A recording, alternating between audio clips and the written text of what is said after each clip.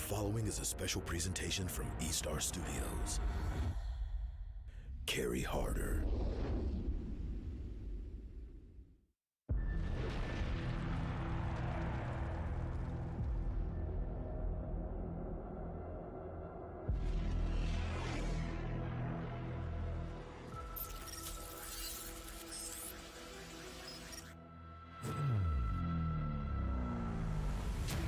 Are we alone?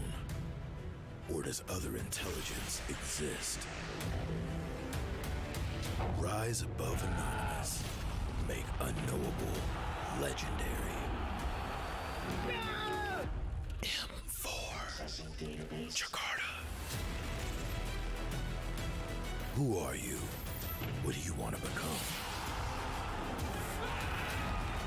The universe is yours. Are you ready to own the world?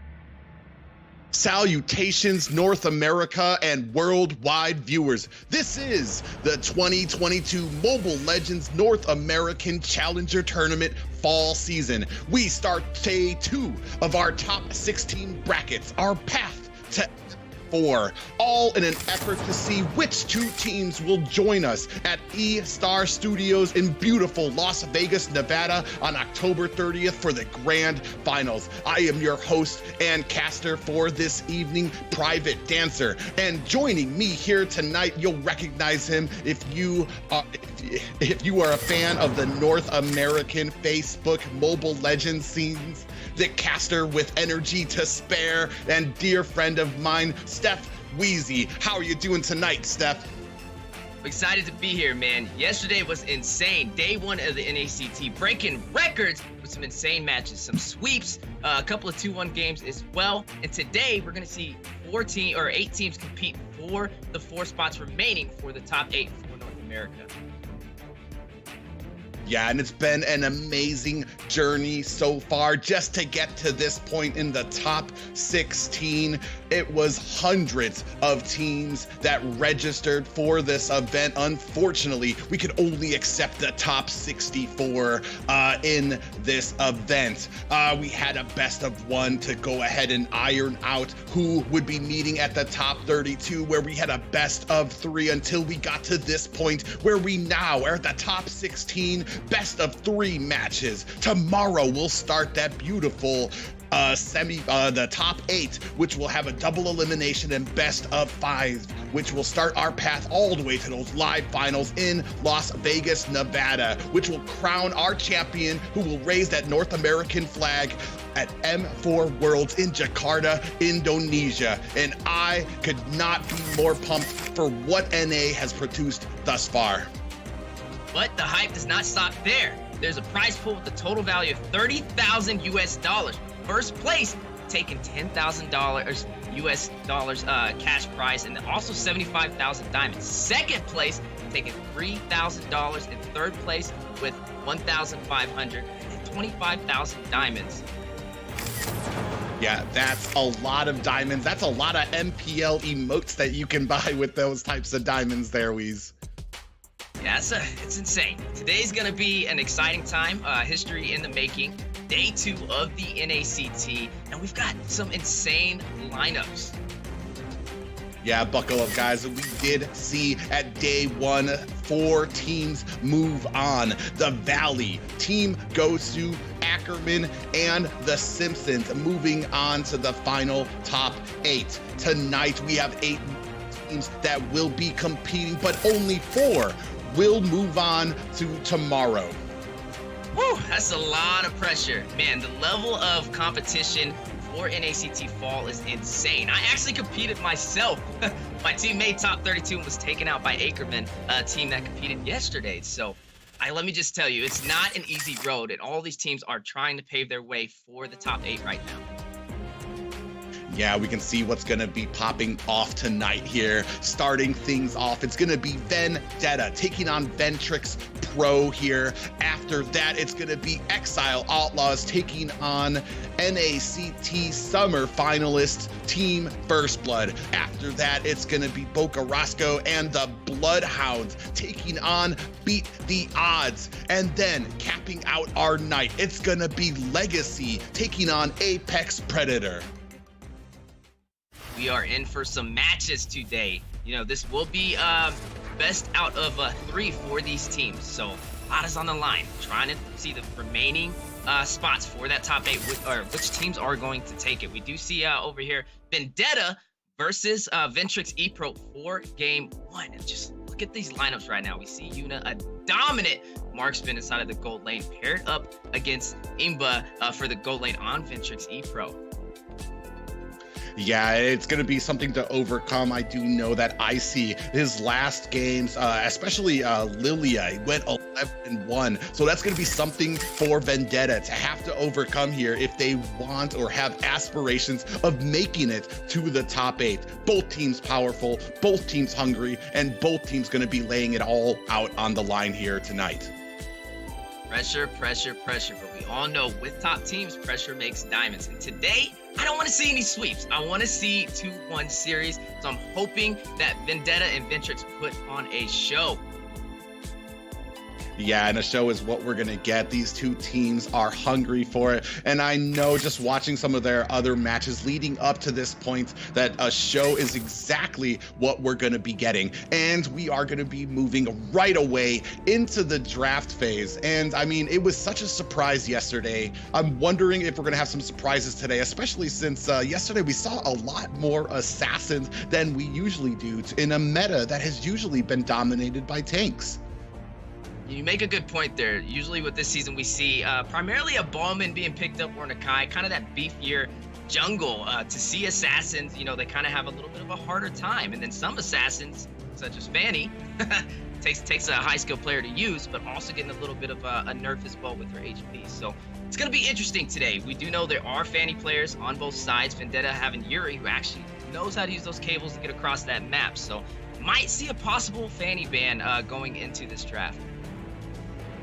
Yeah, it's been really interesting too, especially the priority that I've seen kind of coming into this kind of this mind games, these IQ drafts when it comes to either having Faramis open, trying to scoop up a Diggy, getting Atlas out there with some bans as well. I feel like those have been 3 major components right now for these matches when it comes to the draft. And I think it's been said before, a lot of these games have been decided in draft. Yeah, draft is half of the battle, and honestly sometimes the most important part. You know, part of it is skill, but draft, you know, takes skill as well. But at this level of competition with these teams in the top 16, they've already made a name for themselves. They've already made a mark in North America for Mobile Legends going forward. So the draft is going to be crazy. I think for both sides, like I said, normally for North American server, you're really seeing the beefier jungles. You do see a little bit of assassins here and there, but I'm really interested to see what these teams are going to bring for their jungle. Yeah, it comes down to, like, if you're going to pick up that assassin, there needs to be something else in there, maybe to protect him, maybe to make sure that you're not getting invaded early and you're not getting refused your jungle. Because, I mean, before they get their ults, most assassins have a huge problem with being able to dish out damage, with being able to kind of contest if there is an invade in their jungle, which is why, one of the reasons why tanks have kind of run supreme. Another reason being that these tanks with that jungle emblem, with Cursed Helmet, just have an amazingly fast clear to be able to rotate out. They get the ganks faster. They're able to get to the objectives faster and just output more damage while you're waiting for your assassin to scale. And this is what the world wants to see. We know every server is a little different. They have their own meta. So having the North American Challenger Tournament is kind of paving the way for what is NA's meta? How does NA play? How do they rotate? Who are their top teams? This is definitely a place for these players to make a name for themselves. You know, a lot is on the line. The team that wins NACT having the opportunity to go to M4 to represent NA. So, you know, M3 was insane. We saw BTK fight their hearts out over there. We want to know, who is the next team for NA? Yeah, it's just been amazing so far in North America. And guys, it's not just about us, it is about you. We have a giveaway very early. It's crazy. Right away, a giveaway for you guys. Tag a friend or type explanation or pound NACT fall season in the NA Esports Discord for your chance to win a unique gift code now. Man, I mean, already right at the beginning of this show, we're already going to be doing a giveaway for these guys who have been here patiently waiting for these matches. It's just amazing. And then more on to the North America and what we've been putting out. Like this year, it's felt like there has just been something magical happening with North America and with how much we have been able to do with events and with kind of getting these teams up to par. Yeah, so it's insane. This is definitely one of the biggest, if not the biggest event for North America. We are looking at the draft right now. We do see that Faramis being picked up. Now, I would have expected that to be banned. Typically, you do see that in the NA server, a little bit of a Faramis Valentina ban, but looks like they are going to be able to pick up Faramis on the side of Vendetta. Yeah, pretty interesting picks here. Man, Faramis is one of those picks that I sigh when I see that it's open, because it can be so strong, and it really takes just an overpowering team, an overpowering amount of rotations and force and early game to be able to kind of keep him down from being able to activate that Cult Ultra, which is just so vital in most of these team fights. Speaking of team fights, both sides having a strong draft right now. Now, I do like the Grok in the roam position. We've been seeing it picked up a little bit more this season, and it's been working. So we might see a little bit of wild charges out there. You know, also fast clear for a roamer as well. So this is pretty solid. They, you know, over on Vendetta, they were able to take Julian. Is going to be a Julian jungle. He will have a little bit of a slower clear, but having that level 3 and also being able to use your enhanced chain and ultimates might work in the favor for Vendetta. But what do you think about Ventrix Epro's draft? Well, I mean, I feel like we have kind of the same game plan from Ventrix Epro, both kind of styling a little bit of that Ubi strat on the side, the more customary one on Ventrix Epro with that Estes, who's going to be able to kind of top up and keep the players healed up. On the side of Vendetta, you're going to be using the same. You're going to be using Faramis, who basically fills the same type of role, has your team pretty much accomplish the same type of task, which is kind of stay close, stay together, and just kind of form that death ball of like damage into your opponents. But we are here. We're going to start off this first match here. Vendetta taking on Ventrix Epro, game 1. Now, like you said, a lot is on the line. This is the first match of the day. Now, looking at Ventrix Epro, they did take the Ballman, one of the fastest junglers in the game, has the sustainability, the mobility, the fast clear, and also comboing that lethal counter with the retribution to secure those high objectives.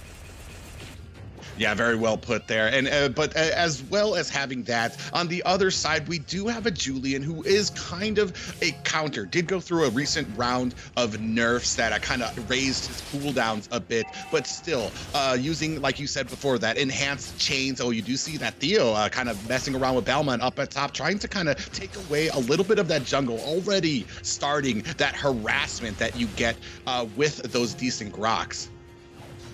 Grok, very hard to go in on with the fast clear, with the AoE damage as well. So Ventrix Epro, they're going to have to play a little bit safer. I want to see how these objectives do work for them. They do have the Ballman, so it does work. But we do see Theo going in for a little bit of a contest on the blue buff. Very good rotation from Theo right now. But, oh my goodness, Theo able to steal the buff! What a play! Oh, but he's gonna pay for that with his life. Just a beautiful play there. Shiki powerless to kind of help out. Does not have that cult altar just yet, but the job was done. The halls of Valhalla await Grok as he was able to steal that blue buff before taking a death of his own. Man, what a play. Definitely going to delay the jungle for the side of Ventrix Epro right now. But man, that's a really good start. But again, they do have the Ballman. You know, just continue to get your farm, rotate around that map, get your level 4, and prep for the turtle. Yeah, even getting that blue buff didn't really slow down the farming ability of Ventrix Epro right now. Still carefully in the lead, but we're going to be moving on to this first turtle, which is where kind of the men are made in these games. What a play. You do see the clash going on by the turtle. Child support trying to get out. LEGACi able to use the Shaw Estes and take out child support. Estes is down. The roam is down. You do see Yukiteru able to secure that turtle with the lethal counter retribution combo and this escape by Ventrix Epro as well. What a play to secure that turtle, especially after losing that blue buff. I really like the patience of Shiki here, waiting on that cult altar. Grok was so low, Theo getting just to the edge of health, and then that cult altar being activated by Shiki to go ahead and make sure that Theo would live to fight another day. So just great cohesion, great synergy by the side of Vendetta here for that first turtle. Now we are in the early game. There's still some time. You know, we normally like this. You just got to play patient, play the objectives, and don't be too over aggressive. We do see a little bit of a clash going on though. Theo getting hit by Icy over there with that Lilia. Works really well early game, you know, very hard to deal with, and that's exactly what Lilia has to do to pressure Theo. But a clash going on, child support at 3v1, maybe too far on the enemy side, but able to escape, just giving a little bit of vision, but not being too aggressive. Yeah, a lot of pressure down here on this gold lane. They're trying to make sure that Imba Justy is going to be able to get, but we have a little bit of engagement here. Theo going to go ahead and try to disengage. Wild charge! Ooh, and then the cult altar being activated to protect the 3-stack over on the bottom side. We're able to keep them alive. Not too much of a clash, not too much has really happened. Very close game, but like we said, this is going to be interesting. I feel like both teams are rotating pretty well. Not a high kill game, more of an objective-based rotation right now. So it's just going to be on whoever makes that mistake first. Don't be over-aggressive. Wait for the enemy to, you know, kind of have those hiccups. What's amazing to me is LEGACi. Right now, oh man, we are Shiki in a little bit of trouble. Theo coming in there to try to disengage, and we do have our first tower going down. But it looks like we're about to start an engagement. Esmeralda might be in a little bit of trouble up there at the top. You do see the clash over on the top side, and Yuna actually falling down. But over on the turtle right now, you do see a clash. You see the Black Dragon being summoned by Yu Zong. They are going to go on LEGACi, getting a little bit of zonage. You see Esmeralda in the clash as well, giving the peel. But Ballman, just a heavy presence on the turtle right now, forcing Vendetta on the retreat. It looks like there's not going to be much contest, and this will be another turtle in the favor of Ventrix Epro. Yeah, LEGACi came in on that Black Dragon. Unfortunately, didn't really catch too much and get too much value out of it. Didn't really get the Petrify on it. Wasn't really able to kind of iron down any of the heroes for it, which allowed Ventrix Epro to kind of continue on and enforce their will on that turtle to secure it without much contention. As we take a look at these items, we do see that the Clock of Destiny already has been picked up. So more of a, oh yeah, of course, the magic, it's going to be the mage build for that. We have Wild Charge coming in. Wild Charge going in, and a kill over there. Melissa able to take out child support, and then you do see an additional kill as well, taking out Icy. The mid lane being pushed in by the 4-stack of Vendetta right now. Yeah, they lost Turtle, but they have secured the mid lane tower.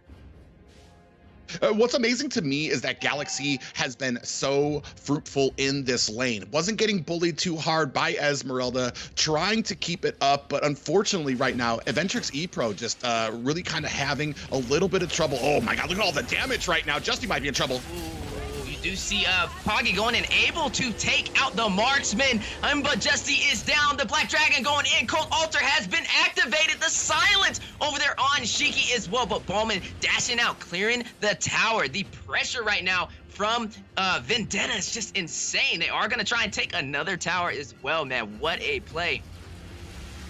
Yeah, not just the synergy like we were talking about before. Pogi able to get in there, get those enhanced chains to go ahead and cover the escape. Another engagement here. Well, you do see them forced on a little bit of a retreat. The wild charge connecting and the stun on Esmeralda, able to escape with the mobility. And then you see the flicker activated. Shiki able to escape from the class. The 4-stack of Ventrix Epro fighting for the mid lane. You do see a little bit of an invasion. Ballman trying to take a little bit of the gold. Pogi going in with the enhanced chains as well to get that clear. But the third turtle has spawned in. LEGACi also able to take the top tower, the first tower in the XP lane with no contest. And turtle does go to Ventrix Epro. This is the third turtle. Yeah, and even with the score being 4-2, Ventrix Epro still hanging in there, still keeping it up, even with the towers down right now. We do see that they are starting to come in here on Yuki right now, trying to put on the damage. Ooh, the Black Dragon that petrified. LEGACi able to take out the jungler. Yuki Teru is down, given a slight advantage for 5 versus 4 right now. You do see a little bit of clears in the mid lane. In terms of the map right now, though, Private, ooh, it's looking a little hard right now for Ventrix Epro. Yeah, their macro kind of being let up right now as Vendetta just pushing hard, tower after tower. They are keeping on the pressure and not trying to give Ventrix Epro enough room to breathe. Yeah, you're able to get turtles, but the cost of that is taking towers, getting pushed in during these team fights, and they need to mount an offense here if they want to survive within the next few minutes here. Man, still a low kill game. 8 minutes, 5-2. Looking good for Vendetta right now. If I was Ventrix Epro, you're kind of in that awkward position. You got to play a little safe right now. Don't play too overly aggressive because it could be very costly, and that's how we see these snowballs start to form. But over on the bottom side, the wild charge, a 3v1 over on Jericho. They are going to try and get the kill. The wall by Grok as well, but able to escape with the mobility of Esmeralda and also activating that sprint. Yeah, and this fight is continuing, and I have to question a little bit. I mean, kind of greedy to me to try to gank an Esmeralda in the first place, but she comes down, falling Star Moon. Oh, they are pushing hard for that bottom tower, but Esmeralda, Jericho not letting them take it. Good defense over there on the side of Esmeralda, and that's what she's really good for. You know, that mobility, also the sustainability, being able to get that shield to stay alive as well. That's just working in her favor. Yeah, but we do have the Lord up right now. Actually, Ventrix Epro in a great position for this, as they're going to go ahead and start it. Now, in terms of all major objectives, we have seen Ventrix Epro take that. Theo able to get the kill over there on the marksman, and then child support. Yuna taking out child support. The support is down for the side of Vendetta, leaving only Ballman, Lilia, and Jericho to defend. This will be the first objective that Vendetta may possibly get. You do see the zone as they are going for that bottom lane again. Will they be able to secure a 3 versus 3 down there? But Icy able to clear that lane, and the pill from Esmeralda forcing LEGACi on the retreat. But you do see Theo given the vision, given the pressure, and Pogi secures the Lord. Great organization there by Vendetta. Attacking Ventrix Epro on multiple fronts there, pushing on the bottom tower, not just with 1, but with 3 members, allowing them to go ahead and secure up that Lord without much counter from the side of Ventrix Epro. Such a solid game, but it goes down to the objectives. It did look solid for Ventrix Epro. They were able to secure all the turtles, but that Lord, just worked in the favor of Vendetta. Do we see a possible turnaround? Was it looking? I would say it's just been kind of, even though they were able to get the turtles, the towers have just been falling for Ventrix Epro right now. You see the wild charge going in, the stun over there on Icy, the full stack of Vendetta for the fight. They are going to try to go for early finish. Shiki taking out child support. Estes has fallen. There is no support to help out Ventrix Epro. Pogi able to take out Icy, and they are going to continue to push the lanes. They are down to only their inhibitor turrets. What will Ventrix Epro do to stay in this game? The pressure is there. Will Vendetta be able to take game one. They are trying to go for these towers. You see Shiki giving a little bit of the zonage, trying to keep them from having any room to breathe. Look at Pogi, the enhanced change, just clearing the minions right now. Man, it's a very tough game right now for Ventrix Epro. I gotta ask you, Private, if you were in their position, what would you do to turn the tide around? Well, right now, I think we already wasted an opportunity with Esmeralda taking on this Yuzong. Esmeralda should have been a lot more aggressive in it, because you've allowed Yuzong to farm up. You've allowed him to be able to get to the point where that Black Dragon is a menace. As we are taking a look here, you see the Lord coming in here, and they just are powerless. Estes being the first one right in the front row, getting taken down by Shiki. He needs to have better positioning for these types of team fights if he wants his team to be able to survive. You cannot be making those mistakes as a support. Your movement, your placement needs to be on point during these teams fight if you want to be able to survive these fights. Yes, as you know, you do see S is having a little bit of a harder time being able to be that support for the team right now. Even with the Ballman for the secure, the easier secure on the high objectives, the pressure from the Faramis might just be a little too much to handle. You know, I was surprised that they kind of let that walk in the draft. Not something you see too often, but we just got to see how will Ventrix Epro respond to this pressure that Vendetta is putting on right now.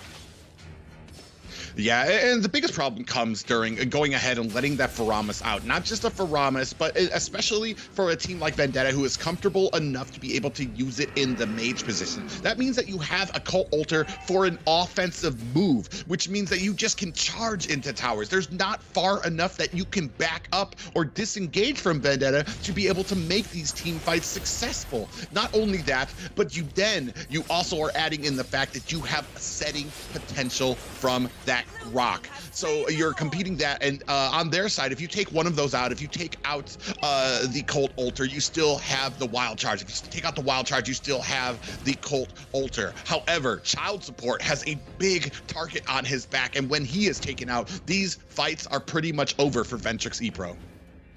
That's very well said. And then also having the power of Yuzong with the Black Dragon to be able to focus the Esses, to drop down and use that Petrify in these fights may be a game changer and a game winner for Vendetta. But we do see the clash going on. The enhanced chains activated by Pogi with the combination of the Cult Altar, and Pogi taking the kill on Child Support. GLEGACi also getting the kill on Imba Justy, and then double kill by Pogi as well, taking out Yukiteru and Icy, leaving only Jericho to defend, and game one goes to Vendetta.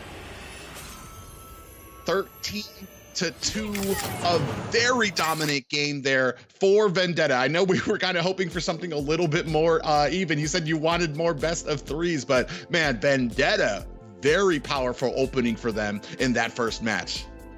Oh, man, that just gives me nightmares. The power of Faramis. I think we've all seen it, especially this season, leading for the best support hero right now. And that's what we just seen. I don't know if I was Ventrix Epro, we can't let that walk.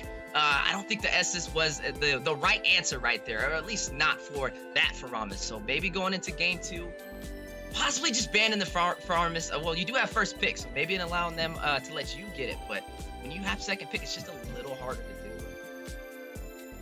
Yeah, especially like, I mean, when the few times that I've seen Faramis allowed out, it almost seems like Rome is the weaker position for him, especially here in NA, where we start using him as a mage, and then coming back with something, another tank to kind of back that up, because Faramis actually does have a pretty good amount of damage output, especially when there's more enemies kind of grouped around. Not just that, but that Shadow Stampede is going to allow him to travel through walls, be able to kind of latch onto an enemy hero and pull them back for gank. So his utility is immense, and especially if you're using him in a mage position, you're gonna have that utility plus potentially another roam, another tank, or another setting potential like the Grok, and then we've seen Lolita as well, kind of paired with him. So it's just something that cannot be ignored and needs to have some type of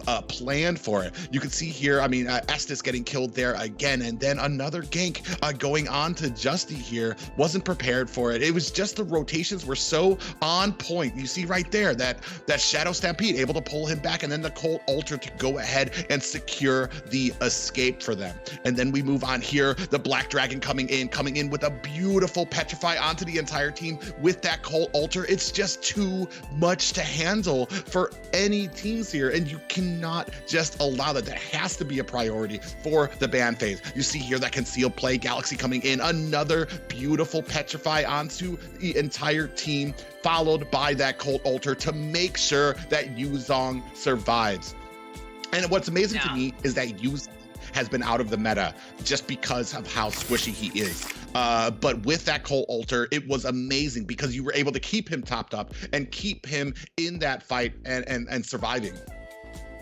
That's an excellent point right there. And it's just so much to deal with. And you see that was only 2 deaths on the side for Vendetta. Having that Grok, you know, and also the power of the support in the mid lane with the Faramis is just insane. Looking at a little bit of the item builds right now, just looking at Shiki, going, like you said, that Mage Faramis, going for more of that damage, getting that Divine Glade, that Lightning Truncheon as well, and then the Clock of Destiny. But Pogi also, you know, going in with the Julian. The Julian walk, now we did see he used to be really good early game. It was a very good pick early game, but now he's more of that mid lane type of mid game type of pick right now. But putting him in the jungle, being able to work around, you know, that Faramis and that Grok was just too much for Ventrix Epro to deal with. So I'm excited to see what they're gonna do going into game 2. Yeah, it's amazing to see there, especially for one thing that stands out to me, like I was saying before, Esmeralda against Yuzong. I mean, it's not really something that you usually see Yuzong shine in too often. Esmeralda able to clear quickly, able to join her team very fast, but maybe a little bit of a play style difference between that XP lane when it came out there. Because I mean, usually, I mean, Esmeralda has been like the shining star in all metas for as long as I can remember here in that XP lane, and to see her taken out or actually pushed back and intimidated by somebody means that we might need to rethink how we approach this XP lane and maybe offer a little bit of support to it. Yeah, Esmeralda, just the queen of shield, and then paired up against the king of lifesteal. So it's an interesting match, but like you said, Esmeralda does have the fast clear. She's able to rotate, able to cut lanes, you know, able to use the falling star moon, and it has a low cooldown rate. So you don't really see it lose to the Yuzong, but you know, maybe it was just like we said, just the difference in allowing that Faramis to work and then pulling in that Grok as well. But we are going into game 2. This is best out of 3, so it's not over yet. We have to see how Ventrix Epro will respond.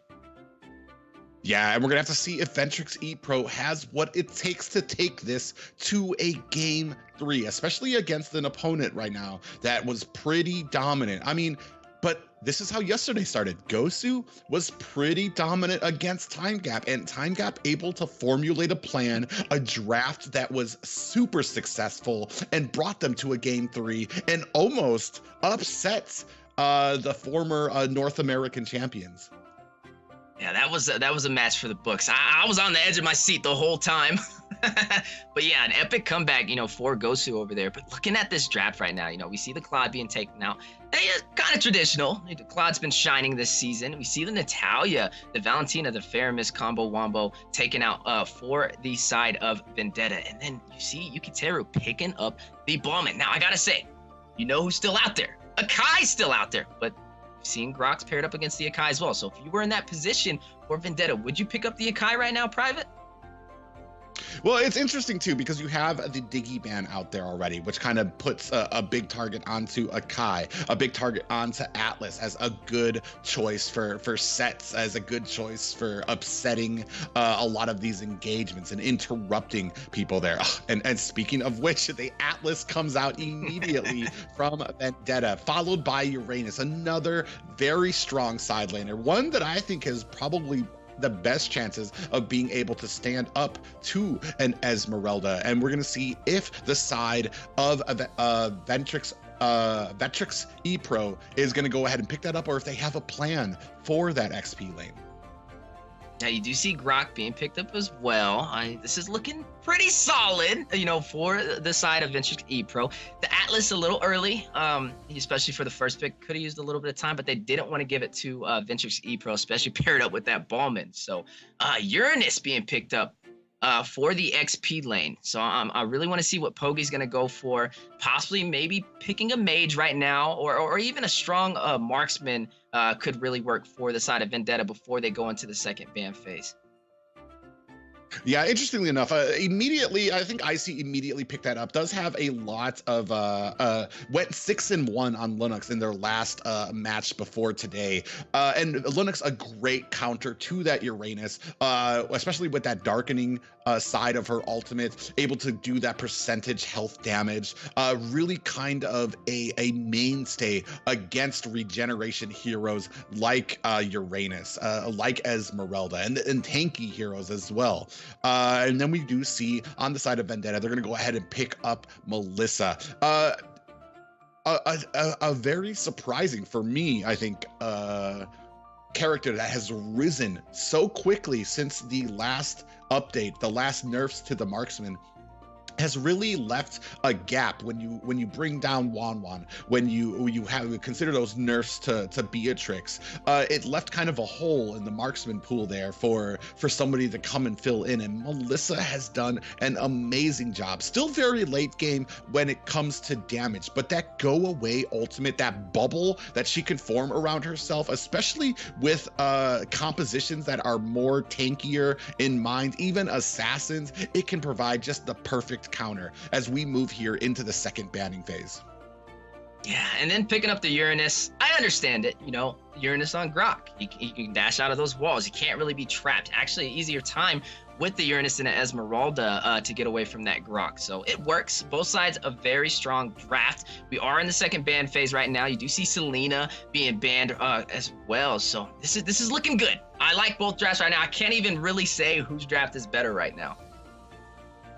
I do like that the ban comes out immediately from Vendetta. With that Uranus pickup, they're going to go ahead and ban out Dyroth. Dyroth has been a menace for both those regen heroes, Esmeralda and Uranus, as he just bursts them down. He's able to go ahead and break down their armor and basically just own that XP lane. We saw it yesterday as well. It's too much for most players to be able to deal with in that XP lane. So at the best bet, I think you have a choice for Esmeralda here to go against Uranus. I think they're really kind of pointing to that side for the side of Ventrix Epro, as we go ahead pick up Theo's going to go ahead and pick up Kagura. I do agree with that. Esmeralda, definitely the best option right now for Ventrix Epro, able to move around the map, able to cut just as well as Uranus. That's probably one of the few heroes that can cut that fast inside of the XP lane. We have seen, Benedetta's work in the past as well. But yeah, we do see Jericho picking up that Esmeralda again. It's just a solid pick, man. It's probably one of the most picked fighters for the XP lane right now, just because of the rotations, the cuts, the sustainability. We've seen it. Jericho 3v1 in his tower and able to get out of it and defend it. Just a really good draft right now, but the Moskov right now being picked up by Imbajeste. How do you feel about that, Private? I almost want to say I haven't been the biggest fan of Moskov. I just feel like there's marksmen who do what he does a little better and have a lot more potential earlier than Moskov. I feel like he's one of those heroes that if you reach the late game, that late game, get him stacked up, he just has an amazing amount of burst that he can output. But I feel like there's other ones that just provide more utility, provide more ability to kind of get into those back lines. Melissa, Claude, the damage that comes from Clint. We do see that Kagura got picked up, which is interesting to me as well. Poggy picking up that Lancelot as well. So we are going to see an assassin here, potentially maybe a successful one. It hasn't been all nose on the side of assassins here as we move into this game 2 of Vendetta taking on Ventrix Epro. And that is going to be the entire draft for match 2. Looking pretty solid for both sides. I can't really say I like both of them. Game 1, we seen more of a one-sided match. You know, we seen Vendetta just snowball in terms of towers. They lost the turtles, but the towers were just getting pushed in. So we got to see Ventrix Epro just play a little bit more objective-wise. Don't give up these towers so easily, especially in the early game. Yeah, you get the turtles, but that's only one part of the game. My only issue, my only problem, my only qualm here is this big wall in your way right now, which is going to be Theo on this Atlas. Once he gets that ultimate, and once he gets able to grab all of the members and be able to stun, I don't know what we have as an answer on the side of Ventrix Epro. And it's going to be interesting to see how well they can deal with it. We do see a little bit of an engagement happening here, Weezy.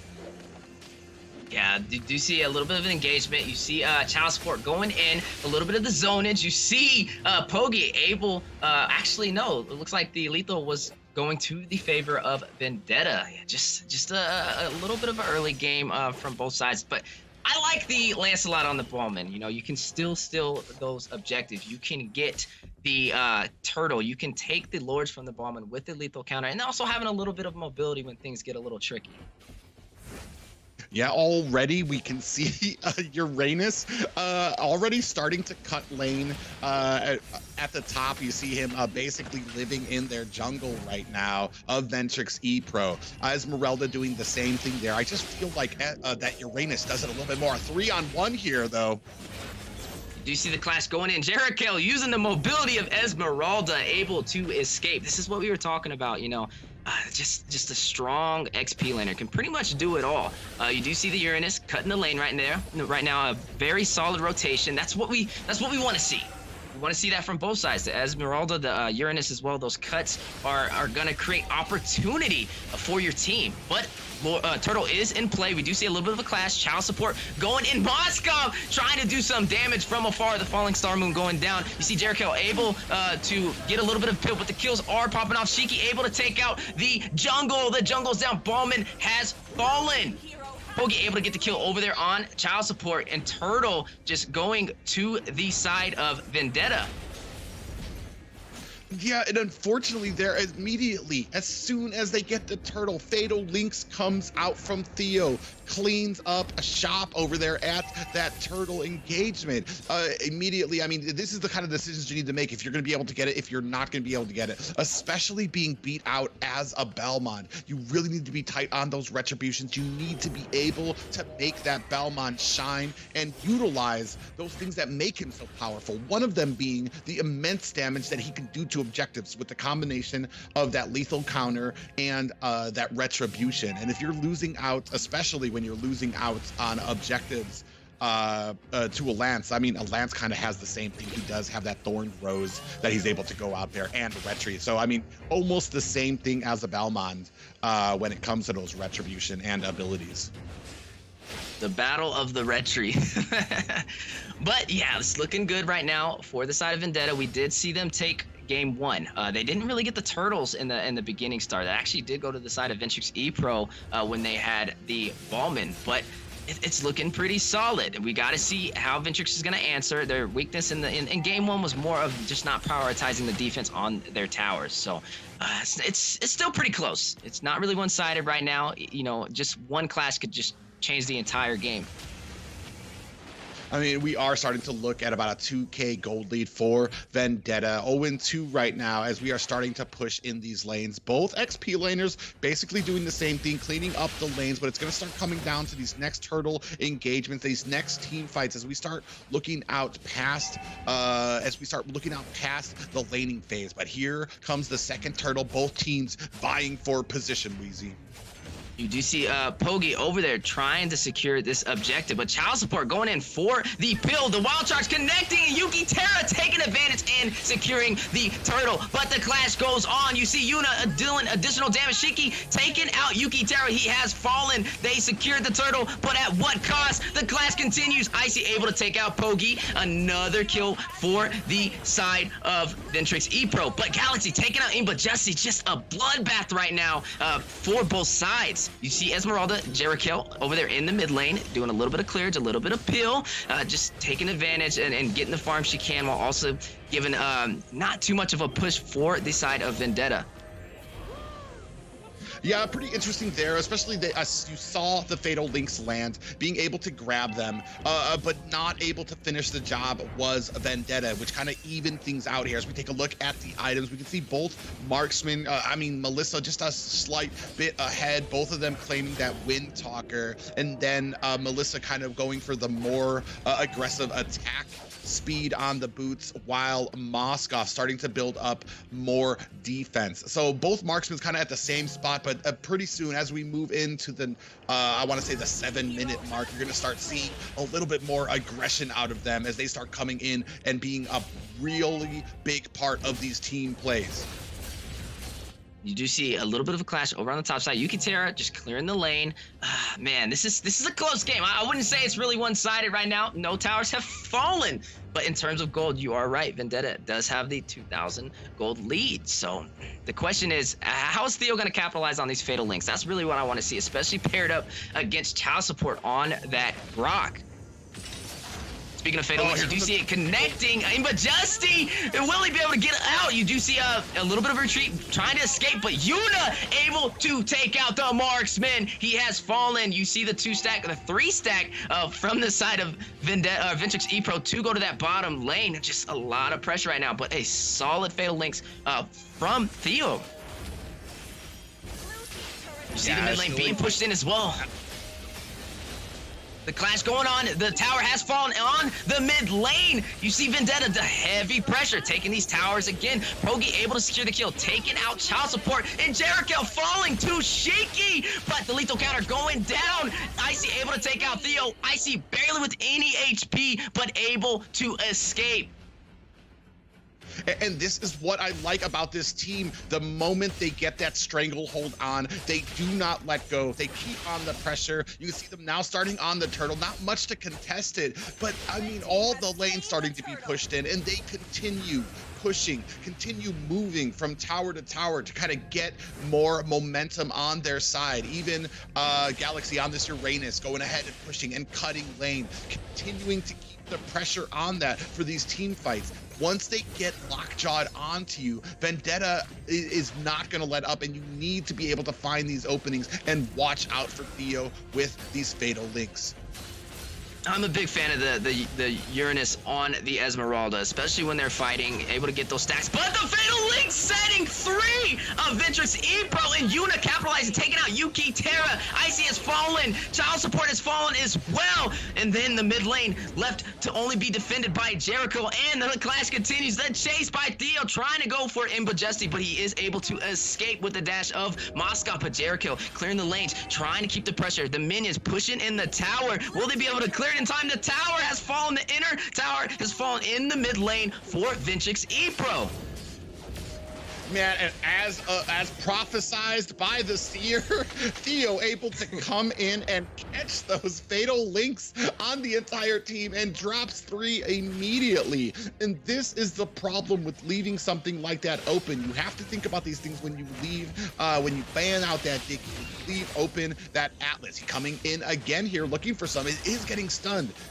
The Fatal Links and the wall combination. Theo is trapped, and Yuki Terra able to take him out. Pogi taking out Yuki Terra. Shaky taking out Child Support, but it's not over. You have BloodHounds, Jericho trying to defend against the 3-stack from Vendetta right now. Will they be able to stop them? You see Yuna on the bottom lane, able to secure that tower, and Pogi getting a little bit far behind enemy lines with a little bit of a emote as well, a little bit of pressure, a little bit of getting a little fancy here. You see the minions in the mid lane pushing as well, and Lord has spawned.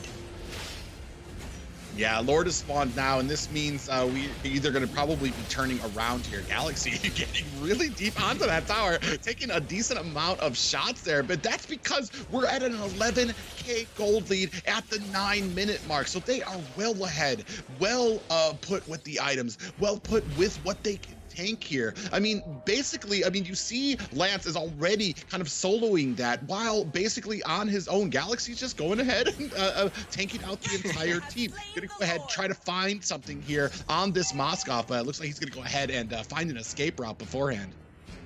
Now, I will say, for the side of Vendetta, I like their composition. They're very mobile, especially against that Grok who puts up those walls. It's going to be very hard for him to get some decent sets and some traps in there for them. So it's a little too much. I don't know. Maybe even an Akai could have worked here against the Atlas, but I just don't think they have the right answer to stop the Fatal Links. And Theo just putting on that pressure. He might not be able to escape from those walls, but once he gets behind those enemy lines and grabs a couple of them up, you know, Vendetta has the mobility to capitalize and the damage and also the advantage right now.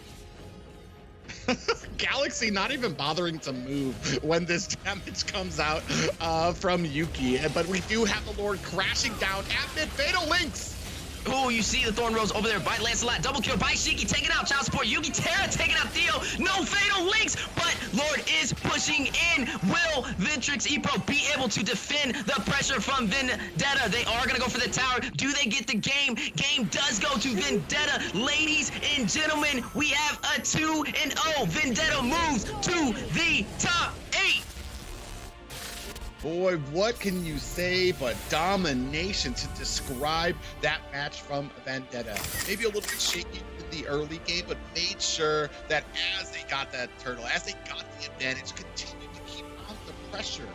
Because as soon as you start getting that middle tower down, you basically open up the map for to start hiding in that atmosphere, to kind of find those Fatal Links, which they still do not have an answer for.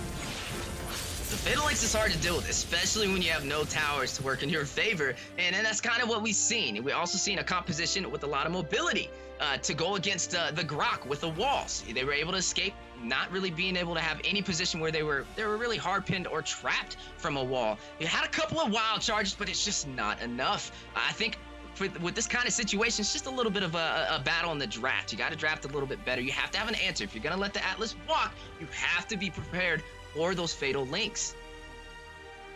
Yeah, and especially Theo on that Atlas has been something that he has been specializing on throughout this tournament leading up to the top 16. It's something that he is comfortable with, something that he can find the angles, and something that he is absolutely kind of amazing on. The problem being with sometimes with Atlas is you can find them not being able to find the right setups there. As we look at these stats, 5-19, just a dominating victory here. All the stats are saying the same thing, that it was just a hard knock life for Ventrix Epro here.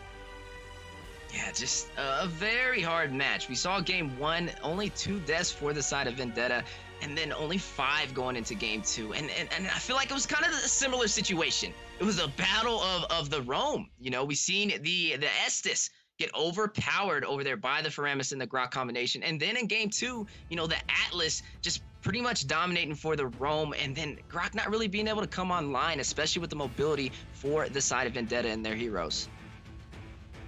Yeah, just an amazing match, and basically showing especially LEGACi and Shiki just basically leading the way, especially through the early and mid game there, just basically dominating and enforcing their will there, putting on the damage, especially onto a Grok who doesn't have a ton of magic damage when he starts out there. So really able to capitalize on that. Shiki with Kagura. But ladies and gentlemen, we're going to go ahead and see you guys after a short break.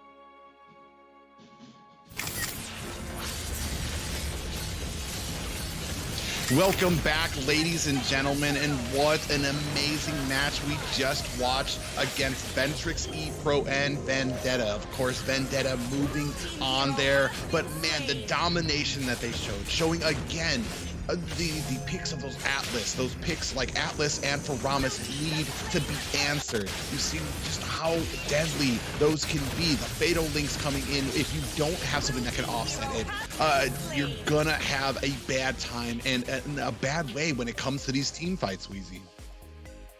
Yeah, such a solid game, really good rotations. They were able to pull off the draft and just dominate in a one-sided fashion for the 2-0 for top 8. So this is just insane. Congratulations to Vendetta. They are officially top 8 for North America. I would just have to say, for these matches going forward, I want to see 2 1s. So like we said, a little bit of the battle is in the draft. If you're going to let something walk like the Faramis, the Atlas, you have to have an answer.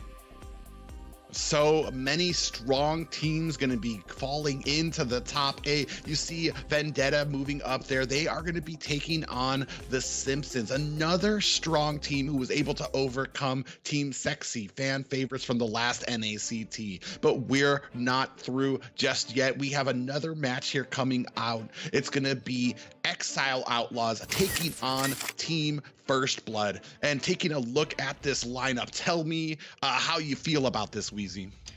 Well, Team First Blood, like you said, last NACT did a phenomenal job, second place. It was really solid, but New Wave was able to take the win. A little bit of a lineup change. You see Ashley taking over the mage position as the former mage had to go back to the Philippines. Ashley, being a mage, a former member of Insomniacs. So it's pretty solid. I have high hopes for Team First Blood, but I want to see, how Exile Outlaws does. But we just know a little bit more about Team First Blood, considering they were the second place for the previous NACT. So this is going to be an insane match.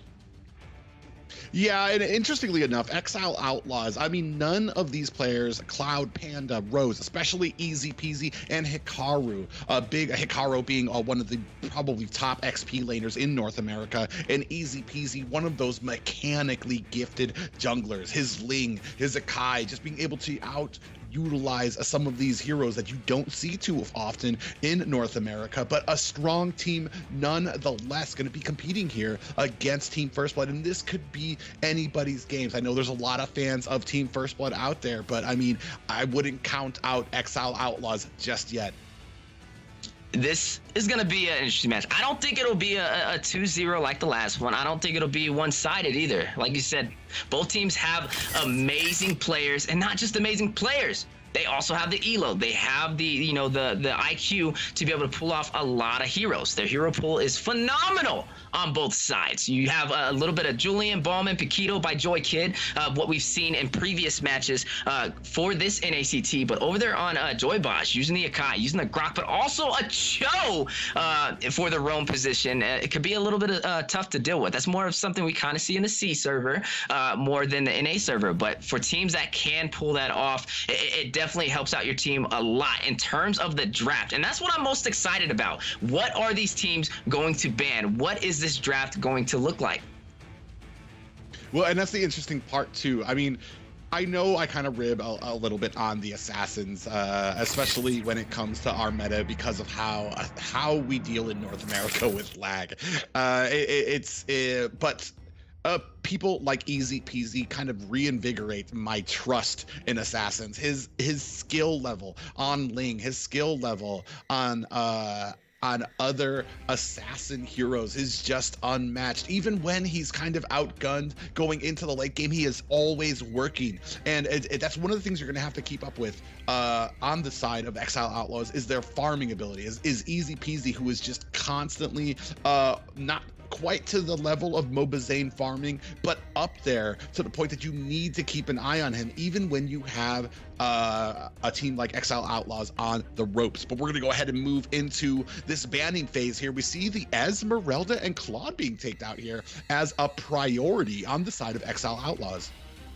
Now, I like the thought process for Team First Blood right now, taking out that Valentina nice and early. And you might see a Faramis ban as well, just a little bit of that wombo combo. Very traditional for the NA server. So there it goes. There goes the Faramis. Very safe bans from both sides. This is kind of what we want to see to keep both teams on their toes without allowing an easy draft.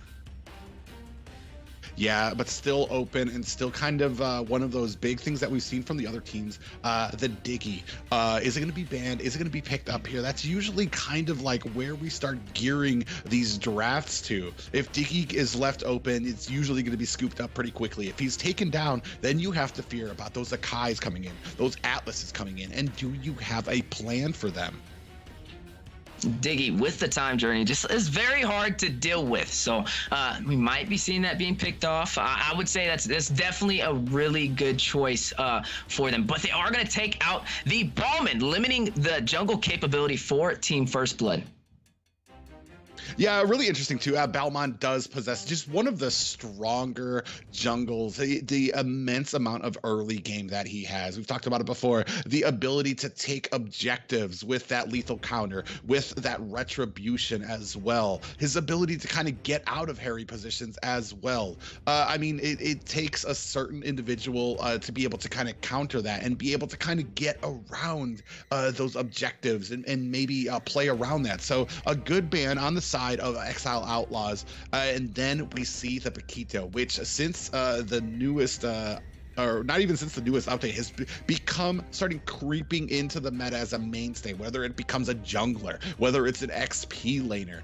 He just has that versatility that not just the versatility, but as soon as he gets a level 4, that knockout punch, able to deal so much damage, especially the entire combination, being able to take down those squishies that you are depending on to carry you into the mid and late game. Speaking of mid and late game, you do see Easy Peasy over on the side for Exile Outlaws taking up the Julian. There's still a lot of picks out there. Atlas still available, Diggy still available, Akai still available. You know, this is what we say when teams of a higher capability, a higher hero pool, they get very creative with the draft. They get creative all the way from the bans to the first picks. So we have to see how Team First Blood will respond. Yeah, very interesting too. Julian's kind of fallen off the meta. It's not picked as often. However, I think that's more or less just because he's not as easy to use. You're not just able to kind of spam those abilities and get those enhanced abilities right away. You do have to be a little bit more selective with him, which kind of favors those, like I said, mechanically inclined heroes, those ones who can aim and can connect with those enhanced chains or the enhanced dashes and things like that. On the other side, though, we do see Gina going ahead, picking up that Wan, still very strong, as we saw yesterday with that crossbow attack as we move into the late game. And first for the night, we're going to go ahead and see Akai picked up by Team First Blood.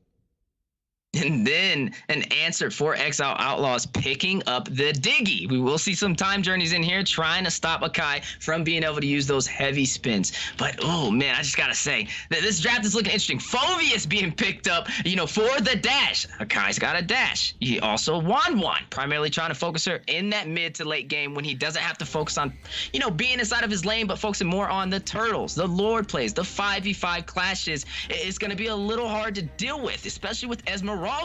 His prime counter being banned for the first ban phase. Yeah, a very high IQ draft there for them. That I almost had forgotten that she was banned, but it makes sense. Maybe kind of trying to lure Team First Blood into that Wan ban, which means you kind of are gonna have to watch out for the heroes that you pick next that have a dash ability. Speaking of which, the black shoes on Lilia. Ashley gonna go ahead and pick that up, but I mean, it's going to be a little risky too, because I mean, as much as you're going to try to escape, as if you start getting too much damage, you're basically becoming a problem for your team as you're dashing backwards and activating that demonic force from the Phoveus, and Hikaru is going to be able to dive deep into enemy lines. Now, we do see Cho being banned for the side of Exile Outlaws for the second phase of the draft. That's pretty solid. But in terms of who I would say this draft is really leaning toward, there's a lot of dashes over there for Team First Blood. They only got 2 more picks. I really want to see who they put onto the composition against Exile Outlaws, but it's just looking really strong. I think that Phoveus kind of solidified Exile Outlaws having the advantage in the early draft phase. Yeah, I mean, you have the potential peel from that heavy spin on a Kai.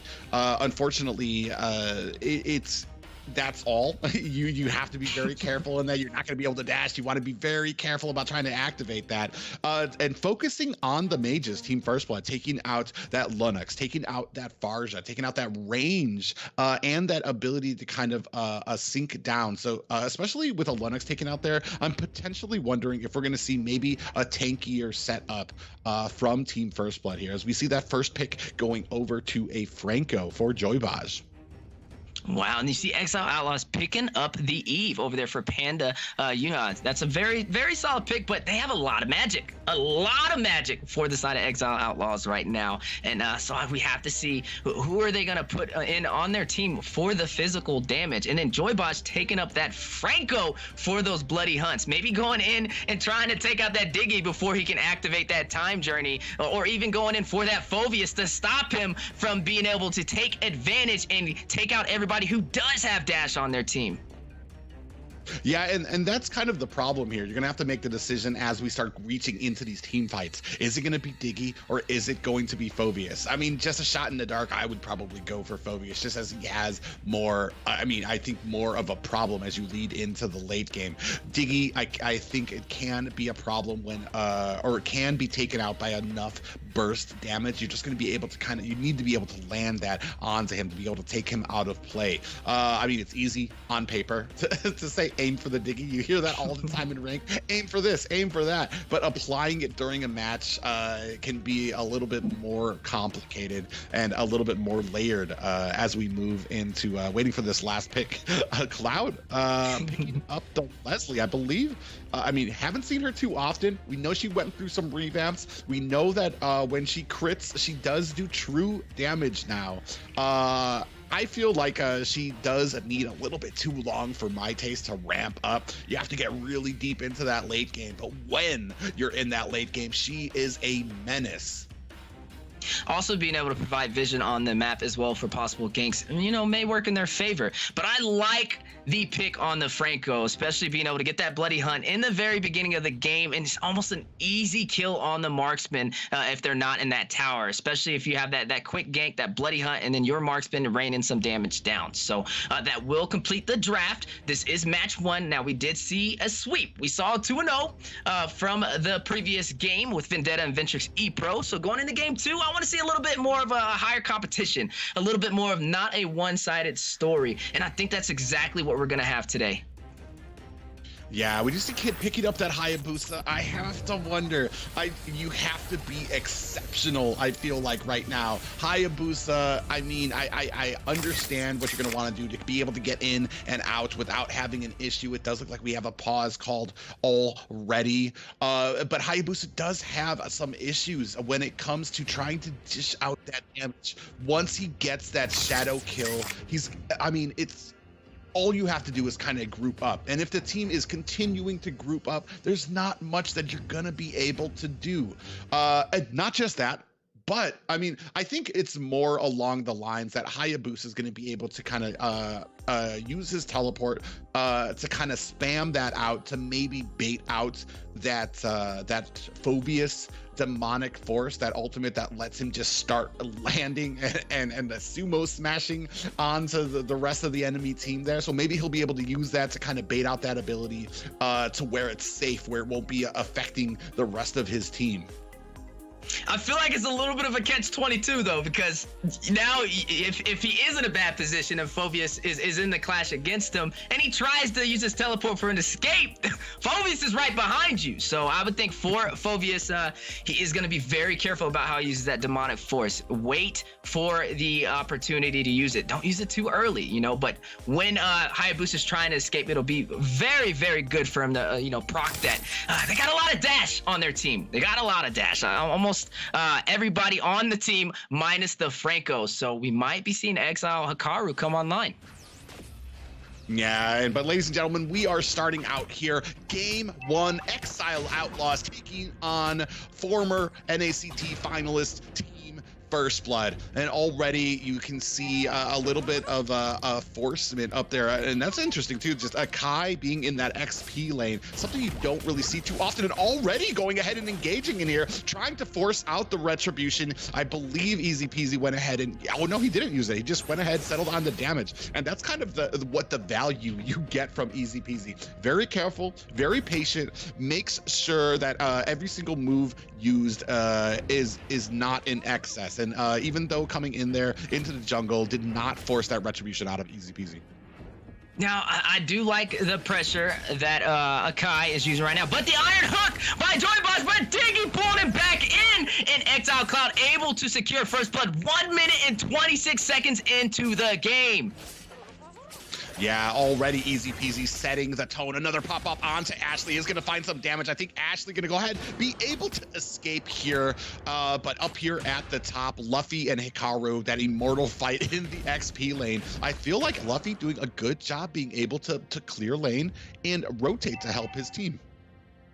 Now, I will say, for the side of Team First Blood, having that Hayabusa, being able to use that teleport for the mobility, for the split push when times do get tough, will work in their favor. They have a little bit faster of a mobile roam to be able to clear some lanes when times do get a little harder. But Turtle has spawned in. We see Kid over there trying to take it down. Ashley as well, doing a little bit of damage. Exile giving some vision, and Luffy with the heavy spin to get the pill and the pushback. Easy Peasy able to secure the Turtle while in the middle of the river manipulation by Panda, and Phoveus trying to chase down Luffy, able to escape with barely any HP. Yeah, amazing turtle fight there. And Team First Blood being very patient with their dashes there. You saw all of them. A Kid almost standing still on that Hayabusa, just very careful not to activate something he didn't. You saw that the first activation went ahead and dashed out there. You saw that that demonic force was aimed towards him, and it seemed like Hikaru was kind of taken by that. Definitely did not want to use it on Luffy, but being very patient, but the opportunity never came. Now, this is what I said about these two teams. Oh my goodness, the Iron Hook and forcing a time journey out by Exile. Definitely a good play. If he would have got hooked into that tower, he definitely would have been taken out by Gina. But a good force on that time journey, nice and early. Gonna have to wait for that to come off of cooldown. But like I was saying, I just like how the Franco right now is protecting the 1-1, making sure that that mark spin gets online. And you do see a little bit of a heavy contest on the bottom side, a 3-stack from Team First Blood right now, just ensuring that 1-1 gets the early start, especially with Leslie getting that first blood. But a request for a pause right now over there by Joy Bosch, maybe a little bit of a technical difficulty. We will be pausing the game. I gotta say, Private, with these two teams, you have a Kai inside of the XP lane versus the Phoveus. How do you feel about that? I mean, it's Akai doing a very decent job, very easily able to clear out those minions, able to rotate very quickly, taking advantage of that rough early game that you have with a Phoveus there. So he's doing such a great job. Not just that, but as an objective comes up, the 5-head play of dashing it out to make sure that all eyes from Phoveus are on that Akai for that demonic force. So you see that Phoveus trying to distance himself from Akai, trying to get closer to the fight because he doesn't want to waste that demonic force onto an Akai who's just going to be able to zone him out with that heavy spin. So, I mean, so far, a good job by Team First Blood for a matchup on paper that seemed like it might not go in their favor. Yeah, you did see Leslie able to secure that first blood super early too. Not sure how this is going to lead and going forward more in the game, but a good start for the gold lane. I would definitely say you just have to watch out. Get 1-1 online. Don't let Leslie get too fed. She already has a slight advantage in terms of gold. She's able to secure that first kill, so it's looking pretty solid. But I just got to say, the Akai on the Phoveus, not something you traditionally see. I would say this is when we talk about teams having a higher level of hero pool, more of an in-depth understanding of of the game, and putting him in that XP is not your traditional role for him, but it can work. Like we said, he's very sustainable. He can clear that lane. He can also use that heavy spin when things get a little tough and a gank's possibly on his way. You know, he has the defensive posture to be able to pull that off.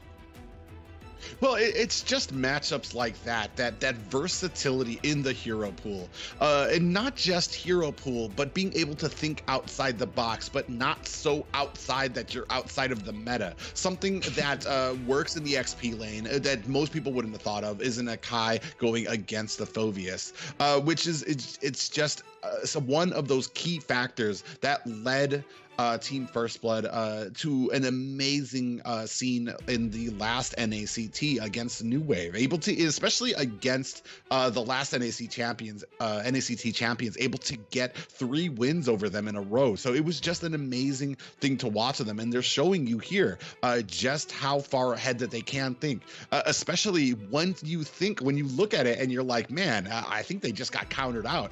But it's not just about the picks, it's about the execution on the field for it, as we are going back right in here, seeing Kid getting picked up here right away. Speaking of execution, yes, the jungle has fallen for the side of Team First Blood. 2-0 right now, 3 minutes in. A good start for Exile Outlaws. You know, it is very early.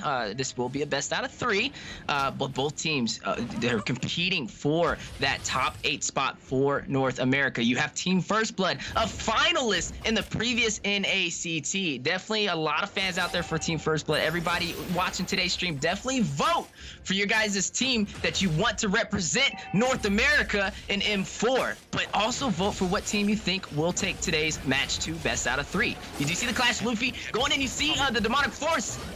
Oh my goodness, able to connect. You see Exile able to take out Luffy. You see the time journey activated, not really able to do much. Ashley forced in a tricky situation, 4v1, but able to escape. Oh, Ashley got taken out by a sniper flame shot from Rose there, which is going to go ahead and open up this turtle for Exile Outlaws. Oh, but in comes Kid, able to steal it away with that teleport. An amazing job by Team First Blood, just when you think they're behind, able to still show you they are still in this match. They are still dangerous. And that's just the power of the mobility with those teleports from Kid on the Hayabusa. Getting in at the right moment, securing that retribution.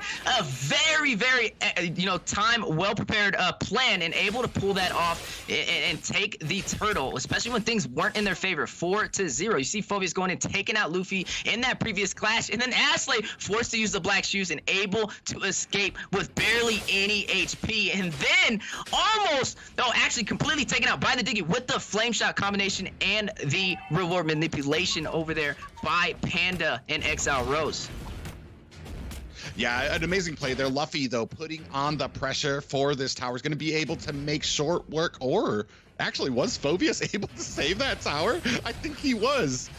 So Luffy, I mean, it's a sneeze of health left on it, so that's basically a dead tower there. It's not going to be protecting you there, as Luffy's going to go ahead and continue putting on the pressure. As we go ahead, take a sneak peek at the items here, we do see those Pierce boots going ahead and being picked up by Easy Peasy, followed by the Genius Wand. So he's going to be picking up a lot of damage. Phoveus already has the clock of destiny there as well. Marksman have already picked up the Berserker's Fury on there for Leslie, so she's going to be starting to get in there, looking for that crit damage that she can do to get and break through into that true damage. But inside here, another engagement coming. Rose! Oh my gosh!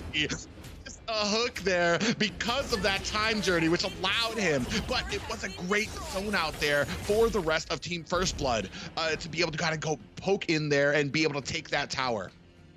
You do see over on the top side, an enhanced chain hitting the Akai, but he's still maintaining that pressure in the top lane. Over on the bottom side, on the opposite side of the map, you do see Kid going in for that turtle. They were able to secure the first one. Are we going to see a contest from Exile Outlaws? You see Phoveus cutting down. Looks like he might be trying to get into a possible clash, but not in time. And Kid able to secure the second turtle. Yeah, the Iron Hook does connect. Down. Real world manipulation coming down is going to go ahead and zone out the rest of Team First Blood there. Unfortunately, not able to pick up much there. It is 4-1 right now. They have shortened up this gold lead just a little bit, but incoming Kid with that shadow kill onto Easy Peasy, but he groups up, which basically is the counter for Hayabusa. He's getting near your friends to make sure that you can spread out that damage. Now, the mid tower has fallen for Team First Blood. A very good objective for Exile Outlaws, especially in the early game. You do see Luffy stacked up against that Phobias, but Exile has to be careful. I feel like if Luffy gets too close to that tower and recoils, it might take it out with as much HP as it has. But the Iron Hook by Joybox connecting, and Gina comboing to take out Panda. Yeah, able to hit that suppression on there. Panda does go down there. Team First Blood starting to come in. Heavy spin onto Hikaru, but I mean, not really much that left. Oh, but combo with the shadow kill. You do see him going in. Exile forced on the retreat, escaping with barely any HP. What an escape, but Gina capitalizing on the retreat and taking the top tower in the XP lane. You've seen the marksman has swapped to the opposing lane. Yeah, Easy Peasy gonna go ahead and try to find himself a quick escape out of here right now. The momentum quickly starting to turn in their favor. It's been about 3 minutes now. They have not been able to find another kill since I want to say that 6-5 minute mark. They've been held at a standstill by Team First Blood here, who has gone ahead and started their collapse, started their pressure here, and mounting it and continuing on with this open jungle. You see Lord has spawned in, kind of a close game, but in terms of towers right now, Kid able to secure kill over there on Panda with the mobility of the Hayabusa. You do see Leslie trying to take out Ashley, forced on the retreat. Phobias using the demonic force and going in for Ashley. She will be able to escape, and then you see the class time journey activated, but the heavy spin by Akai out of the time journey, pinning Easy Peasy and Cloud on the wall, but Luffy getting hit with the enhanced chains over there by Easy Peasy, but able to escape with the barely any HP. Gina in the mid lane with the 4-stack over there by Exile Outlaws right now, forcing his way back up to the top lane. Yeah, you do see that that sniper shot coming out from Claude there. We do have that shadow kill coming out, and Kid gonna go ahead and wisely get himself out of dodge. But at the mid, we still have a fight coming on. Hikaru getting taken out there for the side of Exile Outlaw. So that means that this is going to be a 4v5. Is it gonna be enough for Team First Blood to take this Lord? They're gonna go ahead and start on it. Lord coming out. Easy Peasy's trying to find a flank position. Does Joybot know he's sitting in a front position for this Lord, waiting for it to come out right now, but we see that the heavy spin coming out now. Panda getting taken down, but Luffy not going to be able to survive the sniper shot from Claude. Lord is down to about 1/3 health right now. Easy Peasy, Rose, and Claude trying to counter this offensive here. We do see that the Black Shoes have been activated by Rose. Then now more damage coming on. In comes Kid to capture that Lord so quickly. Doesn't even waste a second. Comes in, uses the retreat, gets the Lord, and he finds himself an escape. Continuing on there, Hikaru gonna go ahead, latch on to Gina, and that is gonna be all she wrote for that Wan. What a steal over there by Kid, taking a heavy objective silently. That's the mobility of the Hayabusa. But over on the top lane, you see the 3-stack from the side of Exile Outlaws, able to secure that top tower. You can see Exile Claude doing what you're supposed to as a Leslie, spamming that sniper ability. Oh, we do have that time journey coming out. Luffy with that heavy spin as well. In comes Hayabusa. Exile Rose getting taken down, and that shadow kill activated by Kid, who's going to go ahead and find himself a quick exit. Panda in a bad place right now, gets taken out as well. It is a 3v5 as Lord is coming up at top. We do have right now Cloud gets taken out by Kid, and you didn't know that Hayabusa could be so useful, be so dangerous in the current meta, but right now Kid proving me wrong right now, as they are going to go ahead and continue. Easy Peasy does go ahead and use that enhanced chains to pop up, trying to protect his buff, gets caught with the chain and the suppression right now. Down goes Easy Peasy. What a match right now. They are pushing into mid lane. Lord is at top lane. Minions crashing at all corners right now. We are down to inhibitors, and we are still pressing on the advantage. damage. In comes Kid right now. Another shadow kill onto Panda. Titty putting on that damage right there. Kid is going to go ahead and find himself a safe escape there. The job has been done. They are down to one more inhibitors. And what a push by the side of Team First Blood. A little bit of an item check right now. Looking at Team First Blood, Juan having that corrosion sight, that Demon Hunter sword, that Windtalker, definitely looking really solid right now. And then pairing up with the, Wind of Nature in case the physical damage does come on from the Leslie. Just very solid right now for the side of Team First Blood. But we gotta look at Kid making game changers for his team to turn the tide of the battle. Able to secure that Lord, sneaking around the Franco in the bush, and then going in for the retribution. Also, prior to that, taking that turtle when nobody knew where he was. And that's just the advantage, the little boost that Team First Blood needed to turn the tide. And then a little bit of a momentum boost in the mid lane. Yeah, I don't know if you realize, but every single time you emote, it adds about 2 speed to your character to get that momentum rolling there. And I feel like a big problem here right now, Cloud not able to take off on this Leslie right now, especially with how long it takes her to kind of get those items into the late game, because right now you're already dealing with a hungry, a fed Gina on this Juan. We're going to go ahead and start this turtle. Oh, gets taken out by a barrage of diggy bombs in that bush. This might not be what you want leading into this Lord fight. Kid starting on it, does think wise of it, knows that the team is there. Luffy coming in, heavy spin activated right now, but you do see that crossbow tank coming out. Claude in trouble, getting taken out. Panda running for their life right now as they are continuing on. Hikaru still trying to get away. He's gonna get oh my goodness. Go for the Lord. They're gonna push in for here. Here comes the real world manipulation. Panda trying to fend this off, but I don't think she's gonna be able to do it. That's gonna be game one. We go Team First Blood. With a fancy finish, Savage! Ladies and gentlemen, we have our first Savage for day 2 NACT fall. Oh my goodness, the power of the crossbow of Tang is too much to handle in the late game. And what a play. I'm not gonna lie, looking at that match, especially in the beginning, it was looking in the favor for Exile Outlaws, but the power of Kid on the Hayabusa, the mobility, still in the turtle, still in the Lord, and then to finish it off, pushing with that Lord, focusing the towers as the Lord pushes down the lane, taking everything but one inhibitor turret for Exile Outlaws. And then to top it off, you see Kid over there trying to bait the team for that Lord. Him by himself, just pushing his Akai, coming in there for a little bit of vision, a little bit of pill, in case things get a little too rough, but baiting the team to rush in for that Lord. And then what do we see? We see the crossbow tang in full effect for a Savage and a swift finish. But I don't know, Private. I think it might have been the power of that recall in that mid lane that did it for them. Yeah, exactly. Definitely not being discouraged by that bush full of diggy bombs that took out Ashley right there in the end. They were still in such a dominant position here. I mean, you can even take a look at here. The damage output from Exile Outlaws already 20k over what Team First Blood was able to do. But they were able to turn this around, not because their draft looked better, and this kind of makes me eat my words about the draft. This is pure 110% execution.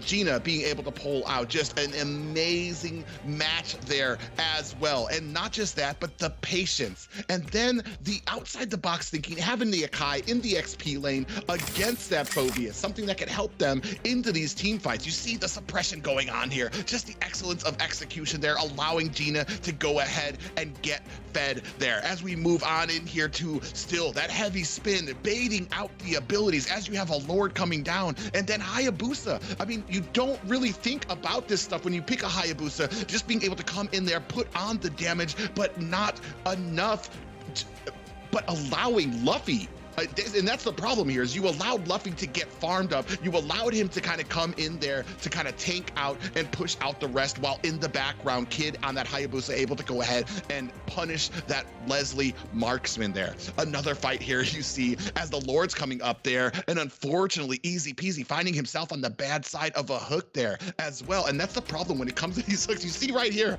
especially when it comes here, that savage moment by Gina, and he'll take down 1, 3 here, waiting to try to get to Panda as well. And Panda, they let Panda go, and then able to go back to the backside to take care of Phoveus. And then unfortunately, Panda decided to throw herself back inside the fight. Maybe it's one of those serve yourself up to the gods to realize, all right, this person was savage, we're about to end it. Let me go ahead and go out there, try to put out that damage, and whoever gets it, gets it. But man, an amazing game played by Team First Blood. And then, yeah, like you said, Team First Blood, a known team, finalists in the previous NACT, and you see what they're capable of. Exile Outlaws, they did a good job. They did a good job. It was a low kill game. It really was. Not high kill at all for the whole game entirely, but it was just a battle of the red tree. You know, a battle of the bait at the end is what we've seen. A little bit of a higher IQ for the side of Team First Blood to finish it. But, you know, I don't think it's going to be an easy match too. Exile Outlaws did have the advantage. Keep in mind, they had the early game. They beat them in the early game. They pushed the towers in. But, you know, just the difference in the vision on where the Hayabusa is and zoning that jungler and not allowing him to take those objectives. Don't allow him to take the turtle. Don't allow him to take the Lord. You have to know where he is when you're going for these objectives. That's the difference in the turn of the battle. And then maybe a little bit of nerf on the recall spam. I don't know, a little bit too much of a Beck over there in the sheesh. But you let me know, Private. Yeah, just an amazing match. I played for both of them. That's going to be the first win for Team First Blood. And man, an exciting match just because of what was executed there. Like I said, on paper, did not look like it favored Team First Blood there. The Hayabusa, a Kai out there, Wan against a Phoveus. You'd think that Phoveus would be having a feast out there, but being taken aback, being out-rotated by an Akai in that lane really proved I want to say the shot in the dark that really kind of clenched this for Team First Blood. But that is not it. We are going to see, I mean, it's still an amazing game. Just a little bit of a problem when it came to the execution, and I feel like Exile Outlaws cannot be counted out yet. We're going to see if they have what it takes to take this to a game 3 as we move into the second banning phase. Like I said, these teams are competing for that top 8 spot for North America, and then for the #1 spot in North America to move on to M4. So, ladies and gentlemen, we are watching history in the making for Mobile Legends Bang Bang. Definitely drop your guys' favorite teams, who you guys want to see represent us, because when we go to M4, those are going to be the ones who show them what we're all about. We are seeing different things in the meta. We're seeing the Akai on the Phoveus. You might be seeing that a little bit more ranked now, maybe. That'll be exciting. Maybe I'll run some ranked and try it out myself. Or it might be one of those things where it's like, ladies and gentlemen, don't try this at home. But we'll see. But we are going into the second match of the day. Valentina and Theramis being banned.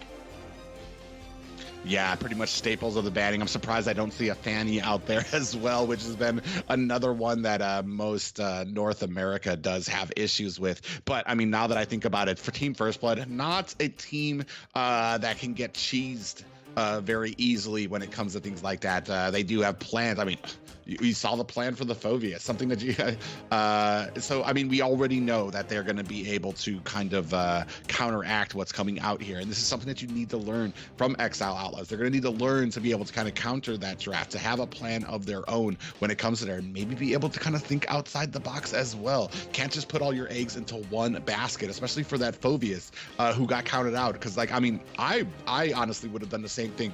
Phoveus, I'm like, bro, he's got this, there's no problem. But when you see how he was manhandled in that lane, see how well they were executing this, especially on a Hayabusa who should have been a problem, it's something to think about as we're moving in here. We do see that Lilia ban coming out there. I mean, they obviously respect it. I mean, last time it was on Ashley playing that Lilia, and they just don't want to see that. Maybe looking for a tankier composition here that could get thwarted and slowed down by Lilia's early game slow and burst. Now, there's still a lot of good picks out here. You have the Akai available. You have the Diggy. Diggy hasn't been banned, which leaves a lot of compositions out there for both sides. Julian being the third ban to close off the first banning phase for Team First Blood. You see Paquito being taken out. A solid jungler, been having more of a pick this season, able to have the mobility, able to get to that back line when needed, and also able to get out of tricky situations, works in his favor. And it looks like Exile Outlaws just doesn't want to take that chance. But like we said, Diggy is still available. What are you going to do about that? Are we going to see an Akai? Are we going to see an Atlas? These are more of the common things we've been seeing in day 2 for NACT. Yeah, that burst damage from that Paquito, I mean, a mainstay right now for that early game, for that upset, and we're gonna see that respect ban coming out from Exile Outlaws. You thought Wanwan was out of the meta. You thought that nerf had taken her out. I mean, these last 2 days have proved already she is still a menace, still a factor, and still can change games. The first pick already going to Kid there, that Balmont picking up there, we already know. Early game aggression, fast clear speed, objective taking potential from him, but then an answer there from the side of Exile Outlaws. Oh, taking up that Akai, but we gotta keep in mind Diggy is still in play. You can take that up. Atlas is still in play. You could run the Diggy in the mid lane and pick up the Atlas. I mean, you really could. With these teams, the complexity, seeing that Akai in the XP lane, you never know. And that's something I might kind of expect possibly for a Team First Blood to pick going against this Akai. Akai's a heavy counter for the Bowman, using that heavy spin to be able to zone him out to get him far enough away to not hit that lethal counter and get the out retry play. But we see Ashley picking up the Lunox, and then you see the Esmeralda for the XP lane for Team First Blood. But Dairoth's still in the mix. You think they're going to pick up Dairoth private?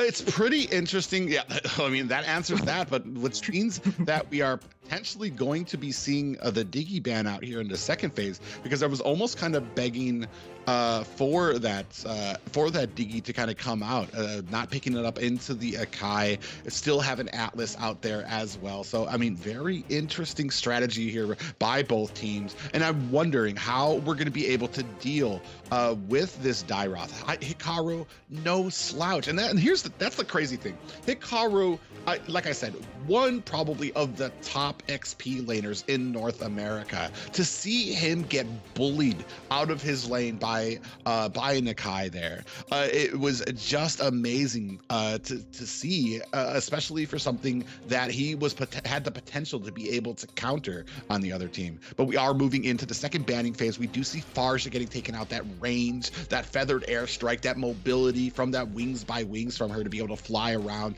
and get to positions and siege down damage for a lot of these. Just not something that the side of Team First Blood is going to be wanting to manage. And then, of course, the Melissa being taken out, who has been moving and creeping her way up in the current meta. Now, I love how you're talking about the Esmeralda and the Dairoth. It's an interesting conversation. Normally, you see the Dairoth give the Esme a hard time, but we have seen Esmeraldas pick up that Dreadnought armor. Their team get the advantage in the early game. If they're able to secure those turtles, get those lords, give just a little bit of additional gold Esmeralda would need to turn the tide on the Dairoth, it could work in their favor. So with Team First Blood, if any team could pull it off, I would definitely say it would be them from previous matches, from previous NACTs. The proof is in the pudding, and we've seen it in the last match. But this is Kid we're talking about on Ballman, the man with the plan, the man that gets the silent secret retributions when nobody sees him in the bush. So he might be able to do some damage with the Ballman. A strong pick right now, but I'm not really seeing. I guess you have the Lunox can kind of burst down the Akai, but I feel like Akai can really get in there and get the zonage on Kid for that jungle.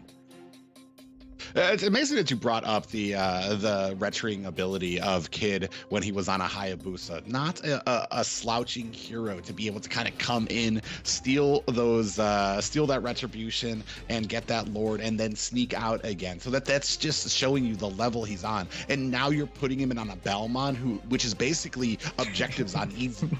So, I mean, you're going to have a rough time even contesting that. And that's a wonder. That's got to be a wonder, too, for Exile Outlaws. Do we contest these early objectives, or maybe we just rotate to a lane and put the pressure there? Maybe try to find a sneak kill on somebody once these objectives come up. And that's going to be something that's going to be on their minds. We do see that Rafaela pick coming up on the side of Exile Outlaws, going to bring up the mobility for them. Not just that, but that CC potential to be able to kind of slow them, help them with their escapes, help them with their engagements for the side of Exile Outlaws. And then we do see Team First Blood picking up that Angela, a battle of supports right now, but a lot of HP pool for the side of Team First Blood, especially with the Angela paired up with the Esmeralda. So it looks pretty solid. You can also ult, you know, the Ballman, and when he does want to go in for some crazy situations, especially Kid, with we've seen the level of complexity that he's able to play at. Ladies and gentlemen, this is best out of 3. We saw the first game. It was neck and neck. I'm not gonna lie. I was on the edge of my seat. I didn't know which way it was gonna go. But after seeing Team First Blood take that Lord, get a little bit of the baits going for them as well, and then a Savage on the 1-1 for the finish was pretty gnarly. I'm not gonna lie. But going into the second game, it wasn't like it was a one-sided game. You know, Exile Outlaws had the early game, but looking into this draft, you just never know. It can work for both sides. But that's Selena being picked up for the mid lane for Exile Outlaws. How do you feel about Selena as the mid lane and not the roam, Private? Yeah, it has potential. But you're really banking on that ability to land those abyssal arrows. You do also get the benefit of having those mines set out to give you a lot of vision around the map. You can see when those ganks are coming. You can see when the rotations are happening. However, if you get behind, if the enemy team is a lot more has a lot more mobility, is going to be able to get out of the way of those arrows, you're nerfing a lot of her damage and a lot of her value in these fights, especially if you by chance get behind. Selena's almost useless when it comes to trying to fend off and defend things. But we are moving in here. Match 2 of this best of 3. Team First Blood taking on Exile Outlaws. Yeah, we did see Team First Blood with the fancy finish for game 1. This is a best out of 3, so Exile Outlaws still has a second chance. They had a pretty solid first game, just lost a little bit at the end, and then the battle of the Retri, and then the crazy Savage on the 1-1. But moving into game 2, we have to see them capitalize. We need to see them take these objectives a little bit easier, maybe a little bit more vision on where the jungler is, especially when you're paired up against that Ballman on Kid.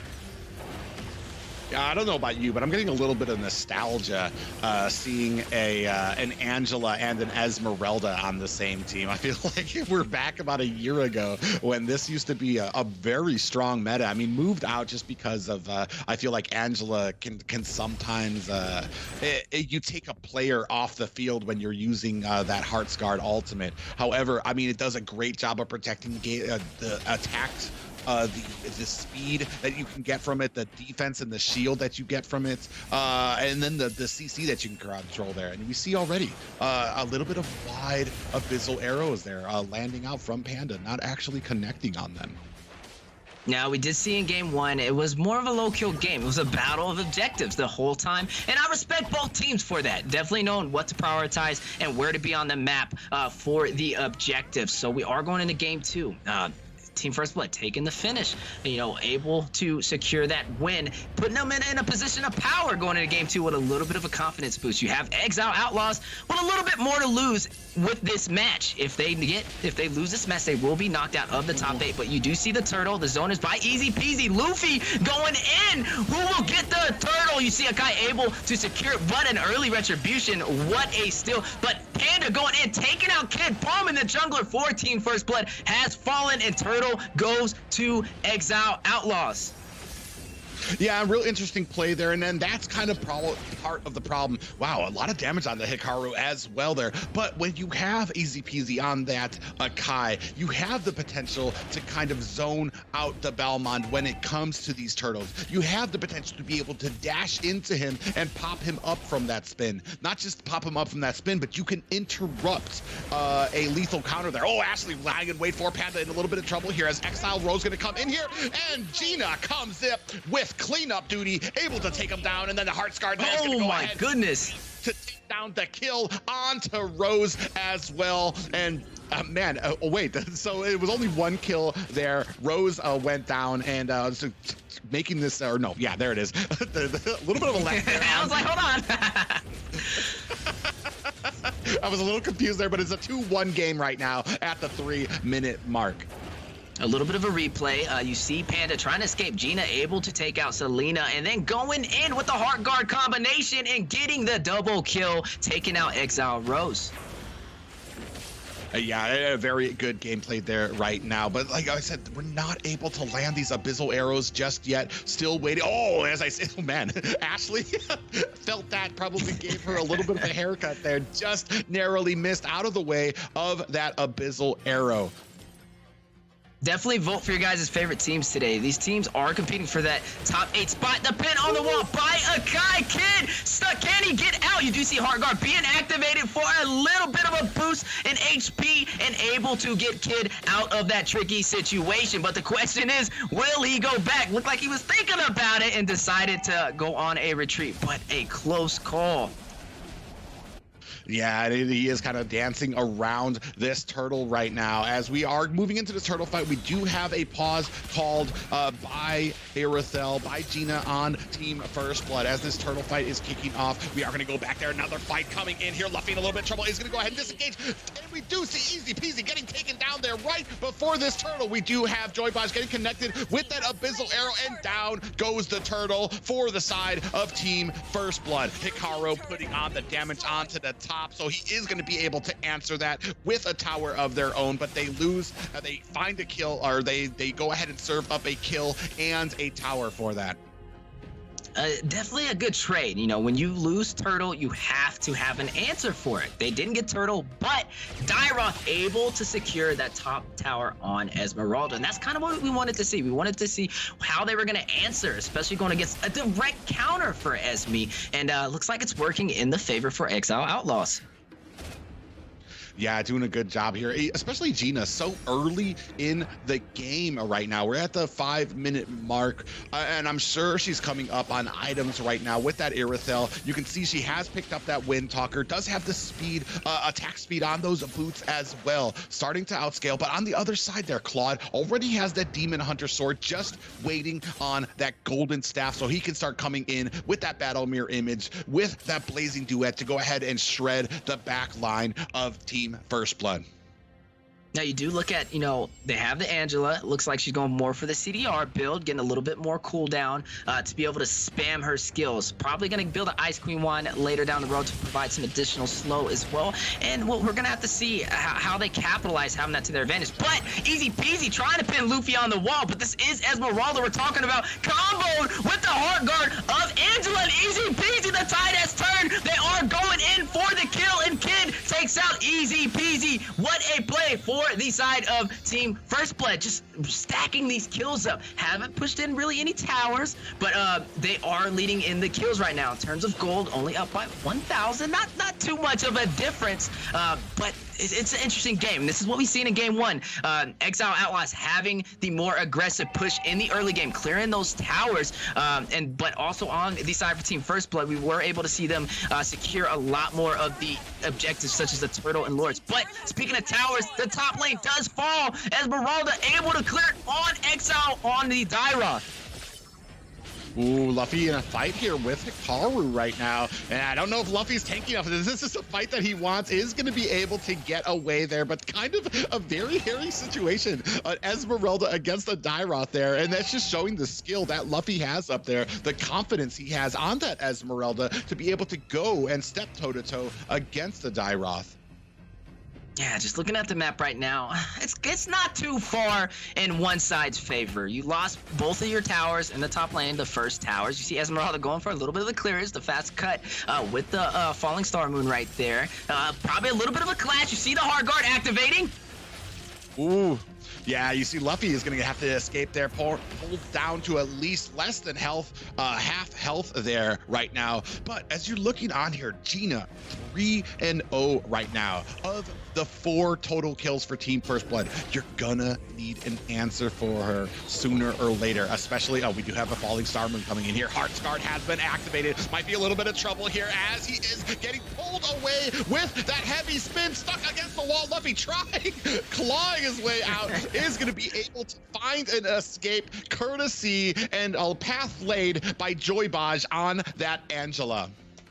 But over in the bottom lane, we were able to see Team First Blood secure that first tower. You spoke about Gina over there on the Irithyll. The 3-0, having, 75% of the kills for Team First Blood. Definitely the person on the team you want to have the advantage. The marksman is getting fed, and the question is, how will Exile Outlaws respond?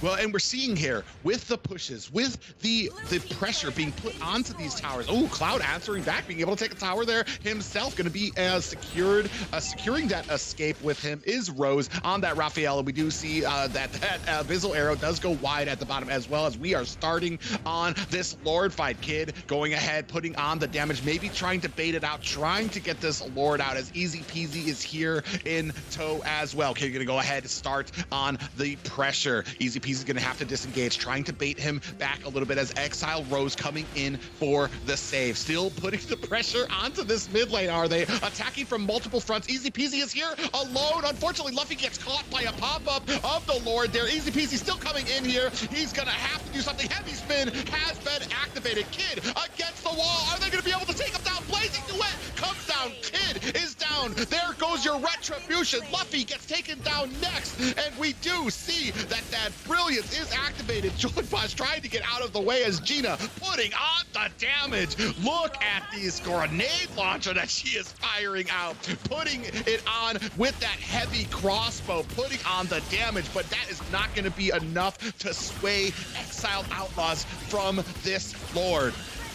What a turnaround. It was 4-1, and Exile Outlaws able to even up the kills and also secure the Lord. A huge play for them to be able to keep up that momentum and turn the pressure into their favor. This is definitely looking good for them. It was a little shaky in the beginning, but now it's looking pretty solid. I will say, Easy Peasy over there on that Akai, zoning out that jungler, pinning Kid on that wall, and then the combination of Exile Cloud with the Blazing Duet to take out that jungler before going for that major objective on the Lord. Definitely a good focus and hero prioritization for Exile Outlaws. But the Clash going in the mid lane.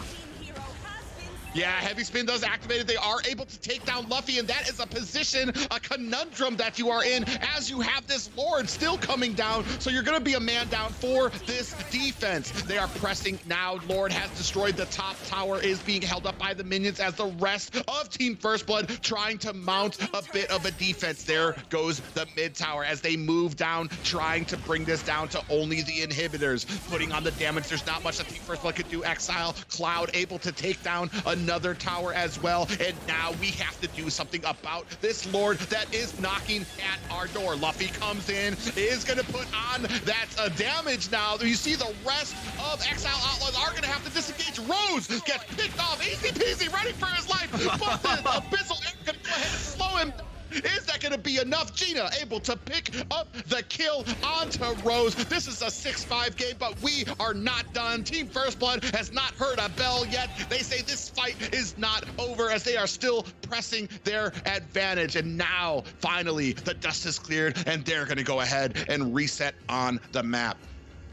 Gina is on fire for Team First Blood. They will have to protect her at all costs right now. She has almost every single kill for their team. What a turnaround. This is neck and neck. Ladies and gentlemen, grab your popcorn. We have a show right before our eyes. Vote for your team. Who do you think takes game 2? Exile Outlaws or Team First Blood? Yeah, we can see right there, Kid going ahead, starting to press his way, press the advantage into the enemy jungle. You wouldn't think that Team First Blood has less towers here with how aggressive, how confident they are in the Exile Outlaws jungle right now. But Now is the time. We're at the 12-minute mark. You can see here in the replay just the amount of damage. But as soon as this Lord gets taken down, you find Esmeralda, Luffy going in deep, and then Rose having to disengage the entirety of the team, getting flanked there. Easy peasy on the run, and it's going to be picked up there by Gina. Another kill under the belt for her. What an amazing play by Gina here in this match. Now, I will say, on the side for Exile Outlaws, they have a little bit of insurance. They still are holding into those inner turrets, those second turrets in each of the lanes. But the Blazing Duet going down, Ashley able to take out Exile. But the clash on the mid lane.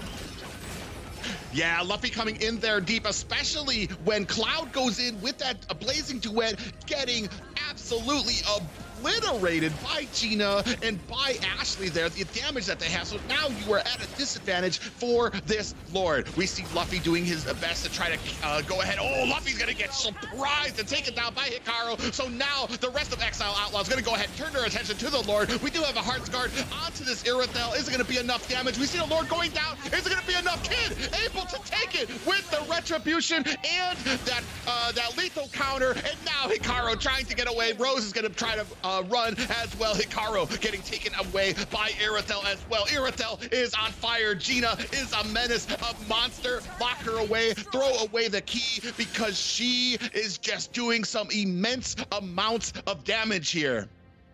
Yeah, looking at a little bit of the item build, you see the Swift Boots, additional attack speed, Berserkers, has the crit, Demon Hunter, you see the Wind Talk for some insurance, especially against that Cloud with the Blazing Duet. Definitely use that when that is activated. And the Inhibitor turret over on the bottom side does follow the heavy push to possible early finish. Yeah, we do see that they're going to go ahead and try to push it out. This Lord going to be taken down right now, but we still have minions coming down up at the top lane. Esmeralda doing her best to go ahead and push those lanes in. They're going to be probably looking for another tower. This gold lead has been extended to about 5K right now in favor of Team First Blood, and they are mounting on the pressure. It doesn't look like Exile Outlaws wants any of this fight. Easy peasy coming in with a beautiful heavy spin. Is going to be able to pin Luffy into the back line. That means they have a player down right now, and now you see Exile Outlaws putting on the pressure onto Kid. Kid's gonna go ahead and dash away. Gina's gonna go ahead and put on the pressure. The Hearts Guard gonna go ahead and protect her, but it's not gonna be able to do enough to save Kid. They are still in this fight right now. Gina trying to take away these minions and is gonna go ahead and safely disengage from that fight. Gina is unstoppable. Hasn't even died. 6-0-2, paving the way. I think Gina is ready to move on to top 8. But the question is, will Exile Outlaws allow it? You know, the game has been back and forth. Just look at the map. Only 1 inhibitor turret for the side of Exile Outlaws and 3 inhibitor turrets for the side of Team First Blood. And what does that mean? That means the next clash will pretty much determine the game. Both teams have to be very careful. There's a lot on the line. If Exile Outlaws gets a loss on this game, they will be knocked out and will not progress to top 8 and lose their chance to go to M4. But on the other note, if Team First Blood secures this win, they move on to top 8. They were the finalists for they were one of the finalists for the previous NACT. But I gotta say, you don't know which side it's gonna go to. Place your votes now, ladies and gentlemen. I'm telling you, don't be saying Team First Blood, you know, but not voting for them now. So definitely vote for your team. Do you think Exile Outlaws takes the finish? Do you think Team First Blood takes the finish? Are we gonna see a Game 3? The world wants to know what is about to happen before our eyes.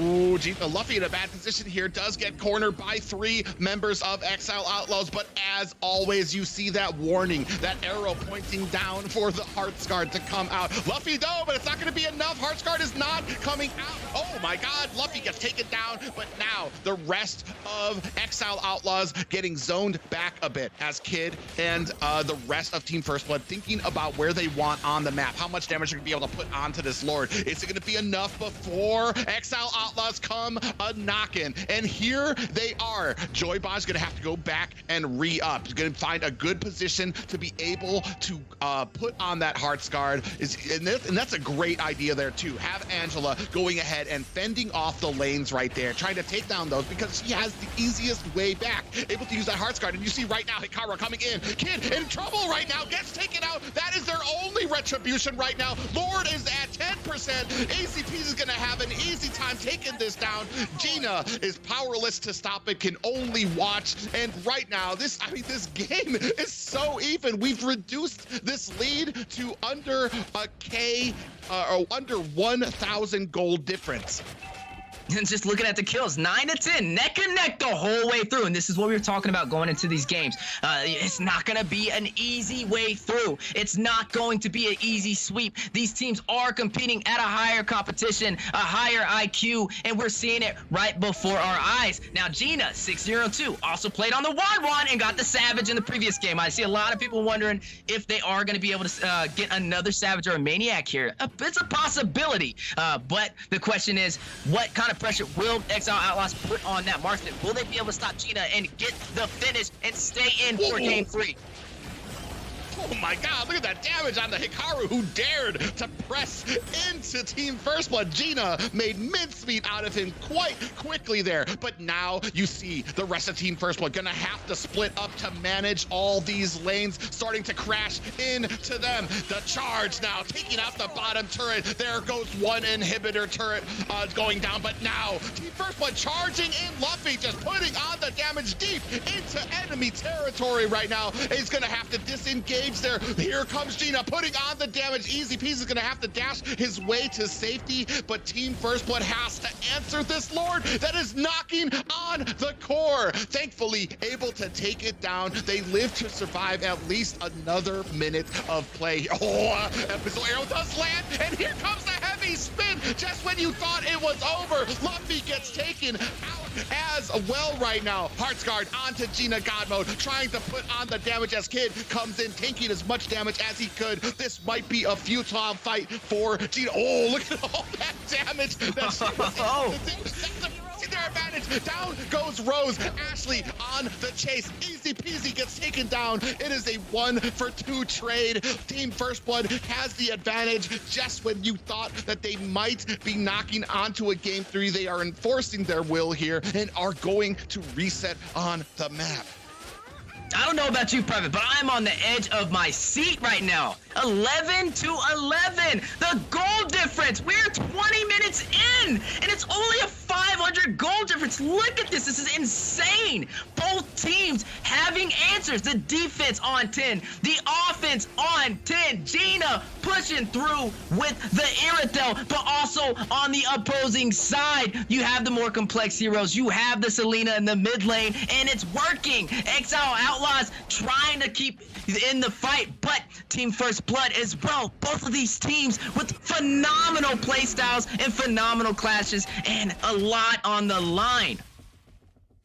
Yeah, Cloud finally started to come in, basically full build at this point. We're 20 minutes in. I think everybody's full build, and now they're just starting to juggle around with what they want. You see the immortality has been picked up by Easy Peasy. Kid gonna go ahead and start on this Lord, trying to bait it out, trying to get it in a nice position. Easy Peasy trying to come in as Kid is, I mean, they're both a little bit of a standoff here.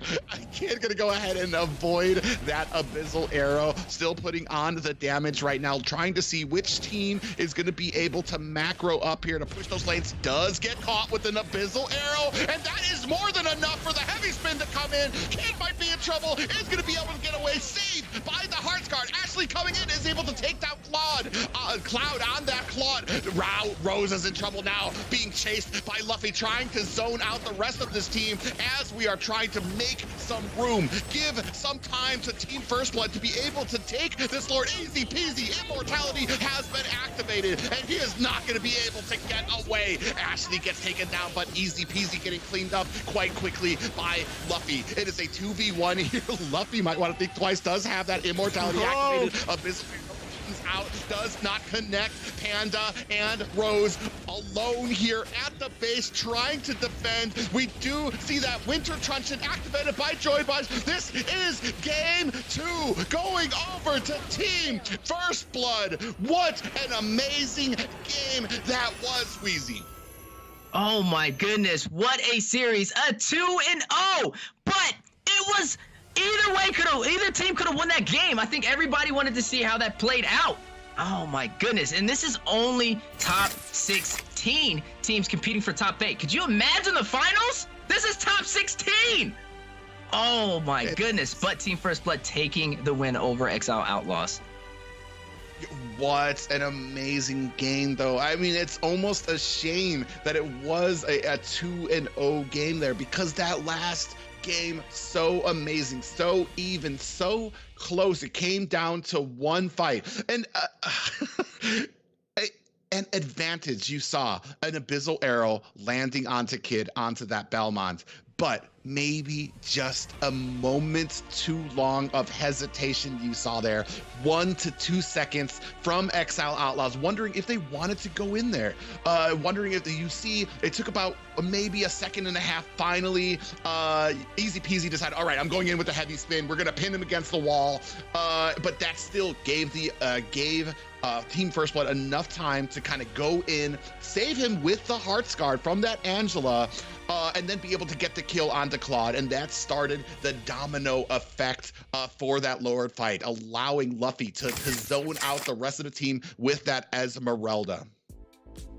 Just looking at the item builds, you look at Gina, a flawless game, raining with damage, an early start, stacking up on kills, having that, the Swift Boots, additional attack speed, the Demon Hunter Sword, the Malefic Roar, going into that pin, the Wind Talker as well, and then the crit with the Berserkers. It was a lot to deal with, but we got to look at Joy Bosch over there on the Angela, the Heart Guard combination. It saved a lot of their teammates, was able to go in on Kid when needed, able to go in on Gina to chase down half of the team, and then also able to stack up with the Esmeralda to make her pretty much invincible.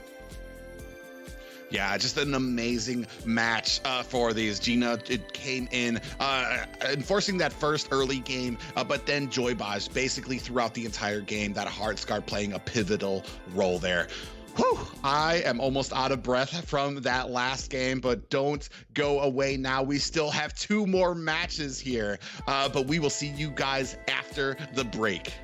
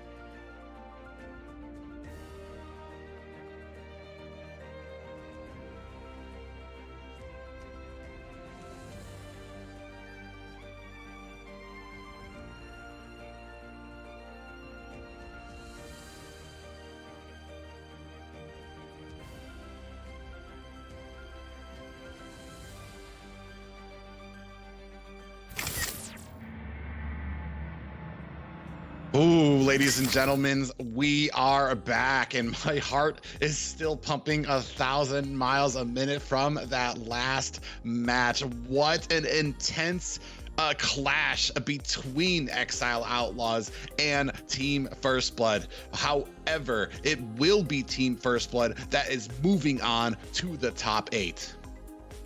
Man, Gina just dominating with that Irithel, and Kid with a godly retribution was just too much for Exile Outlaws to handle. But both teams very good on objectives, very good on rotating. Team First Blood officially moving on to the top 8 for North America. Yeah, and just a great game played there. Unfortunately, only one team can move ahead, and as we see here, moving on, going to be Team First Blood going to be taking on the winner of our next match between BloodHounds and Beat the Odds. Right there, you can see all the finalists so far. We still have 2 more teams that will claim a spot for the final 8. And man, I am hyped to find out who those are going to be, because so far the matches have been intense, and they are just going to be getting more intense as we move on further and further through this tournament. BloodHounds and Beat the Odds, having that Supreme Sicilian on the team. This is going to be interesting. Former Aether Explicit members on that team. So last series, we saw, complex teams fighting at a higher level of competition, neck and neck for both matches, even though we've seen the sweep. So the question is, how will match 3 be for us today? Before that match happens, ladies and gentlemen, we have a surprise for you. Another beautiful giveaway. It's going to be the Eudora Flame Red Lips skin. You could see the code down there right now. The link is in the description. Reserved for the first 50 users. How fast do you guys type on your phone? I need to get my phone out right now. I need that skin. I know there's some collectors out there, man. Definitely drop how many skins you guys got for MLBB. But yeah, man, today's been exciting. I'm not going to lie. I was at the edge of my seat for that whole series for both of those teams. Team First Blood, finalists from the previous NACT, paving their way to top 8. But, that's just match 2. We still have match 3 going on right now. We're going to see BloodHounds and Beat the Odds. Super exciting. I want to see the same level of competition going forward. Yeah, as we can take a look at the lineup here. First off, BloodHounds with fan favorite and fellow Twitch caster Bo Carrasco. I know it has been a long journey for him to get here, to get these players, to get his team in line, but looking so impressive, especially Bo Carrasco. We do know he favors that mid position, the Sicilian, the Farja, and just so slippery. This entire tournament only taking a total of 3 deaths so far. He has the great positioning and the leadership needed, hopefully, to be able to overcome Beat the Odds here tonight. Now, I will say, for the favor of BloodHounds, having Bo Carrasco, an amazing content creator for Mobile Legends Bang Bang, he's also Supreme title holder. He holds the Supreme title for Sicilian. He's been using Sicilian every single game for NACT. So I want to see what the answer for that will be for Beat the Odds. That's been a deciding factor for them paving their way to the top 16. Are they going to allow them to take it moving forward for the top 8 position? Yeah, and not just on the side of BloodHounds, but on the side of Beat the Odds, Lucas, the jungler for the side of Beat the Odds. I mean, the last going 12-1 on a jungle Julian. Very impressive. So I know they've done their scouting. I know that they've done their research, and we're going to see that here tonight as we are moving into the first draft. We see already the Faramus, the Fanny bands, those staples. Maybe kind of skipped Fanny a little bit in these earlier series. Both teams not really wanting to deal with it or pick it up, so it kind of got left out there, but now we're kind of back to that same song and dance, taking her out there, followed as well by a Julian ban by the side of Beat the Odds. We do see the Clyde being picked off for BloodHounds. Now you still have Valentina available. Kai has been picked off over there for Beat the Odds. So no heavy spins today. No, no Clyde with the Blazing Duet. But the question is, are you going to take out Valentina? Having that IMU able to distill pretty much anybody's ultimate in the game can be very hard for a lot of teams to deal with. So we are going to go into the last ban for the side of BloodHounds. No Sicilian ban, no respect bans here. More of those heroes that give a little bit too much pressure to handle, and I'm really wondering what BloodHounds is gonna pick if Sicilian walks. I wonder if that's gonna be their first pick for their team when they do have their chance to get their heroes. Well, pretty interesting right now because right now you have, like you said, the Valentina open. You have the Diggy open.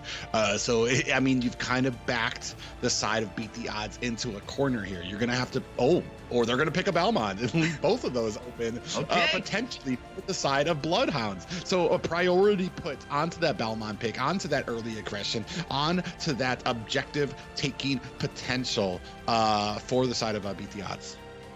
We've been seeing Ballman picked up almost every single game. Definitely one of the most picked junglers for North America right now. This is in a meta. Pick the Ballman if he is available. Having that lethal counter, we've seen it time and time again. Very hard to deal with, but not picking up the Valentina and allowing BloodHounds to take it, and then a combination with the Dairoth. So you have, especially Bokorosco on a Valentina. We already talked about his positioning, his micro ability, and his mechanical ability on these mages. Picking up that Valentina, he's going to be able to shine potentially. However, right now, you still have the Diggy open, and it potentially have the Atlas coming up for a last pick for BloodHounds, followed by the immediate Diggy ban. You have to decide what you want to do here if you're Beat the Odds, because like we said before, if Atlas gets picked up, there needs to be a plan. Yeah, and it's just a little risky because they do have Valentina. Can pretty much, profit from any hero's ult. So if they pick the Diggy, you can have Time Journey on your side, anti-CC. They are going to lock in the Beatrix, though, leaving the Diggy open, leaving the Atlas open. We might see a possible Atlas pick here, and then banning, possible counters such as the Diggy, such as a Kai Roam. But I would really want to see what BloodHounds is going to pick for the first and last pick for the first ban phase and pick phase. Yeah, really interesting here. I mean, they said Beatrix was dead. They said she was nerfed into oblivion, but apparently you have to convince Beat the Odds. They are going to go ahead and pick that up and definitely going to be looking to utilize her. I know her damage was taken down very heavily through these nerfs and then answered by Dim Sum. He's going to go ahead and pick up that Wan. I mean, if it's anything like how we saw the Wan in the last series, I mean, it's going to be a menace that you have to deal with. It's kind of hard to tell now because Beatrix, before the nerf, came up a lot quicker than Wan. Was able to get that damage, had the utility, had all these different factors that she added to a match with those different weapons that she was able to use, either the shotgun, grenade launcher, sniper rifle, or submachine gun. However, now it's kind of a question. Is it going to be able to keep up with a Wan? Is it at the same standstill? What is the clearing potential? I do give the clearing and the gold, the farming ability just narrowly to the Beatrix, but we're going to see how that ends up in these lane clashes as we move in to the second banning phase. Now you do see the Ballman having a very fast farm and rotation, definitely a prio pick. Lilia, early mage, able to get some serious damage off in the early game. So they have a very decent comp right now, but looking at the side of BloodHounds, you did pick up the Wan, you took the Valentina as well. It works, it's good. The Dairoth, okay, I get it. There's still some fighters that are available to give him a hard time. Paquito is actually still available, and I'm wondering if that's what Beat the Odds will pick up. Yeah, interesting here. I think we cannot see that fourth ban by them. I don't know what it is. If it's an Atlas, especially because a Diggy has been banned out. So we're going to wonder what's going to be getting picked up by BloodHounds. You still have a favorable outcome with an Akai, with an Atlas on your side there because that Biggie has been taken out and you have the first pick here. But we're going to bring out that Ubi strat, that Estus, that healing elf, there to be able to kind of top them off. A little bit of CC on his side, but mainly used for that healing ability, that ultimate, that blessing of the moon goddess to go ahead and keep the team topped up, which actually might meld well a lot with Bocarasco on this Valentina.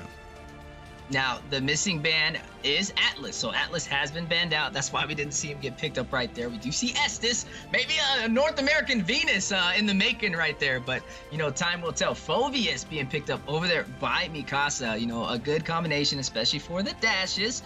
They got a lot of dash on their team. Valentina has dash. Dyroth has dash, and also Wanwan, the queen of dash herself. A solid pickup. And then easy peasy finishing the draft with Thomas. I feel like we've done this little song and dance before when we see the Phoveus. I'm scared because I have PTSD now where I saw the Phoveus and I'm like, well, I mean, on paper it makes sense. Bocarasco, Temptless, Dim Sum, Easy Peasy even has a little bit of a dash on that Thamus as well. But we saw what a well-collected team could do to a Phoveus, how you were able to bully him, how you were able to kind of bait out those abilities, or even not bait it out, not use those dashing skills to get around, and still be able to kind of come out confidently.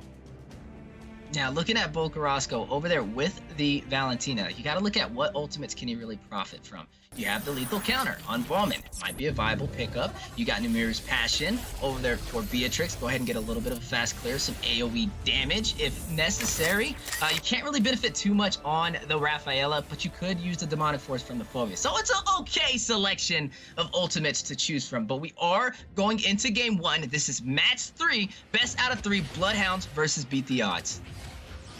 Well, the thing is here is the madness that is going to happen, and I don't pity you when it comes to these team fights. If it becomes a Phoveus ult that Valentina takes, because you're just going to have demonic force after demonic force after demonic force for both teams to be able to during these team fights. And we already see a little bit of aggression here by Oh My Foe. It's not going to be able to stop Bloodhounds from securing that first Lethal Wanderer, though.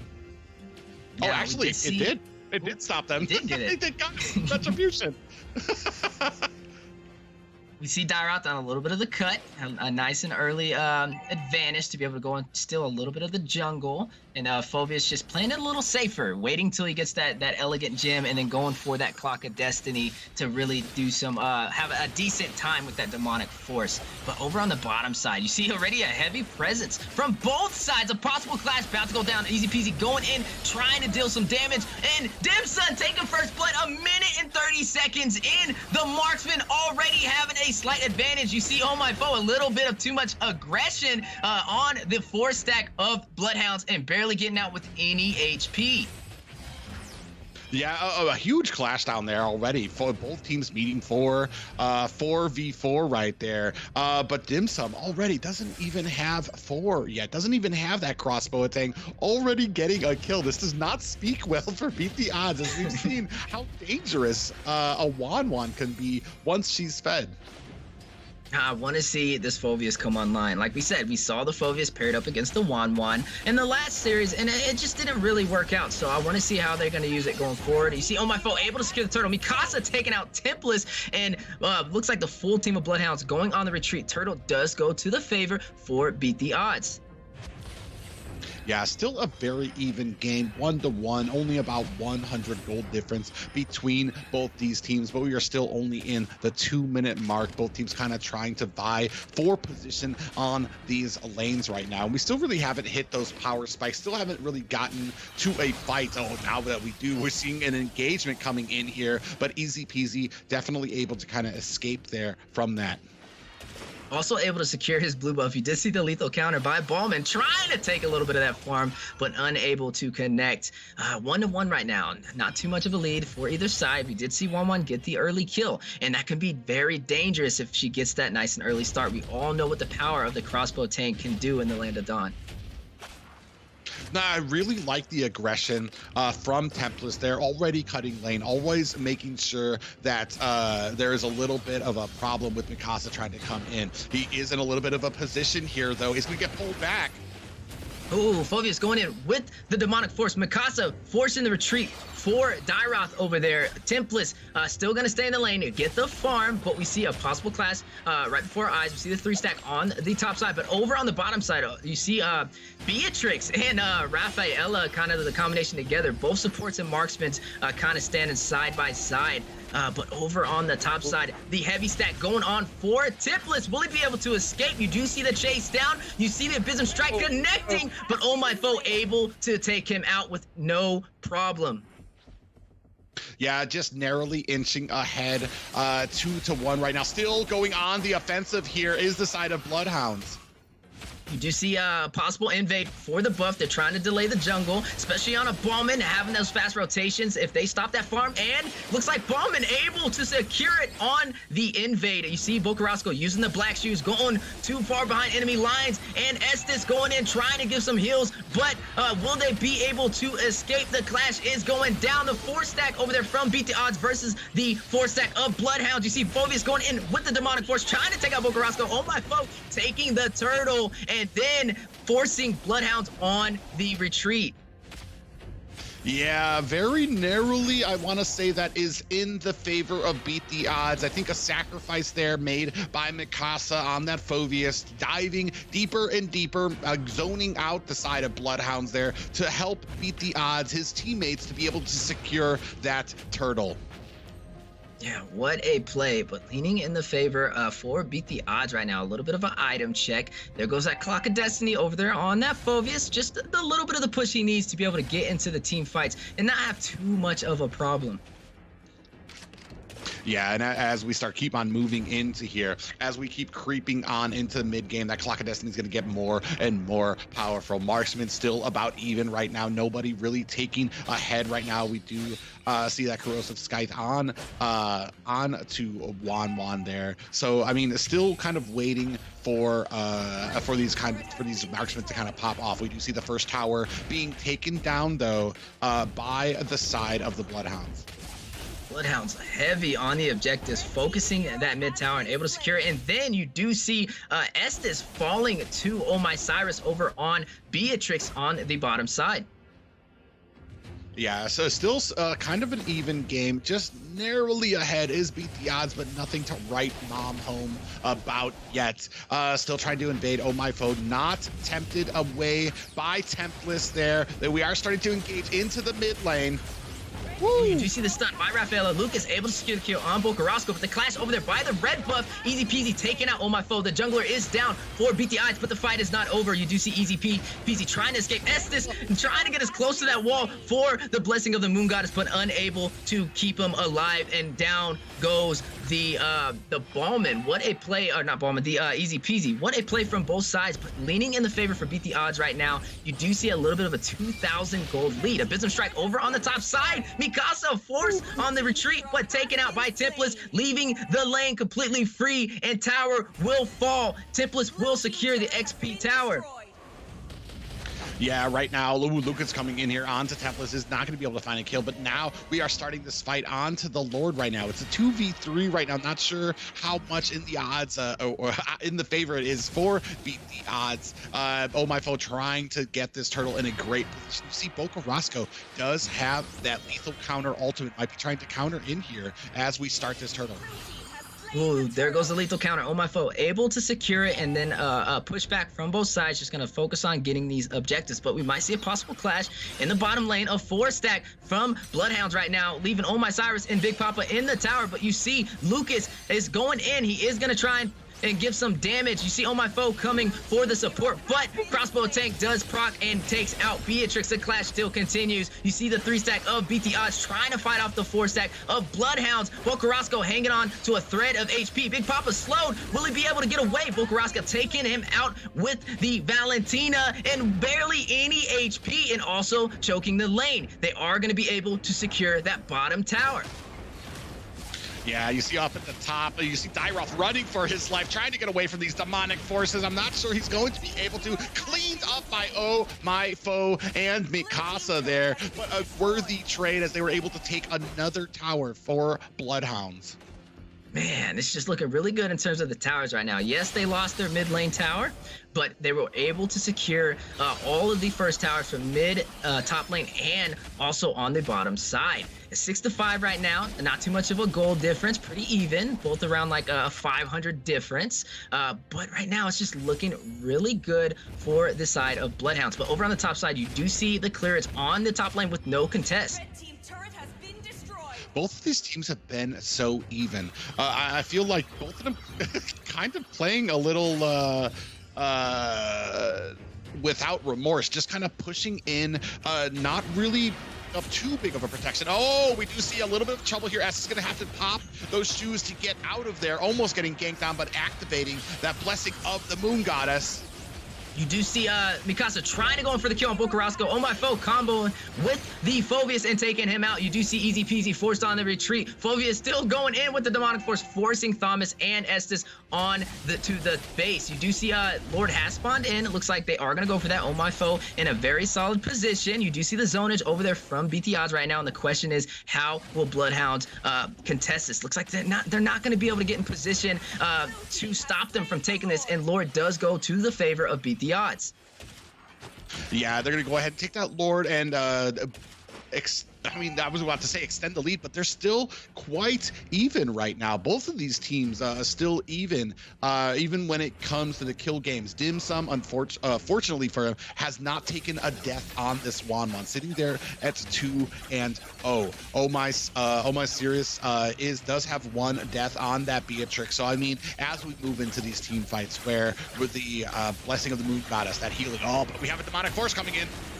Going down Estes with the blessing of the Moon Goddess, trying to keep them alive against the demonic force. Who will prevail? Wanwan with the crossbow tank. You see Oh My Serious taking out easy peasy, a 2v2 over there in the bottom side. Oh My Foe taking out Dim Sum, able to live against the crossbow tank and taking the bottom tower with Beatrix. They are going to push for a second tower. You see the heavy stack from Beat the Odds right now against BloodHounds, and they are able to secure another tower. But going for the mid lane, are they going to try and take another one? They are just eating these towers alive right now with not much contest. They are going to go for the mid lane inhibitor turret. You do see Estes forced on the retreat. Oh my goodness. Oh my Cyrus able to get the snipe as well in a double kill, taking out Bokarasco. But over on the bottom side, you see Mikasa fighting Templess, trying to keep that inhibitor turret alive. The mid lane still was able to hang on by a thread, but it's still there. You looking on the top side, you see Oh My Serious able to take the inner turret on the top side as well, and leaving only inhibitors for BloodHounds.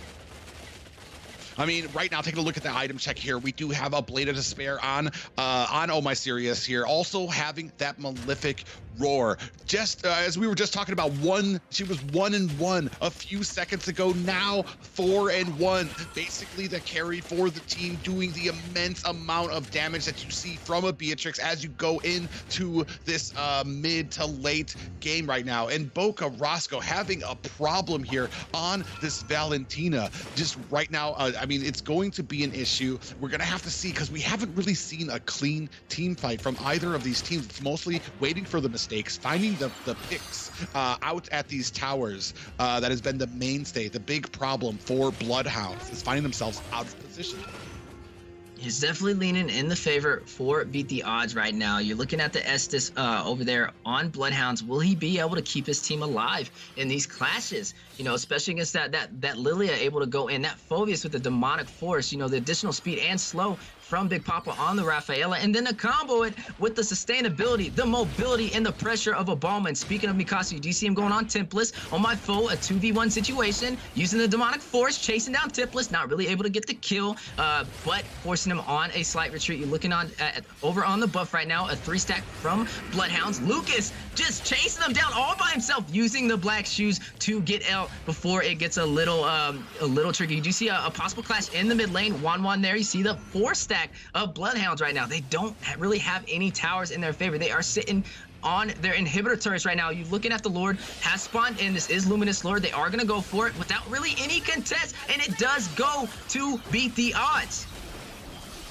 Yeah, and unfortunately not able to find an angle there. We do see a little bit of a flank properly here by Templess, as the rest of BloodHounds are forced to disengage. Demonic Force has started onto Dim Sum.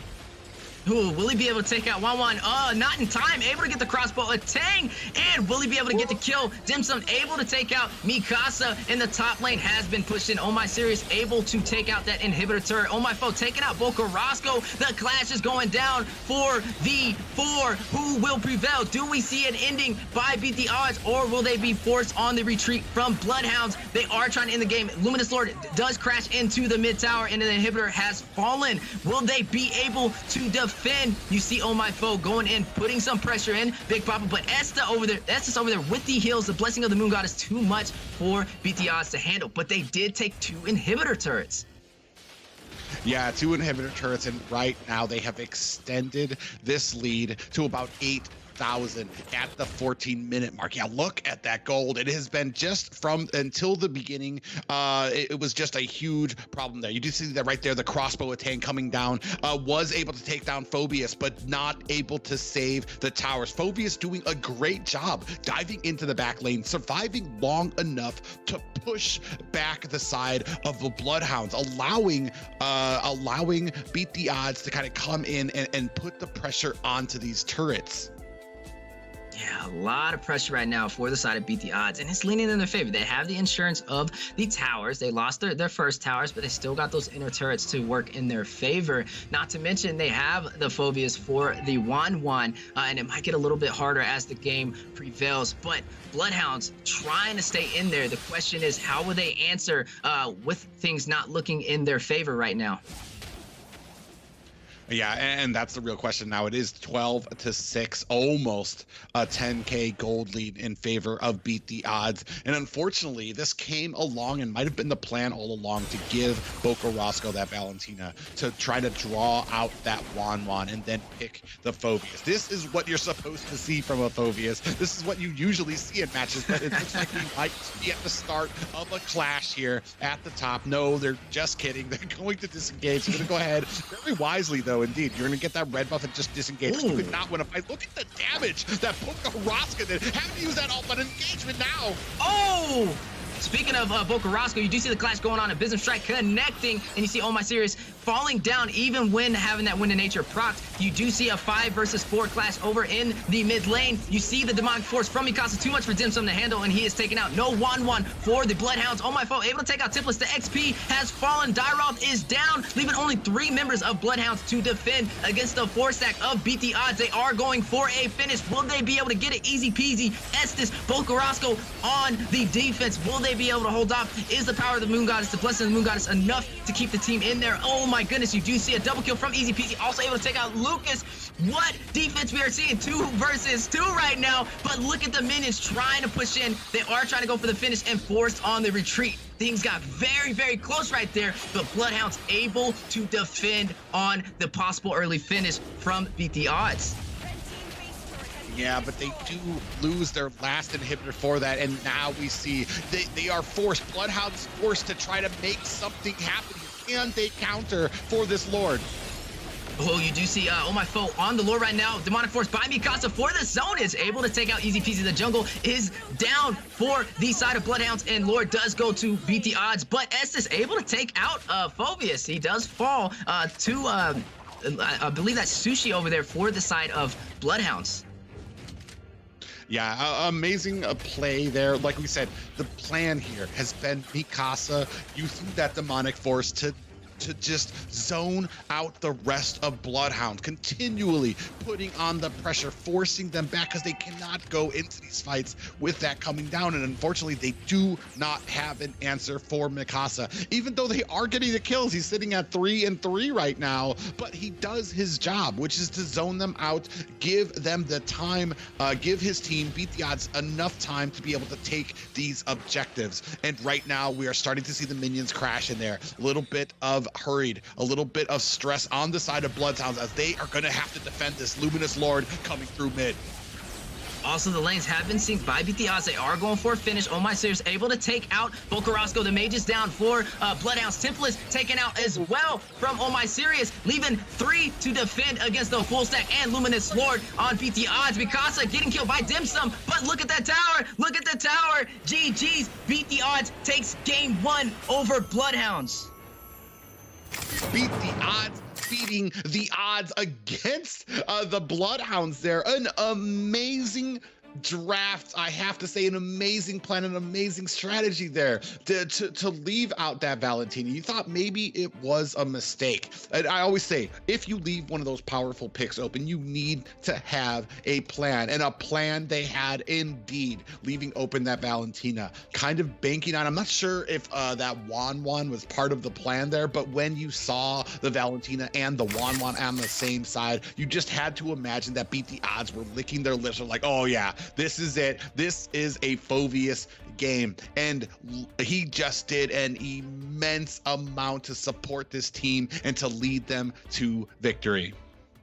What a play over there for Beat the Odds to take game one. It's not the end yet. This is best out of 3, so there is a chance for BloodHounds to come back. Now, we've seen almost a 2-1 in the last series, so hopefully going into the second game for match 3, we want to see BloodHounds have a little bit more pressure. Speaking of pressure, looking at Mikasa, using that Phoveus to their advantage, allowing that Valentina on Bocarasco, limiting, stopping him from picking a Sicilian. A very smart play. These are high-level tactics, and this is what we want to see as we progress to the top 8 for NACT.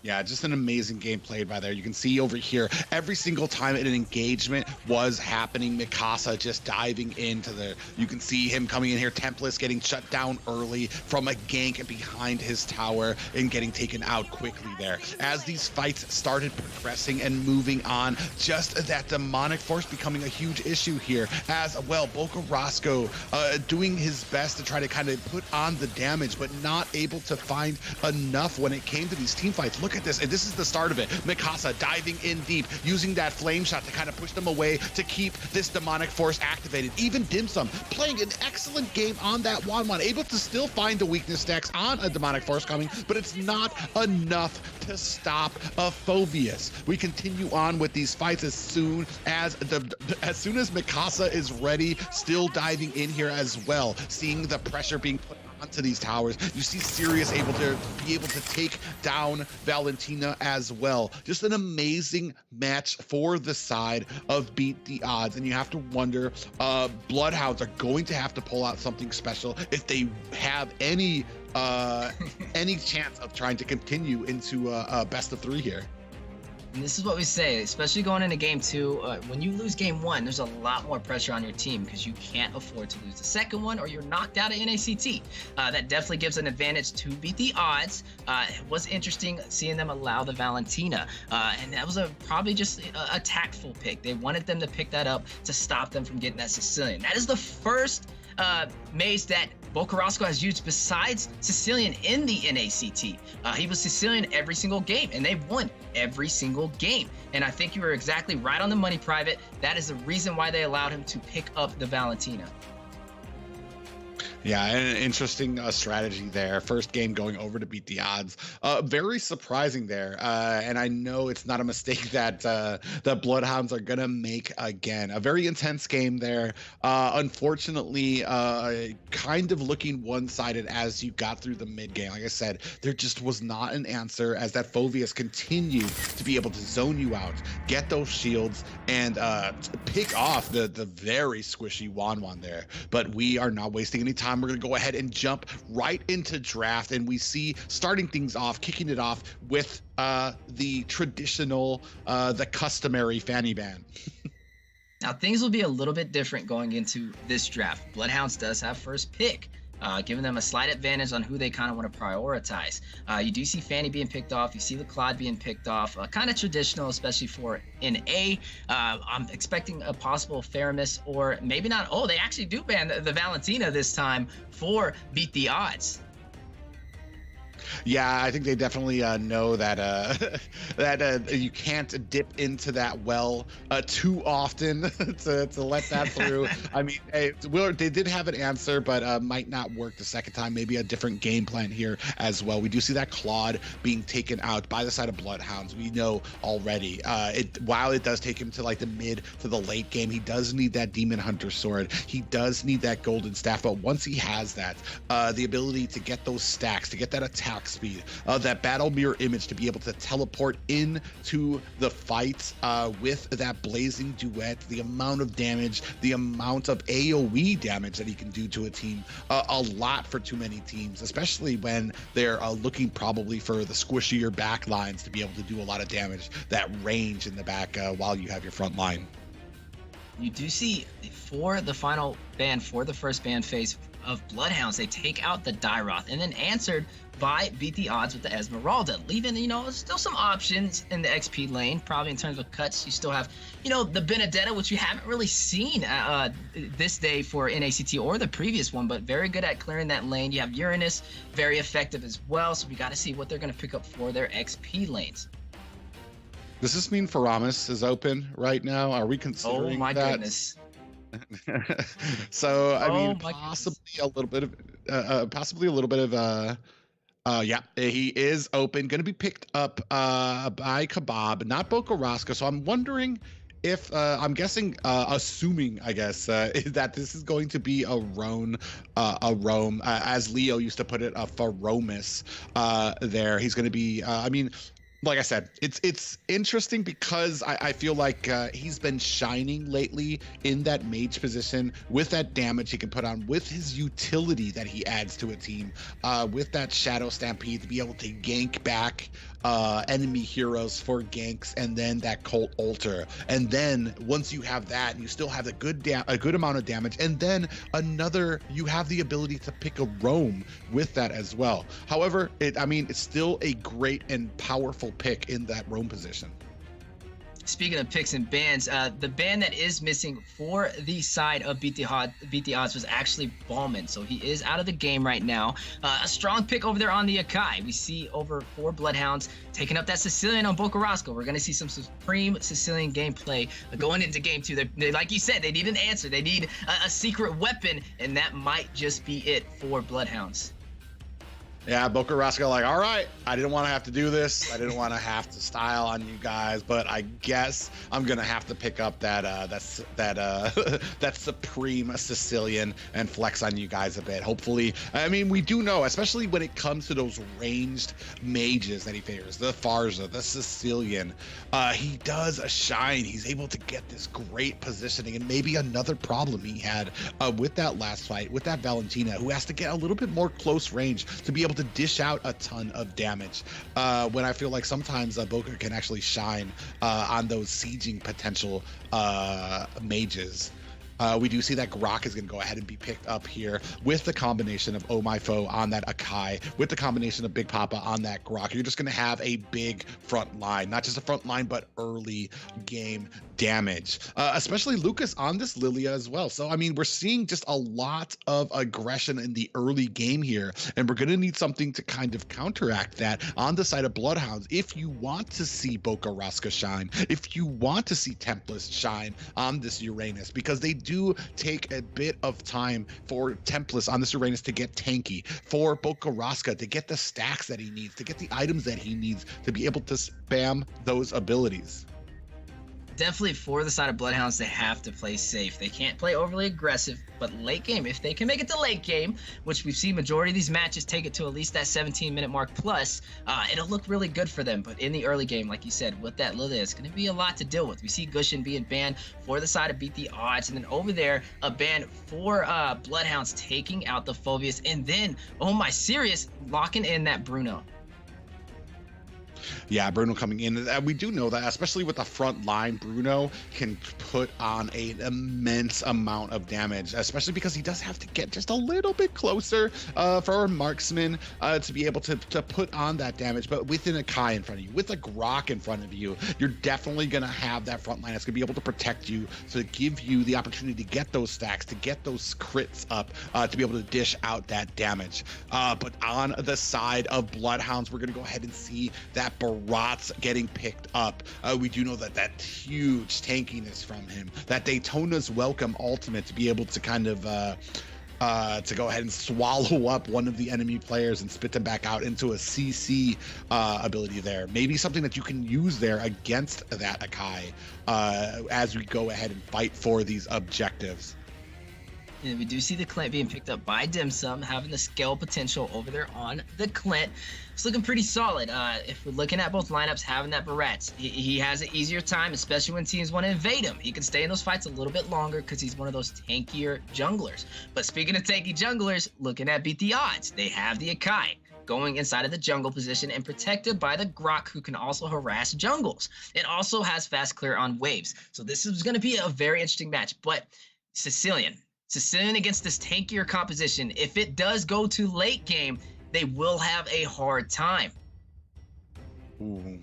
And we're going to go ahead and see Mikasa picking up this Yuzong, which is interesting to me only because, like I said, I feel like before when we saw Mikasa, when we saw a Yuzong in the earlier series, it was backed up by a Faramis. So because the big problem right now with Yuzong is how squishy he is compared to like the output of damage and how deep he has to dive into these back lines. He isn't always able to get that little hesitation it takes for him to get that regen is enough for teams to be able to burst him down. The last series that we saw with him, he was being kept and he was being held up by a Faramis, by that Cult Ultra here. So we're wondering what the plan is when Mikasa goes in, potentially to come in with a heavy spin, potentially to come in with a wild charge to kind of help push through with that Black Dragon. We're gonna have to see as we are moving into game 2. BloodHounds taking on Beat the Odds. Do they have enough to take this to a game 3? Yeah, we did see a swift finish near the ending for the side of Beat the Odds without much contest. So going into this game, we see Bocarasco pick up one of his stronger mages, if not his strongest mage, over on that Sicilian. But it's going to be a battle of, can Beat the Odds take the early game advantage, or will they allow this to go to late and have BloodHounds capitalize?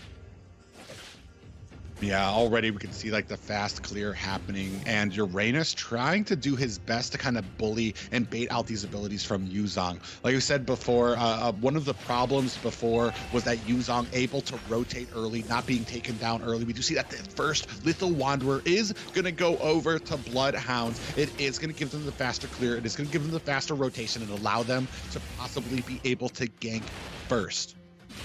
Now, speaking of rotations, they do have that Akai, a very fast jungler, able to clear that farm really well and also able to do good against invades. Looking on the bottom side, you see a 3-stack from the side of BloodHounds. Oh, what a nice flicker there. Is going to be able to get Oh My Serious out of harm's way from that Shadow Stampede. I mean, a great ganking attempt there. We do have a flicker down now as we move into 26 seconds left for this turtle. Mikasa still getting filled up there, is taking a decent amount of damage from Tempest on this Uranus. Now, they do have a Kai in their favor for this turtle. The question is BloodHounds going to go for that objective? You see Barat's over on the bottom side, getting a little bit of clearage, taking that farm, but you see the heavy spin over there, taking out Faramis. The roam is out for BloodHounds. Yeah, getting taken out there, and unfortunately that is going to be a problem. It's going to be, I mean, Faramis is right back, so, I mean, definitely has the potential to come back into this fight, but we are already down about half health on this lord, or on this turtle. They are going to possibly go in for a clash. Oh My Foe able to secure the Retribution, taking the turtle and escaping with no problem. Yeah, and you see it right there. Oh, Wild Charge comes in, though. The Sanguine Claws connecting. You see Lucas able to take out Faramis. That's 2 deaths from the roam in 2 minutes. Not a good start for BloodHounds going into the early game.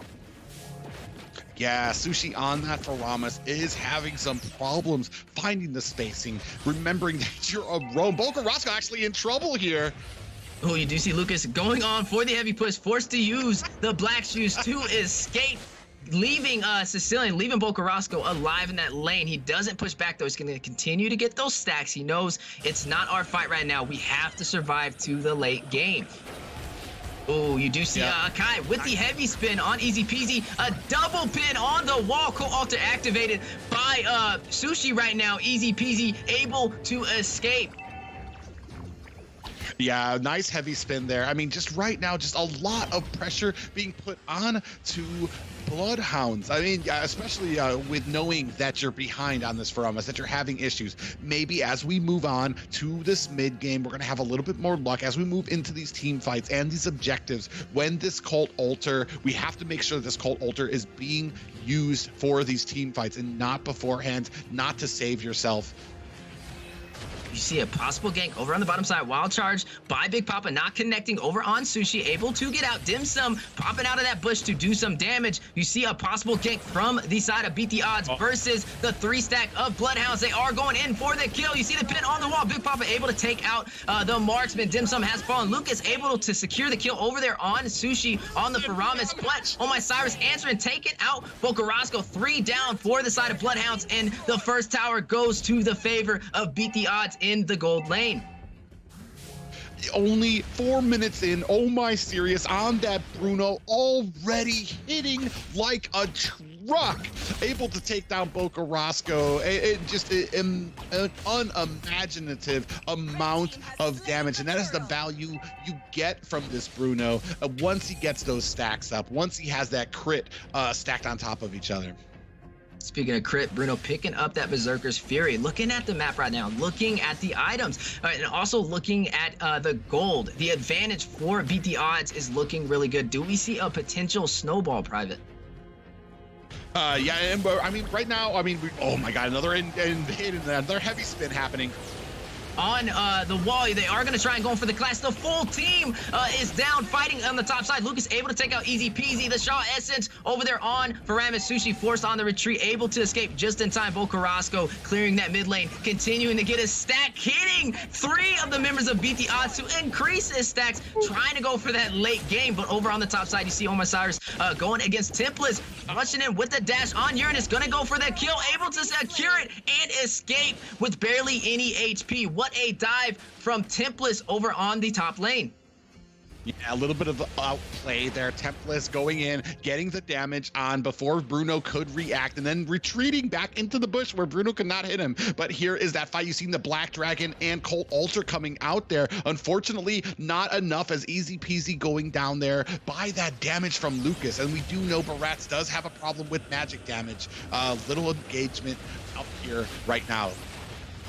Now, I will say this is kind of what we expected, a little bit of the early game from Beat the Odds, and they are capitalizing on it. Lucas able to take out Templars. That is a 7-1 right now, a lead in terms of kills. The question is, can BloodHounds stay alive? Can they remain in the game for the late game so that Bocarasco can get the stacks, can get the damage on that Sicilian? Or will we see an early finish by Beat the Odds to take game 2 and move on to the top 8 for North America? Well, and I think that's the question here, is what they're trying to do. We do see the turtle has spawned here. Up at the top, though, we are still trying to put on damage. Bocarasco coming very dangerously close. Here is the Cult Altar and the backup. Forcing them on the retreat. Big Papa and Oh My Serious sitting inside of that tower. A little bit of a recall, but looking over there on the bottom side. Oh My Foe securing that turtle, forcing Easy Peasy and Dim Sum on the retreat. The Black Dragon has been activated by Mikasa. He is going in for the kill. We see the flicker procced by the Clint to go back to the tower and get away from Mikasa on that Black Dragon form. What a play. But right now, it's just looking really good for Beat the Odds. They are putting pressure on the BloodHounds without really much contest. But speaking of contest, we do see a clash. We see heavy spin by Akai in the mid lane. Easy Peasy going in with the Barats, with the tankiness and the front line to keep them from taking that tower. Lucas with the black shoes to stay alive and still goes in, has all cooldown of his skills. Mikasa able to secure the kill on Bocarasco, and Dim Sum rushing in. Lucas able to take out Easy Peasy. Oh My Foe trying to chase down Dim Sum. Look at Mikasa. They have a 2v1 situation on Dim Sum. Can he get out alive? Fairness trying to go in, unable to get there in time, and he does fall on the top side. Oh My Serious taking out Templars and Big Papa, and him able to secure that top tower. Speaking of towers, the mid lane being pushed in by Mikasa and Oh My Foe with only Sushi to defend. What a push there. 1-12 right now. A 6K goldie at the 8-minute mark, and here we are still not finished. Oh, you do see the Bass Feast from Bocarasco getting a little bit of a retreat, escaping but alive. You do see Beat the Odds going for the inner turret on the mid lane. Will they be able to secure it? Sanguine Claws able to secure the minions to keep that tower alive, but the pressure of Beat the Odds, they really want to take this mid tower. Look at them right now. A 4-stack over near the bottom side. You do see Grok pushing off a little bit, but Lucas not afraid to go in with the aggression, knowing he has those black shoes and activating it right in time before he gets taken out by Faramis, by Sushi and Bocarasco on the Sicilian.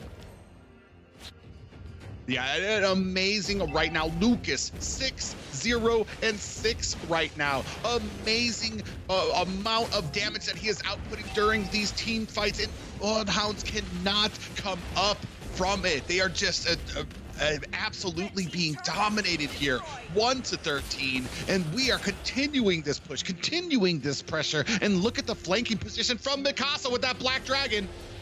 Oh my goodness, what a play, but towers are falling of BloodHounds. You do see a kill over there by Mikasa, but does fall as well. Lucas getting the kill. You see Lucas taking out Bocarasco as well with the double kill, and Lord does go to Oh My Foe. But over on the top side, Templars trying to clear that lane against Oh My Serious, and Big Papa still going in a 2v1 situation. Did he overextend? He is able to possibly get out. Oh, maybe not. They are going for the chase. A tower does fall in the mid lane. Kai able to secure that, but over on the top side, Uranus just trying to continue the clear. Look at that, force them on the trace. Is still going back to clear that lane, but does get pinned on the wall by the heavy spin, and Big Papa able to secure that kill, and also able to secure the tower by Oh My Serious onto the top side, leaving only the inhibitor turrets for BloodHounds. Now we got to look at these items. We are going into the 10-minute mark, 2-17. Man, what do you think, Private? Like, what does BloodHounds have to do to remain in this match? Well, I mean, right now it's all written up as they are still pushing Beat the Odds, kind of pressing on into it. It looks like things have slowed down, but we still have a Lord coming in. Oh, you do see Lord pushing on the bottom side. It's just the regular Lord. It's not enhanced. Just got to play safe for the side of BloodHounds. Able to take it out with no problem. You do see the mid lane being pushed in. Black Dragon being activated by Mikasa. Going in for the zone is Cole Alter. Forced to be activated to keep the team alive. Dim Sum able to secure the kill on Mikasa. Oh My Serious taking the tower. But then you see heavy spin by Akai forcing to go on the retreat as BloodHounds is in full defensive mode. A 1-for-1 trade. But at what cost? 2 towers, 2 inhibitor turrets have fallen for BloodHound. Yeah, and it does look like they are forced to retreat now, resetting on that, giving BloodHounds a little bit of a breather. Ladies and gentlemen, oh my goodness. As intense of a match as this is, we still do have a giveaway for you guys, just as intense as this match. Free Magic Dust and tickets. Use the code seen there, and there is a link in the description for all of you viewers here. At first, limited to the first 50 viewers here, so get that code quickly. Got to get that magic dust while it's available. There's no better price than free. But speaking about this game, you do see Templars on a 4 clash. They are going to be able to take him out. Lucas able to secure that kill. The Black Dragon activated by Mikasa, but not really able to drop in on anybody, but forcing that Cole Alter out of Sushi right now, leaving them with no protection. Will they go for a possible finish? You do see them pushing in the lane. Looks like they are going to try and go for that top tower. The 3-stack on defensive mode for BloodHounds. Easy peasy also there as well. To remain on the defensive mode. Try and keep that pressure. Try and stay alive. 3-20 right now, though. A very hard place for BloodHounds. If they get knocked out of this, they will fall and not make it to top 8. A lot is on the line for these teams. They have to play a little safer and let him get these stacks. Yeah, we talked about it during the draft, this front line, but I mean, we're talking about this front line and Oh My Serious on there, but look at the damage being done by Lucas. Another kill onto the roam. Oh, you do see the wild charge going down. You do see a kill. Lucas able to take out easy peasy the Black Dragon from Mikasa, getting the Petrify on Dim Sum, and also able to get the knockup. You see the Cole Alter activating, but not enough. Maniac, oh my goodness, ladies and gentlemen, we have a Maniac, and Beat the Odds is pushing into the tower with only Sushi to defend. Faramis trying to stay alive. They are going to try and defend, but they can't. The pressure is just too much for BloodHounds to handle, and we do see a game winner. The best attitude, the sweep. Beat the Odds takes game 2 and moves on to top 8 for North America.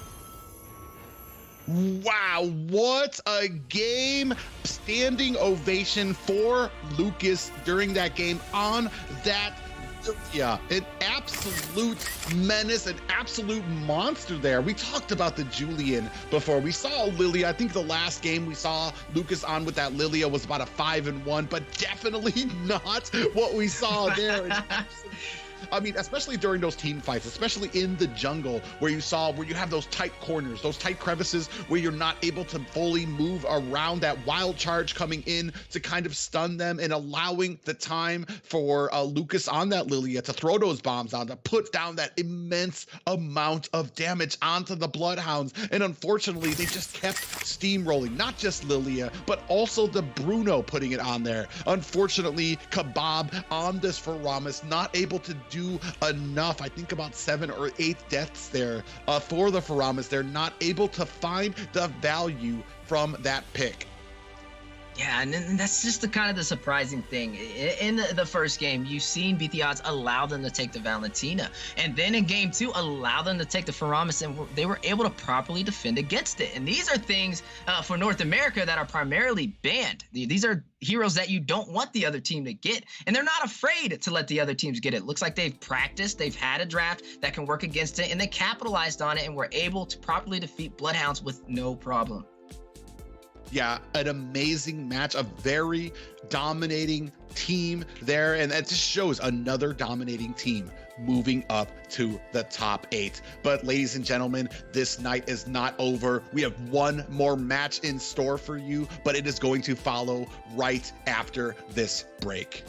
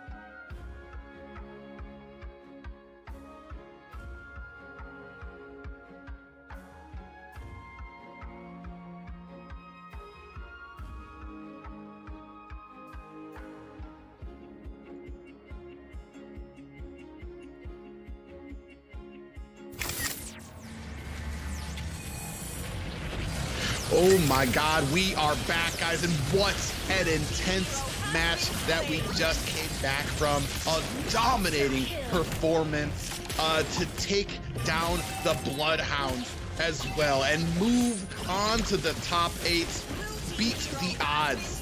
A great synergy, a great draft, a great plan coming into it, and that is what you expect from a top 8 team, Weezy.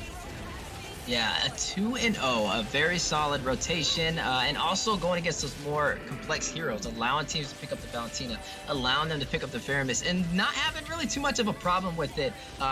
Definitely a team that's going to be a problem going into top 8 and to look out for. So that was match 3. Looking a little bit at today's schedule, we do see only one team remaining for that top 8 spot, LEGACi and Apex Predator. One team going to move on, one team going to go home for this next series that we're going to present to you. And we plan, and I know these teams plan, to end this night with a bang. And I can't be more excited, especially it's going to be LEGACi taking on Apex Predators here in this next series. And I know both of these teams, not exactly new to the NA scene, but have clawed their way to make it up here to the top 16, and I know both of them are hungry to show North America what they have. I guess the real question is, who's hungrier? This is the last match of the day. This will be a series of 3, but only one team will prevail to the top 8. Speaking of both teams, we are going to look at both of their lineups. I have to say, this is going to be a very good match. In terms of what these teams have used so far to make it up to the top 16, they have a very high hero pool. They've used Esmeralda, they've used Yuzong, they've used Uranus, junglers use Barat, Ballman, Karina. It's going to be an intense matchup, and I think we're going to see a very, very high IQ draft going into game 1. Yeah, it's pretty interesting too, because LEGACi, they do have, the people to watch out for. Nash as the mage there for LEGACi has a very powerful Sicilian. Last game going 9-0-15. But as we've seen here tonight, Rico on LEGACi XP has played a very familiar face. He has played 4 times already, played Phoveus and been successful. Tonight is basically the night of Phoveus's. I don't know if we're going to see it here tonight, but I wouldn't count all our ducks yet. Apex Predators Senso, great XP laner for the side of Apex Predators, does favor that Esmeralda, does do just an amazing amount of damage in the rotations that he has. But we are going to go ahead, moving on into this draft here. We see those prototypical, those traditional bans in the Phoveus, in the Faramis and the Fanny being taken off the board very early here. And you have to wonder if they've done their research for each other, or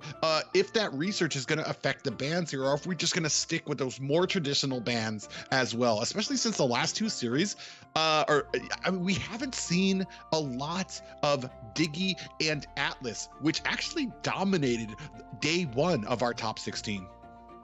It's very interesting that you say that. Looking at both teams, if I have to look at LEGACi, having LGOB, he's been known to play Cho really well. Diggy, Atlas, Franco, to a level of perfection, and that's going to be very hard. And in terms of like trying to have respect bans here, you can't really respect ban them out because their hero pool's too high.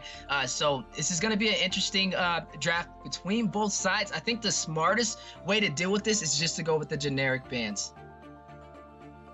Yeah, and that's what you do when there is kind of a question there, but you have to have kind of a plan for it too, especially if there is that mistake, not even really a mistake, when you see those OP heroes come out there, when you see that Faramis available, when you see that Valentina available, or that Diggy. We've seen it before, like you bait out these picks and you wait for the enemy to chomp down on that bait before you kind of unleash your plan. We've seen it with the Valentina and Wan pickup, countered by the Phoveus. We've seen it before with a Diggy pickup where it gets countered by a lot of burst damage and the enemy just waiting for you to pick that up. It's a varied plan that you can get into when it comes to these drafts, how you can pick and what you're going to kind of come down to these compositions.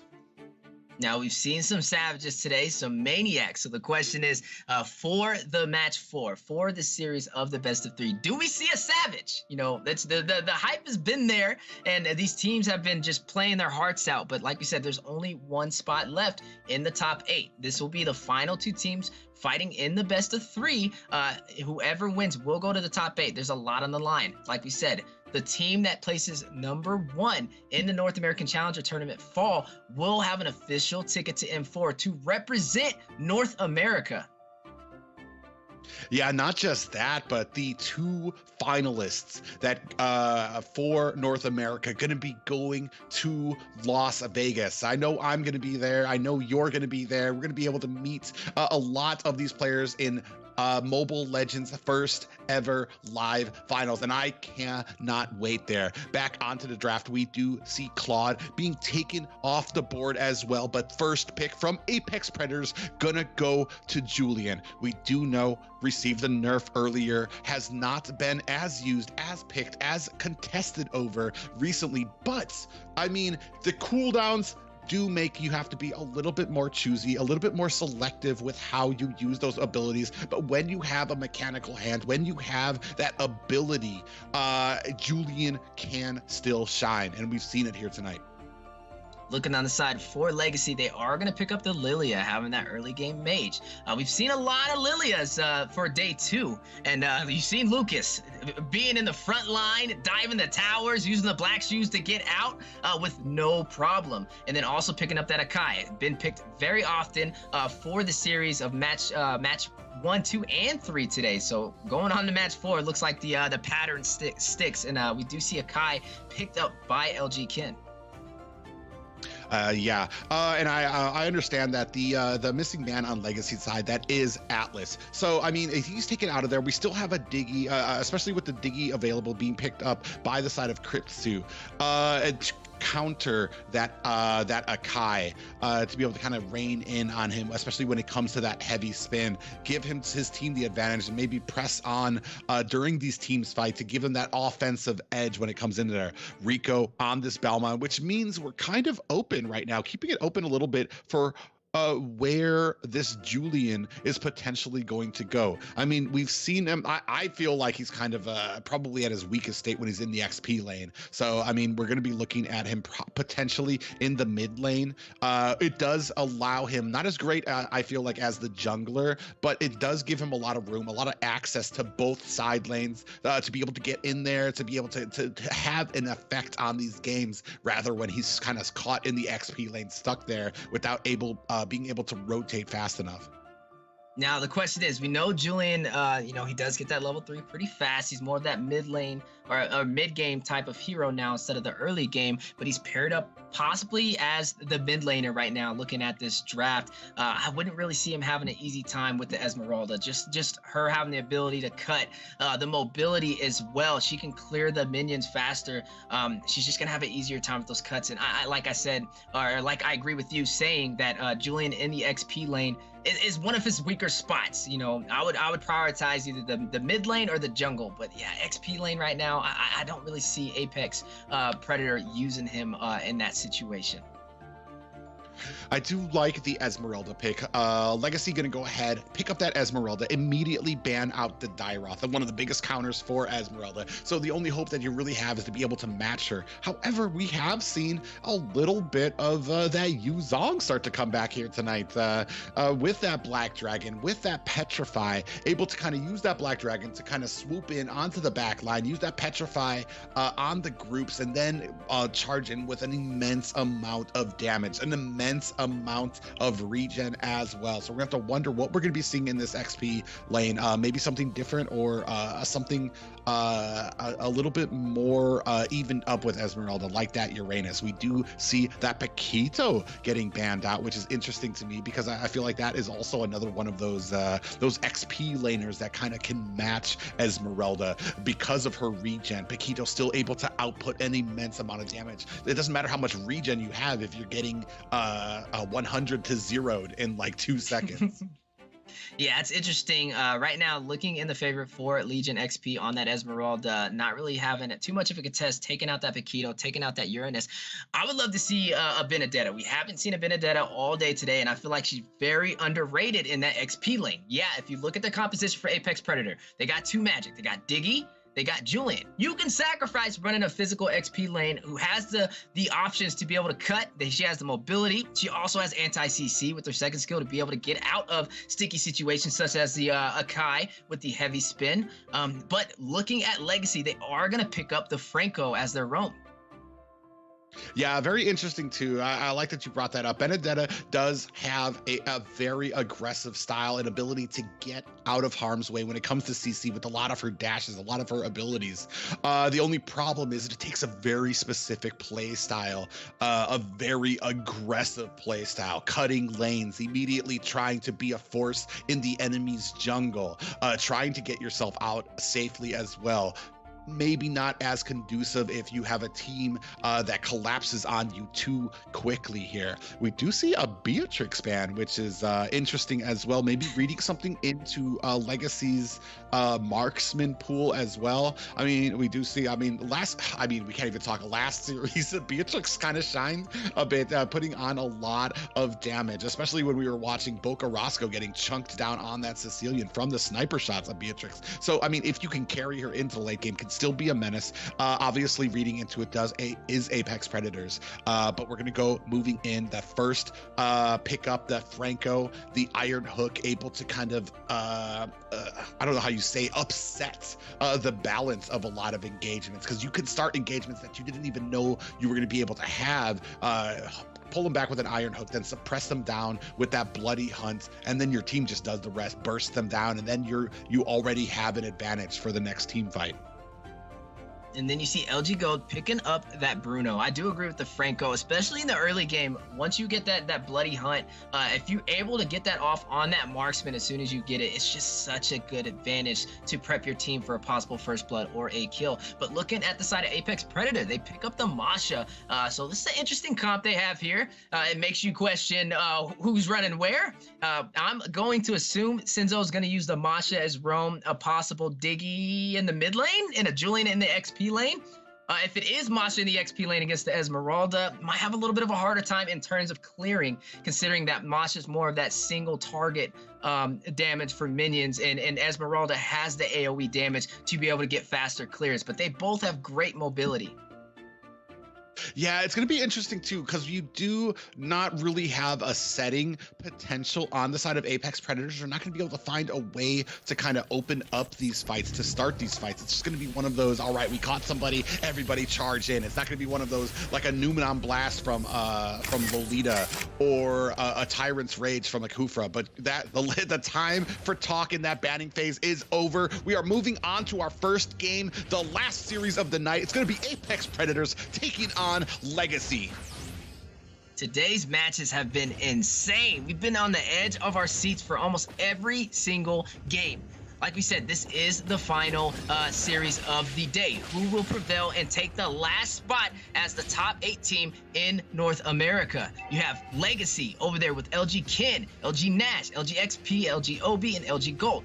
This team has a very high hero pool. They've used almost every jungler you can think of in NACT, every marksman. They know how to play these heroes. They know exactly what they're drafting into. But the same thing for Apex Predator. Yeah, you saw Millie in a little bit of a problem there. Parfait just narrowly missing a hook from that aggression from Obi there. They're still lying in wait up there, but wisely, you do see Apex Predators kind of disengaging from that top lane. Now, looking at these two teams, the way they draft, and also their high hero pool, I'm expecting more of a heavy objective focus and not going for kills from both sides. Maybe a low kill game, as we've been seeing from teams at a higher elo. But speaking of the teams, a clash over on the bottom side. Yeah, unfortunately, we do see that enhanced chains from AO Mine does miss wide and not able to catch XP up there. Almost a little bit of a gank there as Ken came in with that heavy spin. Unfortunately, not enough there. We do see the first Lord of the game popping up here. Ken in a little bit of trying to kind of create the distance. Is he going to come in with this heavy spin? We are still waiting. You see the bait out right now. Oh, and look. Oh my gosh. Whoa. So strong on that Panda right now. Ken able to get the retro. We do see up suppression now onto AO Mine is going to take him down. And this is a great start for LEGACi in the opening 2 minutes of this match. Oh my goodness, able to secure the first blood and also the turtle with a retribution using Ballman's lethal counter against him. What a play. It's not, too late in the game. Mistakes can happen in the early, but not too often, especially against teams who know how to prioritize objectives. And right now, like we're seeing, this Esmeralda against this Masha having the contest over on the bottom side. But speaking of clashes, you do see that Iron Hook comboed with LG Nash on the Lilia to secure that kill. What a hook. The Iron Hooks are hot in the land of Dawn right now. Yeah, and already diving into the jungle, our LEGACi. You see XP basically kind of enforcing the will, and this is kind of the problem you get.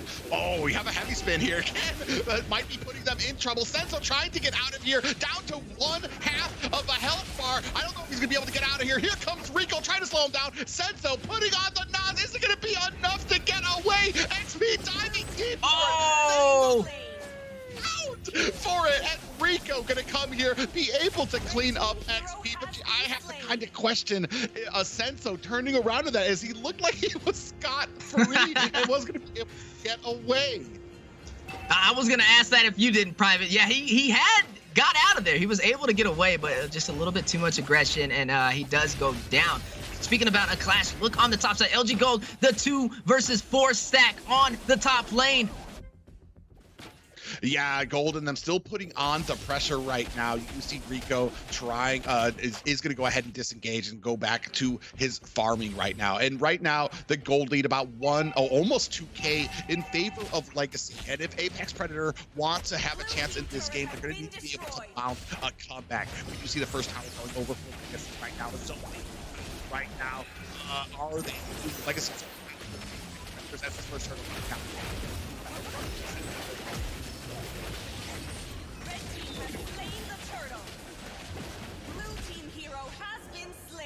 Oh my goodness, what a clash. You do see Akai able to secure that turtle. What a play. The heavy defense from the side of LEGACi able to secure that objective. 3-1 right now. Not any contest, not having any problem. But LG Kid hit with the lethal counter, comboed with Senzo on the Masha. But at what cost? Masha does fall, increasing the lead for LEGACi.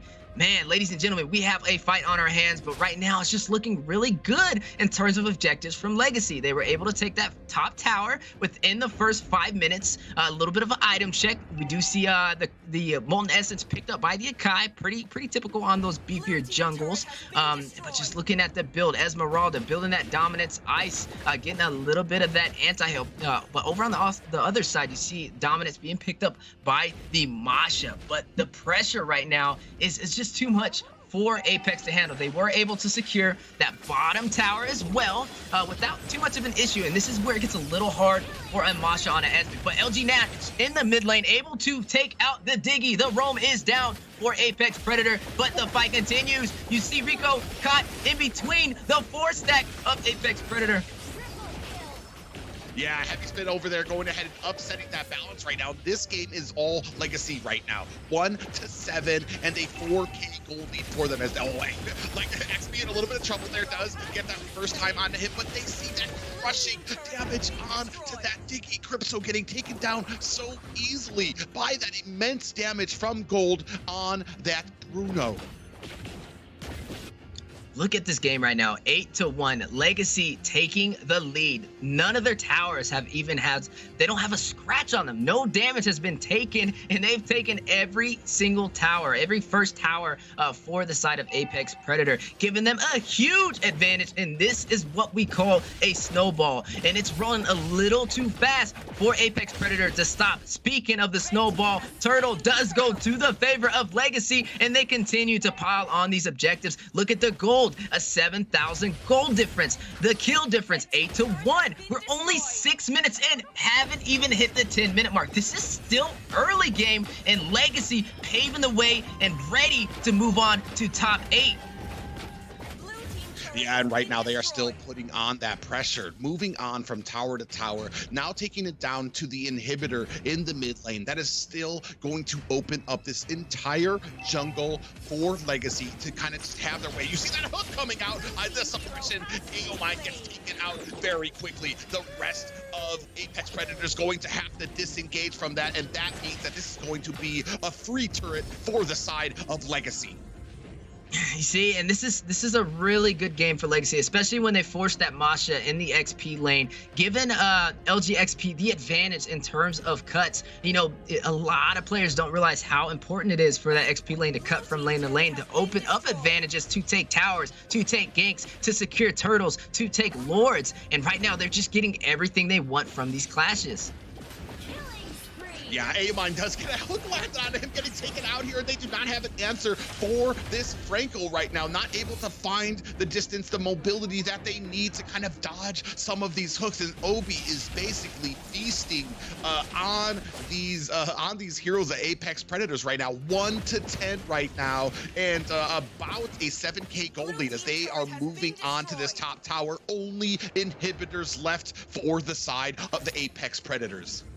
It's insane. We're only 8 minutes in. You would think this would be around like a 15-minute mark, but this is 8 minutes into the game, and they're down to their inhibitors. The pressure right now from LEGACi is insane. You do see a little bit of that Magic Sentry giving some vision on the map. Lord has spawned in. This is just the first Lord. This is not Luminous Lord. But right now, the Apex Predator just not in a position to be able to contest. Look at how fast they are chunking down that Lord. That damage from gold on that Bruno, and this might spell doom for Apex Predators. Oh, we do see a pop-up onto Obi there, and Diggy tossing out that cute little bunny. Definitely not harmful at all to the side of LEGACi right now. Trying to ward off, give a little bit of vision there as well. Lord is going to be pushing down mid lane here right now. And this is where you see, you know, teams pick the Diggy against the Akai, but that's where Akai shines. You can still run him as a roam or also as a jungler and throw another tank in there. Force the time journey out, but then you have another tank with CC and pressure like the Franco, who's just definitely dominating right now in terms of the iron hooks and setting up opportunities for his team. Yeah, Lord coming in here right now. But you see the falling Moonstar from XP coming in there right now. Damage. Now Nash trying to lay it on with those bombs and taking down Cripsu very quickly. We do see the suppression, and Rico is the next to fall. Half health, 10%, and this is going to be a victory for LEGACi, taking the first victory of the night against Apex Predator. What a play, what a game, an early finish with no contest, no towers lost, all objectives taken for the favor of LEGACi. Man, what a start, Private. Oh, going into game 2. Ooh, it's not looking good for Apex right now. They gotta work it out. They gotta figure out this draft, these rotations. They allowed them to take every objective with no contest. Not just that, but as we went into the draft, as you saw that Diggy come out, there was a plan for it. Having that Lilia out there, putting on the bombs, it's just a burst damage. The biggest problem for Diggy, especially in that early game, you're not going to be able to get to that late game. You're not going to be able to get those time journeys off if you're getting burst down already. And that's the value you have out of a Lilia. That's the value you have out of a Bruno who gets his stacks up. And once you've started kind of snowballing in that effect, it's going to be a very hard thing to kind of stop them, especially because you have a Diggy on your team. You don't have a traditional tank on your team to be able to tank that damage. And especially when you have Senso on that Masha, usually traditionally a very thick, a very tanky hero that can, with 3 health bars, almost like 30,000 HP of health. However, when you're in the XP lane, I feel like you're basically nerfing the potential of that Masha for the same reason that having a Julian in that position can kind of hurt you. You're not able to expand and explore the map to be able to get those kills, to be able to get farmed up. And I feel like that was a problem here for Apex Predators. A solid draft from LEGACi, but that is game 1. It is not over though. It is best out of 3. There is still a chance for a comeback for Apex Predator. But looking at a little bit of the gameplay from match 1, we do see the fight over on to the Turtle. LGkin able to secure it. You do see Ballman forced on the retreat. LG Gold able to take out the Roam as well. Diggy does fall. A little bit of a push in the mid lane. You do see the 3v3 classy enhanced sword from Julian, but LG NACT able to secure the kill on Kripsu as well. 0 and 2, just starting that snowball. 1 to 5, only 5 minutes in. We are only 5 minutes in, and they're continuing to stack on kills. A triple kill over there by Lilia to increase the lead to 1-7. Look at this timestamp, 7 minutes in, 1 to 8. It just continues to roll, and they had nobody to stop them from continuing that pressure. You see the Iron Hook connecting on LG Gold. I love the double tank composition for LEGACi right there, especially to overwhelm that Diggy. He uses that time journey. It can only work for one of those tanks. You still have a whole nother set of skills in effect to give your team a hard time. Not just a time journey that can only work for one of those skills, but when you're talking about the suppression from Franco, time journey doesn't help you out there. I mean, you're going to have that suppression. Time journey is going to be active, and it's not going to be able to resist that suppression from Franco as well. Not just that, but during those fights, a handful of those fights, who was the first one you started seeing getting burst down? It was Diggy. So they were taking that off the table, and then you lose your Roam. You don't have a tank, and you still have to contend with a Lilia and Bruno, who absolutely shined in that match for LEGACi. So there has to be a plan. We have to come up better when it comes to these drafts right now, because at the top 16, I mean, you're not going to be able to go in with just anything. And this is what we talked about before. You need to have a plan. You pick up Diggy, there needs to be that support there. You have to know what his pluses are, the anti-CC, the ability to kind of have that time reverse, the shield that he gives you, but you have to know what he lacks, and what he lacks is raw tanking ability. Yeah, just a solid game from LEGACi. Like we said, it is best out of 3. This is the last series of the day, meaning whoever wins this series moves on for the final spot for top 8. Remember, guys, these teams are competing to make it to the #1 spot, to be the finalists, to have a ticket to M4. There is a grand finale in Las Vegas. I'll be there. You'll see Private Dancer there, man. So many content creators. It's going to be insane. This is the biggest event for North America. Yeah, and that's what these teams are fighting for. And that's why they're trying to put it all on the line. That's why you're seeing these dominating matches. These teams not leaving anything else in the tank, putting it all out here right now. And I mean, it's just been such an intense game there. I mean, Apex Predators, I feel like they had a little bit of a rough patch there, maybe a little too confident with that draft, but hopefully able to kind of close up those gaps, close up those holes as we're going to move into the second draft. I mean, you want to see this go to a game 3. You want to see these teams kind of put everything on the line here. But unfortunately, only one can proceed here. One is going to have to go home as we're going to be moving on to the top 8. Whew. This day 2 has been insane. A lot of heavy competitors moving on to top 8. I'm kind of scared to see how day 3 will go with these teams fighting it out. But we definitely have some big prospects to lead us to M4. So this is going to be insane. We are going into match 2 for the best out of 3 for these teams. We do see a Claude ban for the side of LEGACi, and also a Bruno ban for the side of Apex. Not the Bruno ban, not too traditional, but you know, Apex has that momentum going. I think they're feeling pretty good going into game 2.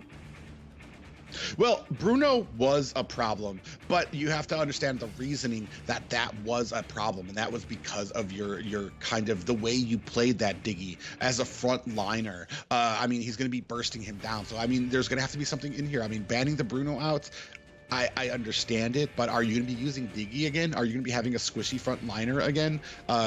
Potentially, because that might be kind of a wasted ban in my eyes. Because there's just so much, especially when you look at the history of LEGACi, their marksman hero pool is very deep, very diverse as well. Everything from Wanwan to an Irithel as well. So they're able to play a tons of characters here. If you take out the Bruno, it's just going to be filled with something else that's going to be able to farm up. We do see that Paquito getting taken out as well. So maybe we're kind of seeing shining a little bit of a light on something that Apex Predators doesn't really want to see. And that the name of the game right there is a burst damage. Yeah, this is looking pretty solid. I don't see one of the bans, but it's looking pretty interesting. I will say for Apex, they have to have a game plan going into this draft. Draft is pivotal. You have to have an option to win this game, and they didn't really provide too many options going into game one, especially having that Diggy as their front line. So moving into game two, this is critical. You have to win the draft, or at least have a composition that can pave the way for a win. Yeah, very interesting there. And I understand that the missing band there is going to be Atlas. So you have to wonder, especially right now, are we going to see the Diggy again? Are we going to leave it open? Do we have a counter for it or something that, I mean, Apex Predators, I mean, we didn't have too much luck on that Diggy last game.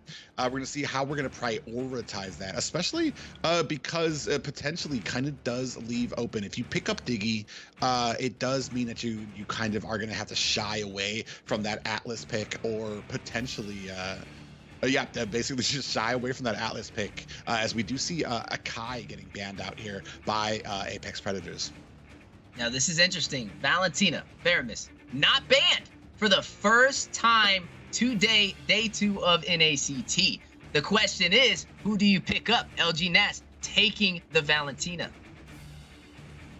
Yeah, so the Valentina getting picked up there, we do know, especially the amount of XP, how fast she's able to scale with her passive. And when she's over or equal to a hero that she's hitting, she gets a ton of regen from the abilities that she puts out there. Not just that, but the diversity of her ultimate, being able to take her IMU, being able to take the ultimate of the enemy hero. So that has to be on your mind. Picking up Faramis here, Aomine, a wise choice there, because that kind of, I want to say it kind of narrows down the field for Valentina, because that creates the priority. You don't really have to worry about the falling Moonstar. You don't really have to worry about another ultimate that that Valentina is going to steal, because you know she's going to be coming for that that cult altar, that immortality, that second life for those team fights.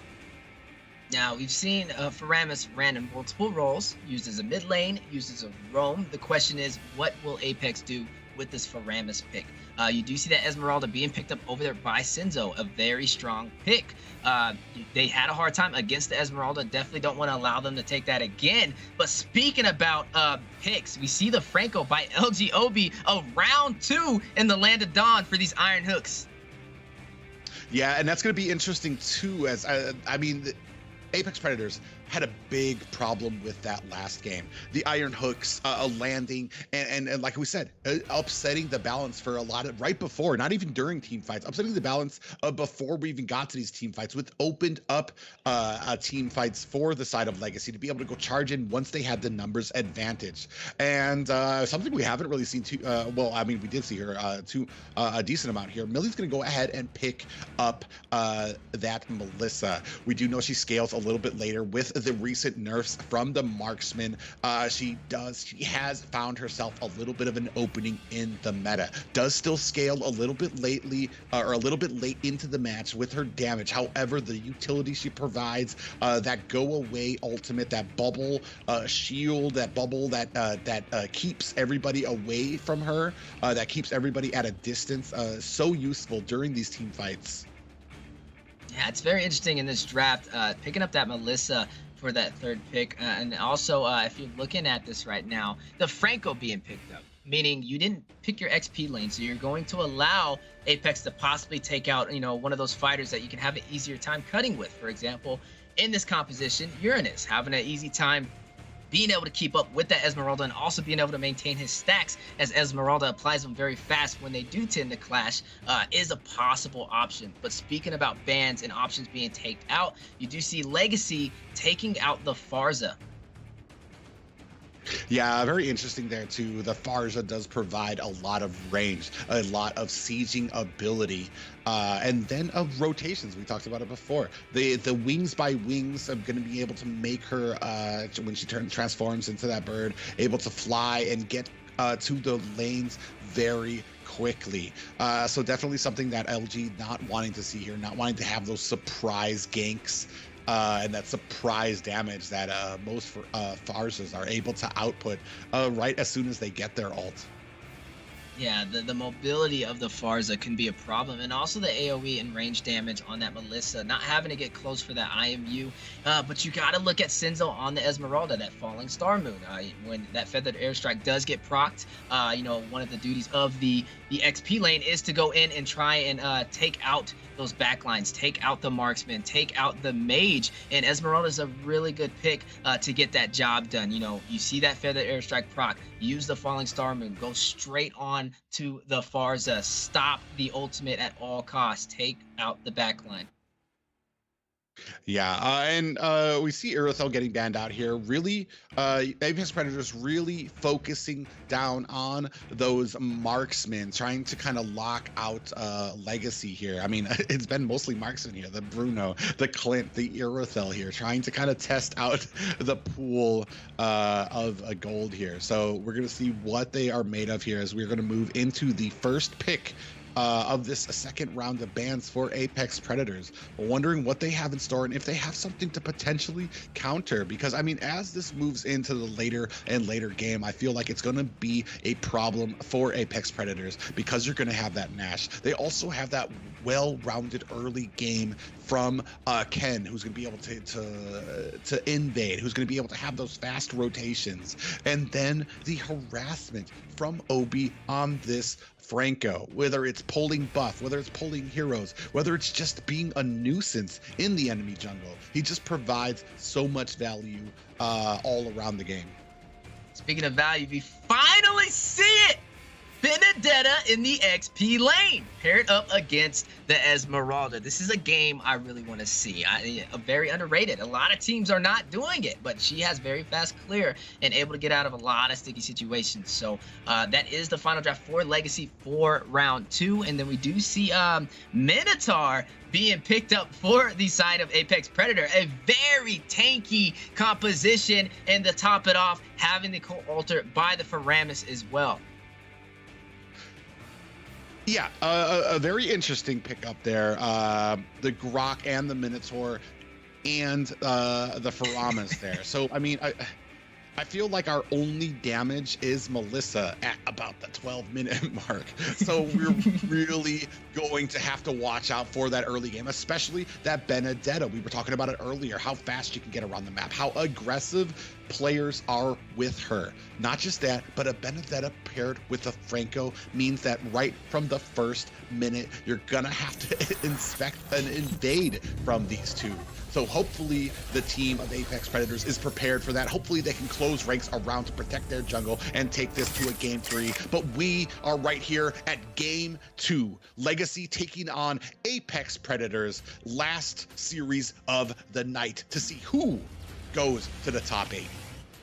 Now, we did see more of a one-sided match going into game 1 for this series. You did see a LEGACi with the swift finish, no contest, took all towers with barely any deaths. So we have to see more of a heavy posture of defense, rotations, objective prioritization from the side of Apex Predator. Yeah, both sides already trying to dive and get that advantage. A lot of damage going on to Aomane already, and it does look like Nash is going to get pulled back there. And we do see Vendetta XP starting to kind of rotate around, trying to get that advantage when it comes to the jungle, to the cuts, just really putting the pressure onto Esmeralda. You got to be very careful if you're Apex, though, because like you said, they might need a little bit of a pause. A kill does go down on Senzo right before the pause. But like you said, a very valid point. In terms of damage, especially in the early game, it's not looking in the favor of Apex Predator. Having that Melissa, you know, more toward that mid game to possibly be able to do some damage. So they have to play a little bit safer. They do have a beefier lineup to get out of those harder situations, but the damage is just not there for the early game. Yeah, especially with the Grok. I mean, potentially, if you're going to build that Grok with attack items, physical attack items, I mean, potentially you have something there just because now Grok scales with physical attack items. He gets physical defense for that as well. So, I mean, you have the potential for it.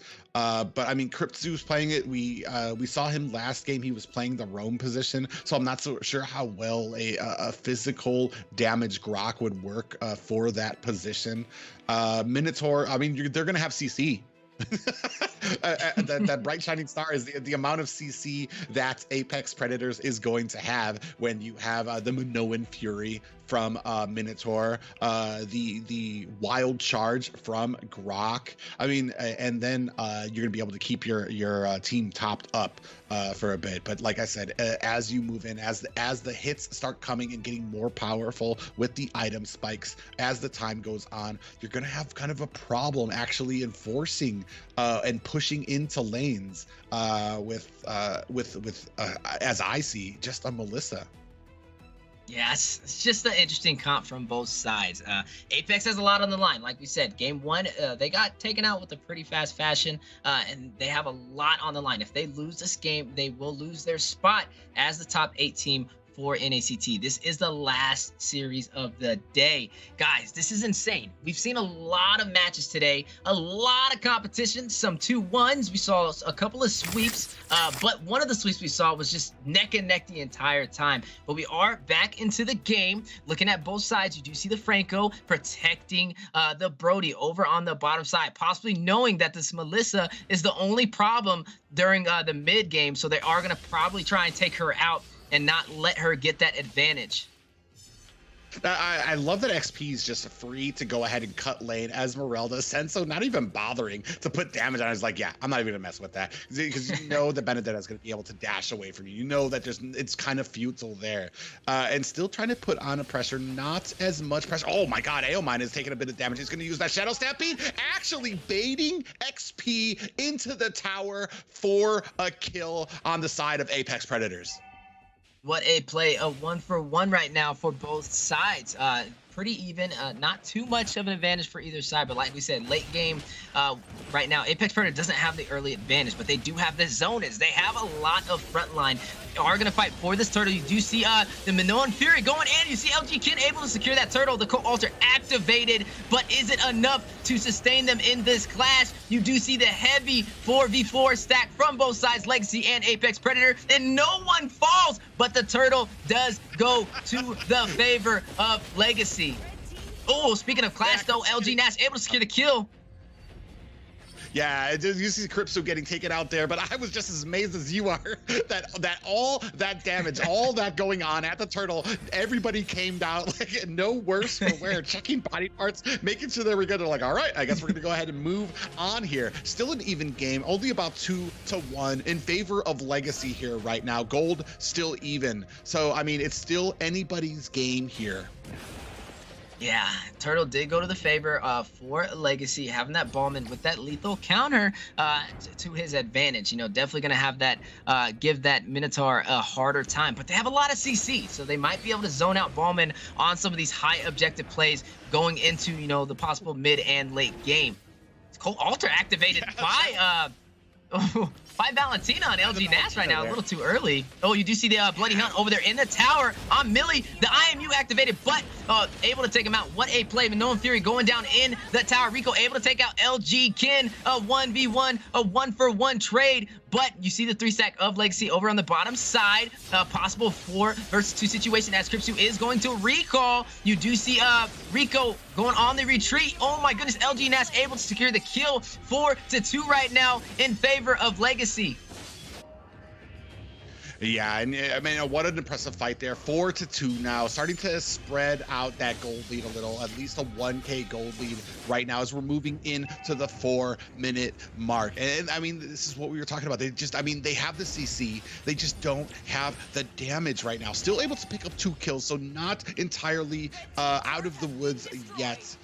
For the side of LEGACi here. We are going to go ahead, start on this Turtle. Both teams trying to contest. You see Ken trying to get it in a better position, down to about 10%. Ken able to easily pick that up. A hook lands onto Rico, but the rest of the team going to go ahead and disengage. They got the Turtle, they got what they want, so they're going to go ahead, disengage from this, and especially to the safety, without trying to take any deaths there. Just going to go ahead and meander on, keep on putting this into the later game, because the later this goes, the more in favor it goes for LEGACi. Yeah, just talking about how this game is going out. You see right now a gold lead of 3,000. LEGACi leading the way, also able to take that bottom tower within the first 5 minutes of the game. Insane! And definitely Apex Predator has to put on a little bit more of a defense against this. But speaking of defense, you do see LGXP with that Vendetta putting some pressure over there on Apex Predator. But the Iron Hook connecting the suppression. The Co-Alter has been activated. The Minoan Fury combination for the CC that we talked about. But you do see the clash going in, a 5v5, a bloodbath. LG Kin able to take out Senzo. That is 1 player down for Apex Predator. You do see LEGACi going for the mid lane tower. Will they be able to secure it? As you see the 3-stack of Apex Predator defending Rico. You see also Faramis in the mid side, but it does fall. LEGACi is able to push in the mid tower. Yeah, we do see that Brody Gold going ahead and picking up that that early Malefic roar there, putting himself just already like, I mean, 1K ahead of Millie on that Melissa. So as far as marksmen are concerned, Brody's going to be starting to dish out a ton of damage early game here, starting to use him to kind of macro up a little bit of engagement here. XP going to go ahead and find himself an escape here, and that is the value you get with a Vendetta, the ability to escape, the ability to kind of negate all of that damage. And look at Brody, that Malefic roar doing its work on that top tower. Man, but another similar game as the first match. We do see the heavy pressure from LEGACi taking these towers with under 10 minutes of a game. They have taken the entire top lane minus the inhibitor turret, and then also took the first 2 towers for the mid and bottom lane. Apex Predator forced on the retreat. You do see Turtle going into the favor of LG Kin. That is the second Turtle they have been able to secure, and a possible clash going on for the red buff of Apex Predator. Yeah, you saw Ken able to scoop up that red buff pulled by Obi. So just just a hair away from another pull there onto Apex Predator. So right now we're starting to close in, already down to the inhibitor towers in the top and mid lane. Still have the mid tower, which is about to go down to XP. A heavy push from LEGACi right now, taking another tower over on the bottom side. Looking at the gold right now, it's insane. You're looking at a 7,000 gold difference within the first 7 minutes of this game. Possible item check as well to see how stacked LEGACi is right now with this gold advantage. You see Ballman with the Guardian helmet already built, building the Dominance Ice. Man, you see Vendetta, Bloodlust Axe, also going with that Dominance Ice as well. Demon Hunter, Malefic built on the Brody, going for that Blade of Despair for additional damage. Yeah, and already starting to outscale the Melissa. Only 1 item on her right now, and this is not what you want for your only damage, just that wind talker right there. I mean, like I said, the only damage on your team, you want that person to get fed. You want that person to be scaling so well. And unfortunately, that's not what you see here. Oh, XP getting pulled back here a little bit. We just see a wild charge going on to him. XP in a little bit, a nice hook lands onto AO Mine. Cold Alter has been activated, is going to be enough to fend off this attack. Ken still able to get that lethal counter on and be able to take down AO Mine. Man, what a play. A little bit of that bonus stats from the recall, trying to get that momentum boost over there from Vendetta on XP. They are going to push in for Class. The Iron Hook connecting. Yeah, look at all the damage. AO Mine going down again. Cold Alter activated this time by Nash Gold, able to take down a Minotaur as well. So Rico is down. AO Mine is down. That's 2 supports. They have 1 left, apparently. And they're going to move. LEGACi going to move on to the Lord. Look at LG Ken just eating the hits of the bomb, but we look like we have a pause, a request for a pause real quick. Maybe a little bit of lag going on, but just looking at these matches, looking at game 1, looking at game 2, a very similar situation. Not having an answer for the composition they're going for, and also allowing these towers to fall just too fast without any contest. Well, and this is what we saw. I mean, 3 supports, 3 roams on your team. You don't, and then an Esmeralda, a great XP laner, but definitely not the damage output you need to be able to win these team fights. You have the CC, and that's kind of the issue too. You have the CC out there as well, and we're not really kind of spacing out that CC in a way that kind of chains it all together, so that you're not just having the wild charge and the Minoan Fury happening at the same time, and that's becoming an issue. Not just that, Melissa just got thrashed, completely pushed in on her lane, and not able to get the gold needed to kind of be that hero that Apex Predators needs, to be that damage output, especially because right now it looks like a LEGACi just really pushing in the early aggression, not wanting to get Melissa to that point where she scales so well, where she has that immense amount of damage.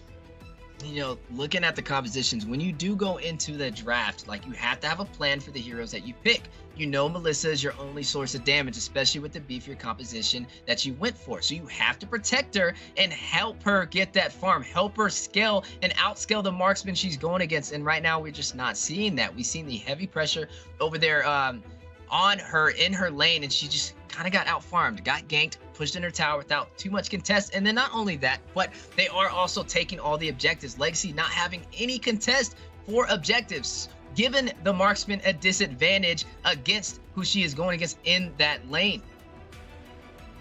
Yeah, it's just been an amazing play so far by LEGACi, just completely outthinking their opponents. And right now, Apex Predators on the back foot really needs to put up a stiff defense for this, needs to get this to the late game, needs to get, and not just get it to the late game, but I mean, at this point, you can't even touch the minions. You need to get Melissa fed. You need to, she needs to be the priority when it comes to killing these things, to be able to get that gold up, to get that farm up. And even then, we're talking about one person. You're banking it all, because, and now all you have to do is basically build physical defense for it. So, I mean, I don't like the chances for Apex Predator, but this match isn't over yet, and they still have a chance.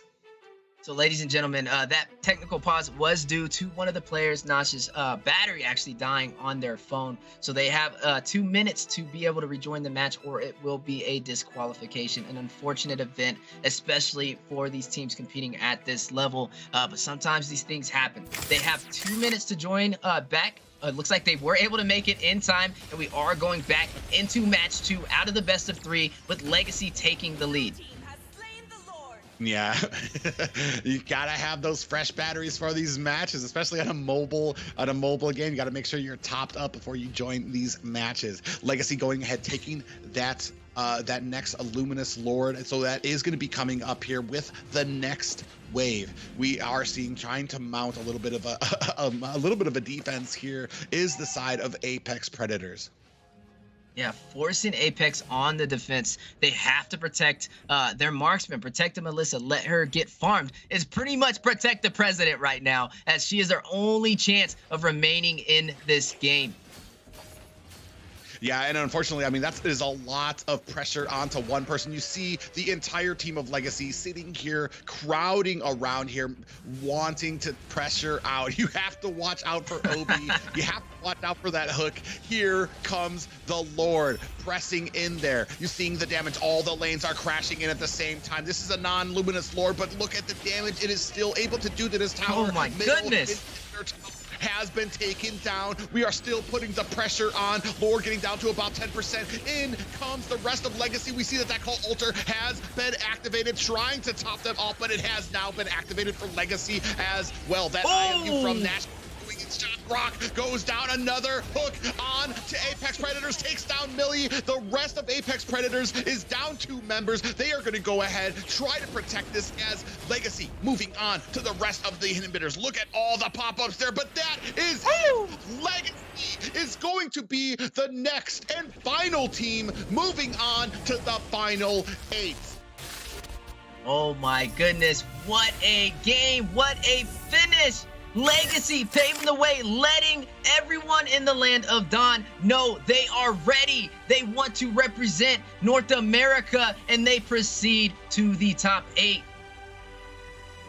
Yeah, each one of these teams, including LEGACi, just a well put together composition, a well put together execution of that. It doesn't get any more crisp. It doesn't get any prettier than that, and what they did there and how they were able to draft around it, how they were able to get, how they were able to kind of output that damage, and especially that Vendetta being able to kind of to put out that damage. There was a point where we saw Vendetta basically a third, like leaving Minotaur, a tank with like a quarter of health after an engagement, just a 1v1 there. We could take a look at the stats here right now. Name of the game here, I mean, all the players, a well-oiled machine here. The synergy here, Nash, Obi, and Gold here, both all playing pivotal roles here. Especially, I mean, we can't not talk about XP in the jungle position with that Vendetta.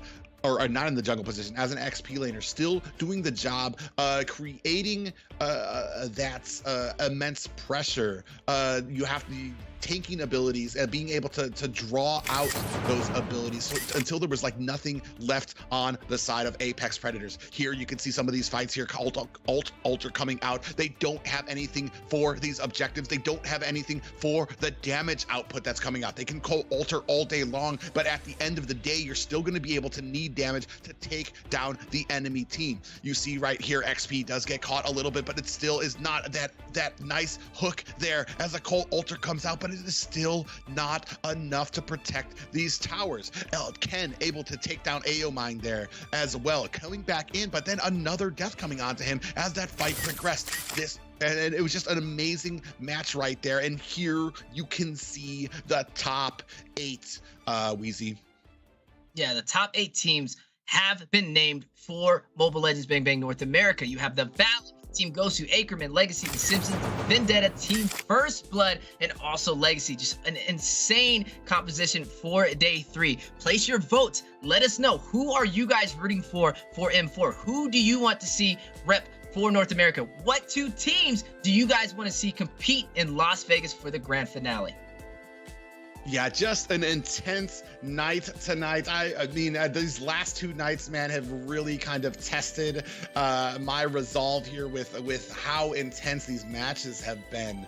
And just now crowning each one of these 8 top teams, bringing something different, something unique, something powerful here to the top 8, and I have never been more impressed by North America.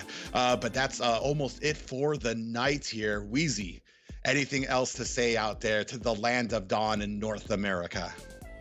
Guys, this is only day 2. Day 3 is going to be even more intense. You saw the level of complexity that these teams can play on, so be ready for them. Like I said, shout out the teams that you guys are repping for, but we have a lot of good prospects going into day 3. going into the grand finals, going into M4, and I'm just glad to be a part of it all. Amazing games today, guys. I appreciate y'all, everyone who tuned into the NACT stream. Thank you so much. This is huge for NA, the biggest event we have ever had for North America. So definitely show your support the teams. Everybody who played today did an amazing job, and I'm just so humble to be a part of history in the making for Mobile Legends Bang Bang North America. Guys, ladies and gentlemen, it has been an emotional and anxiety-filled event here tonight, these last 2 days, but it does not end here. The top 8 continuing on into this weekend. You're going to see T-Rex and Aiko going to be coming in here led by Dave as the host, and this is going to be big. I can't wait until the next event here. Guys, this is going to be Private Dancer signing out. Have a good night. Peace.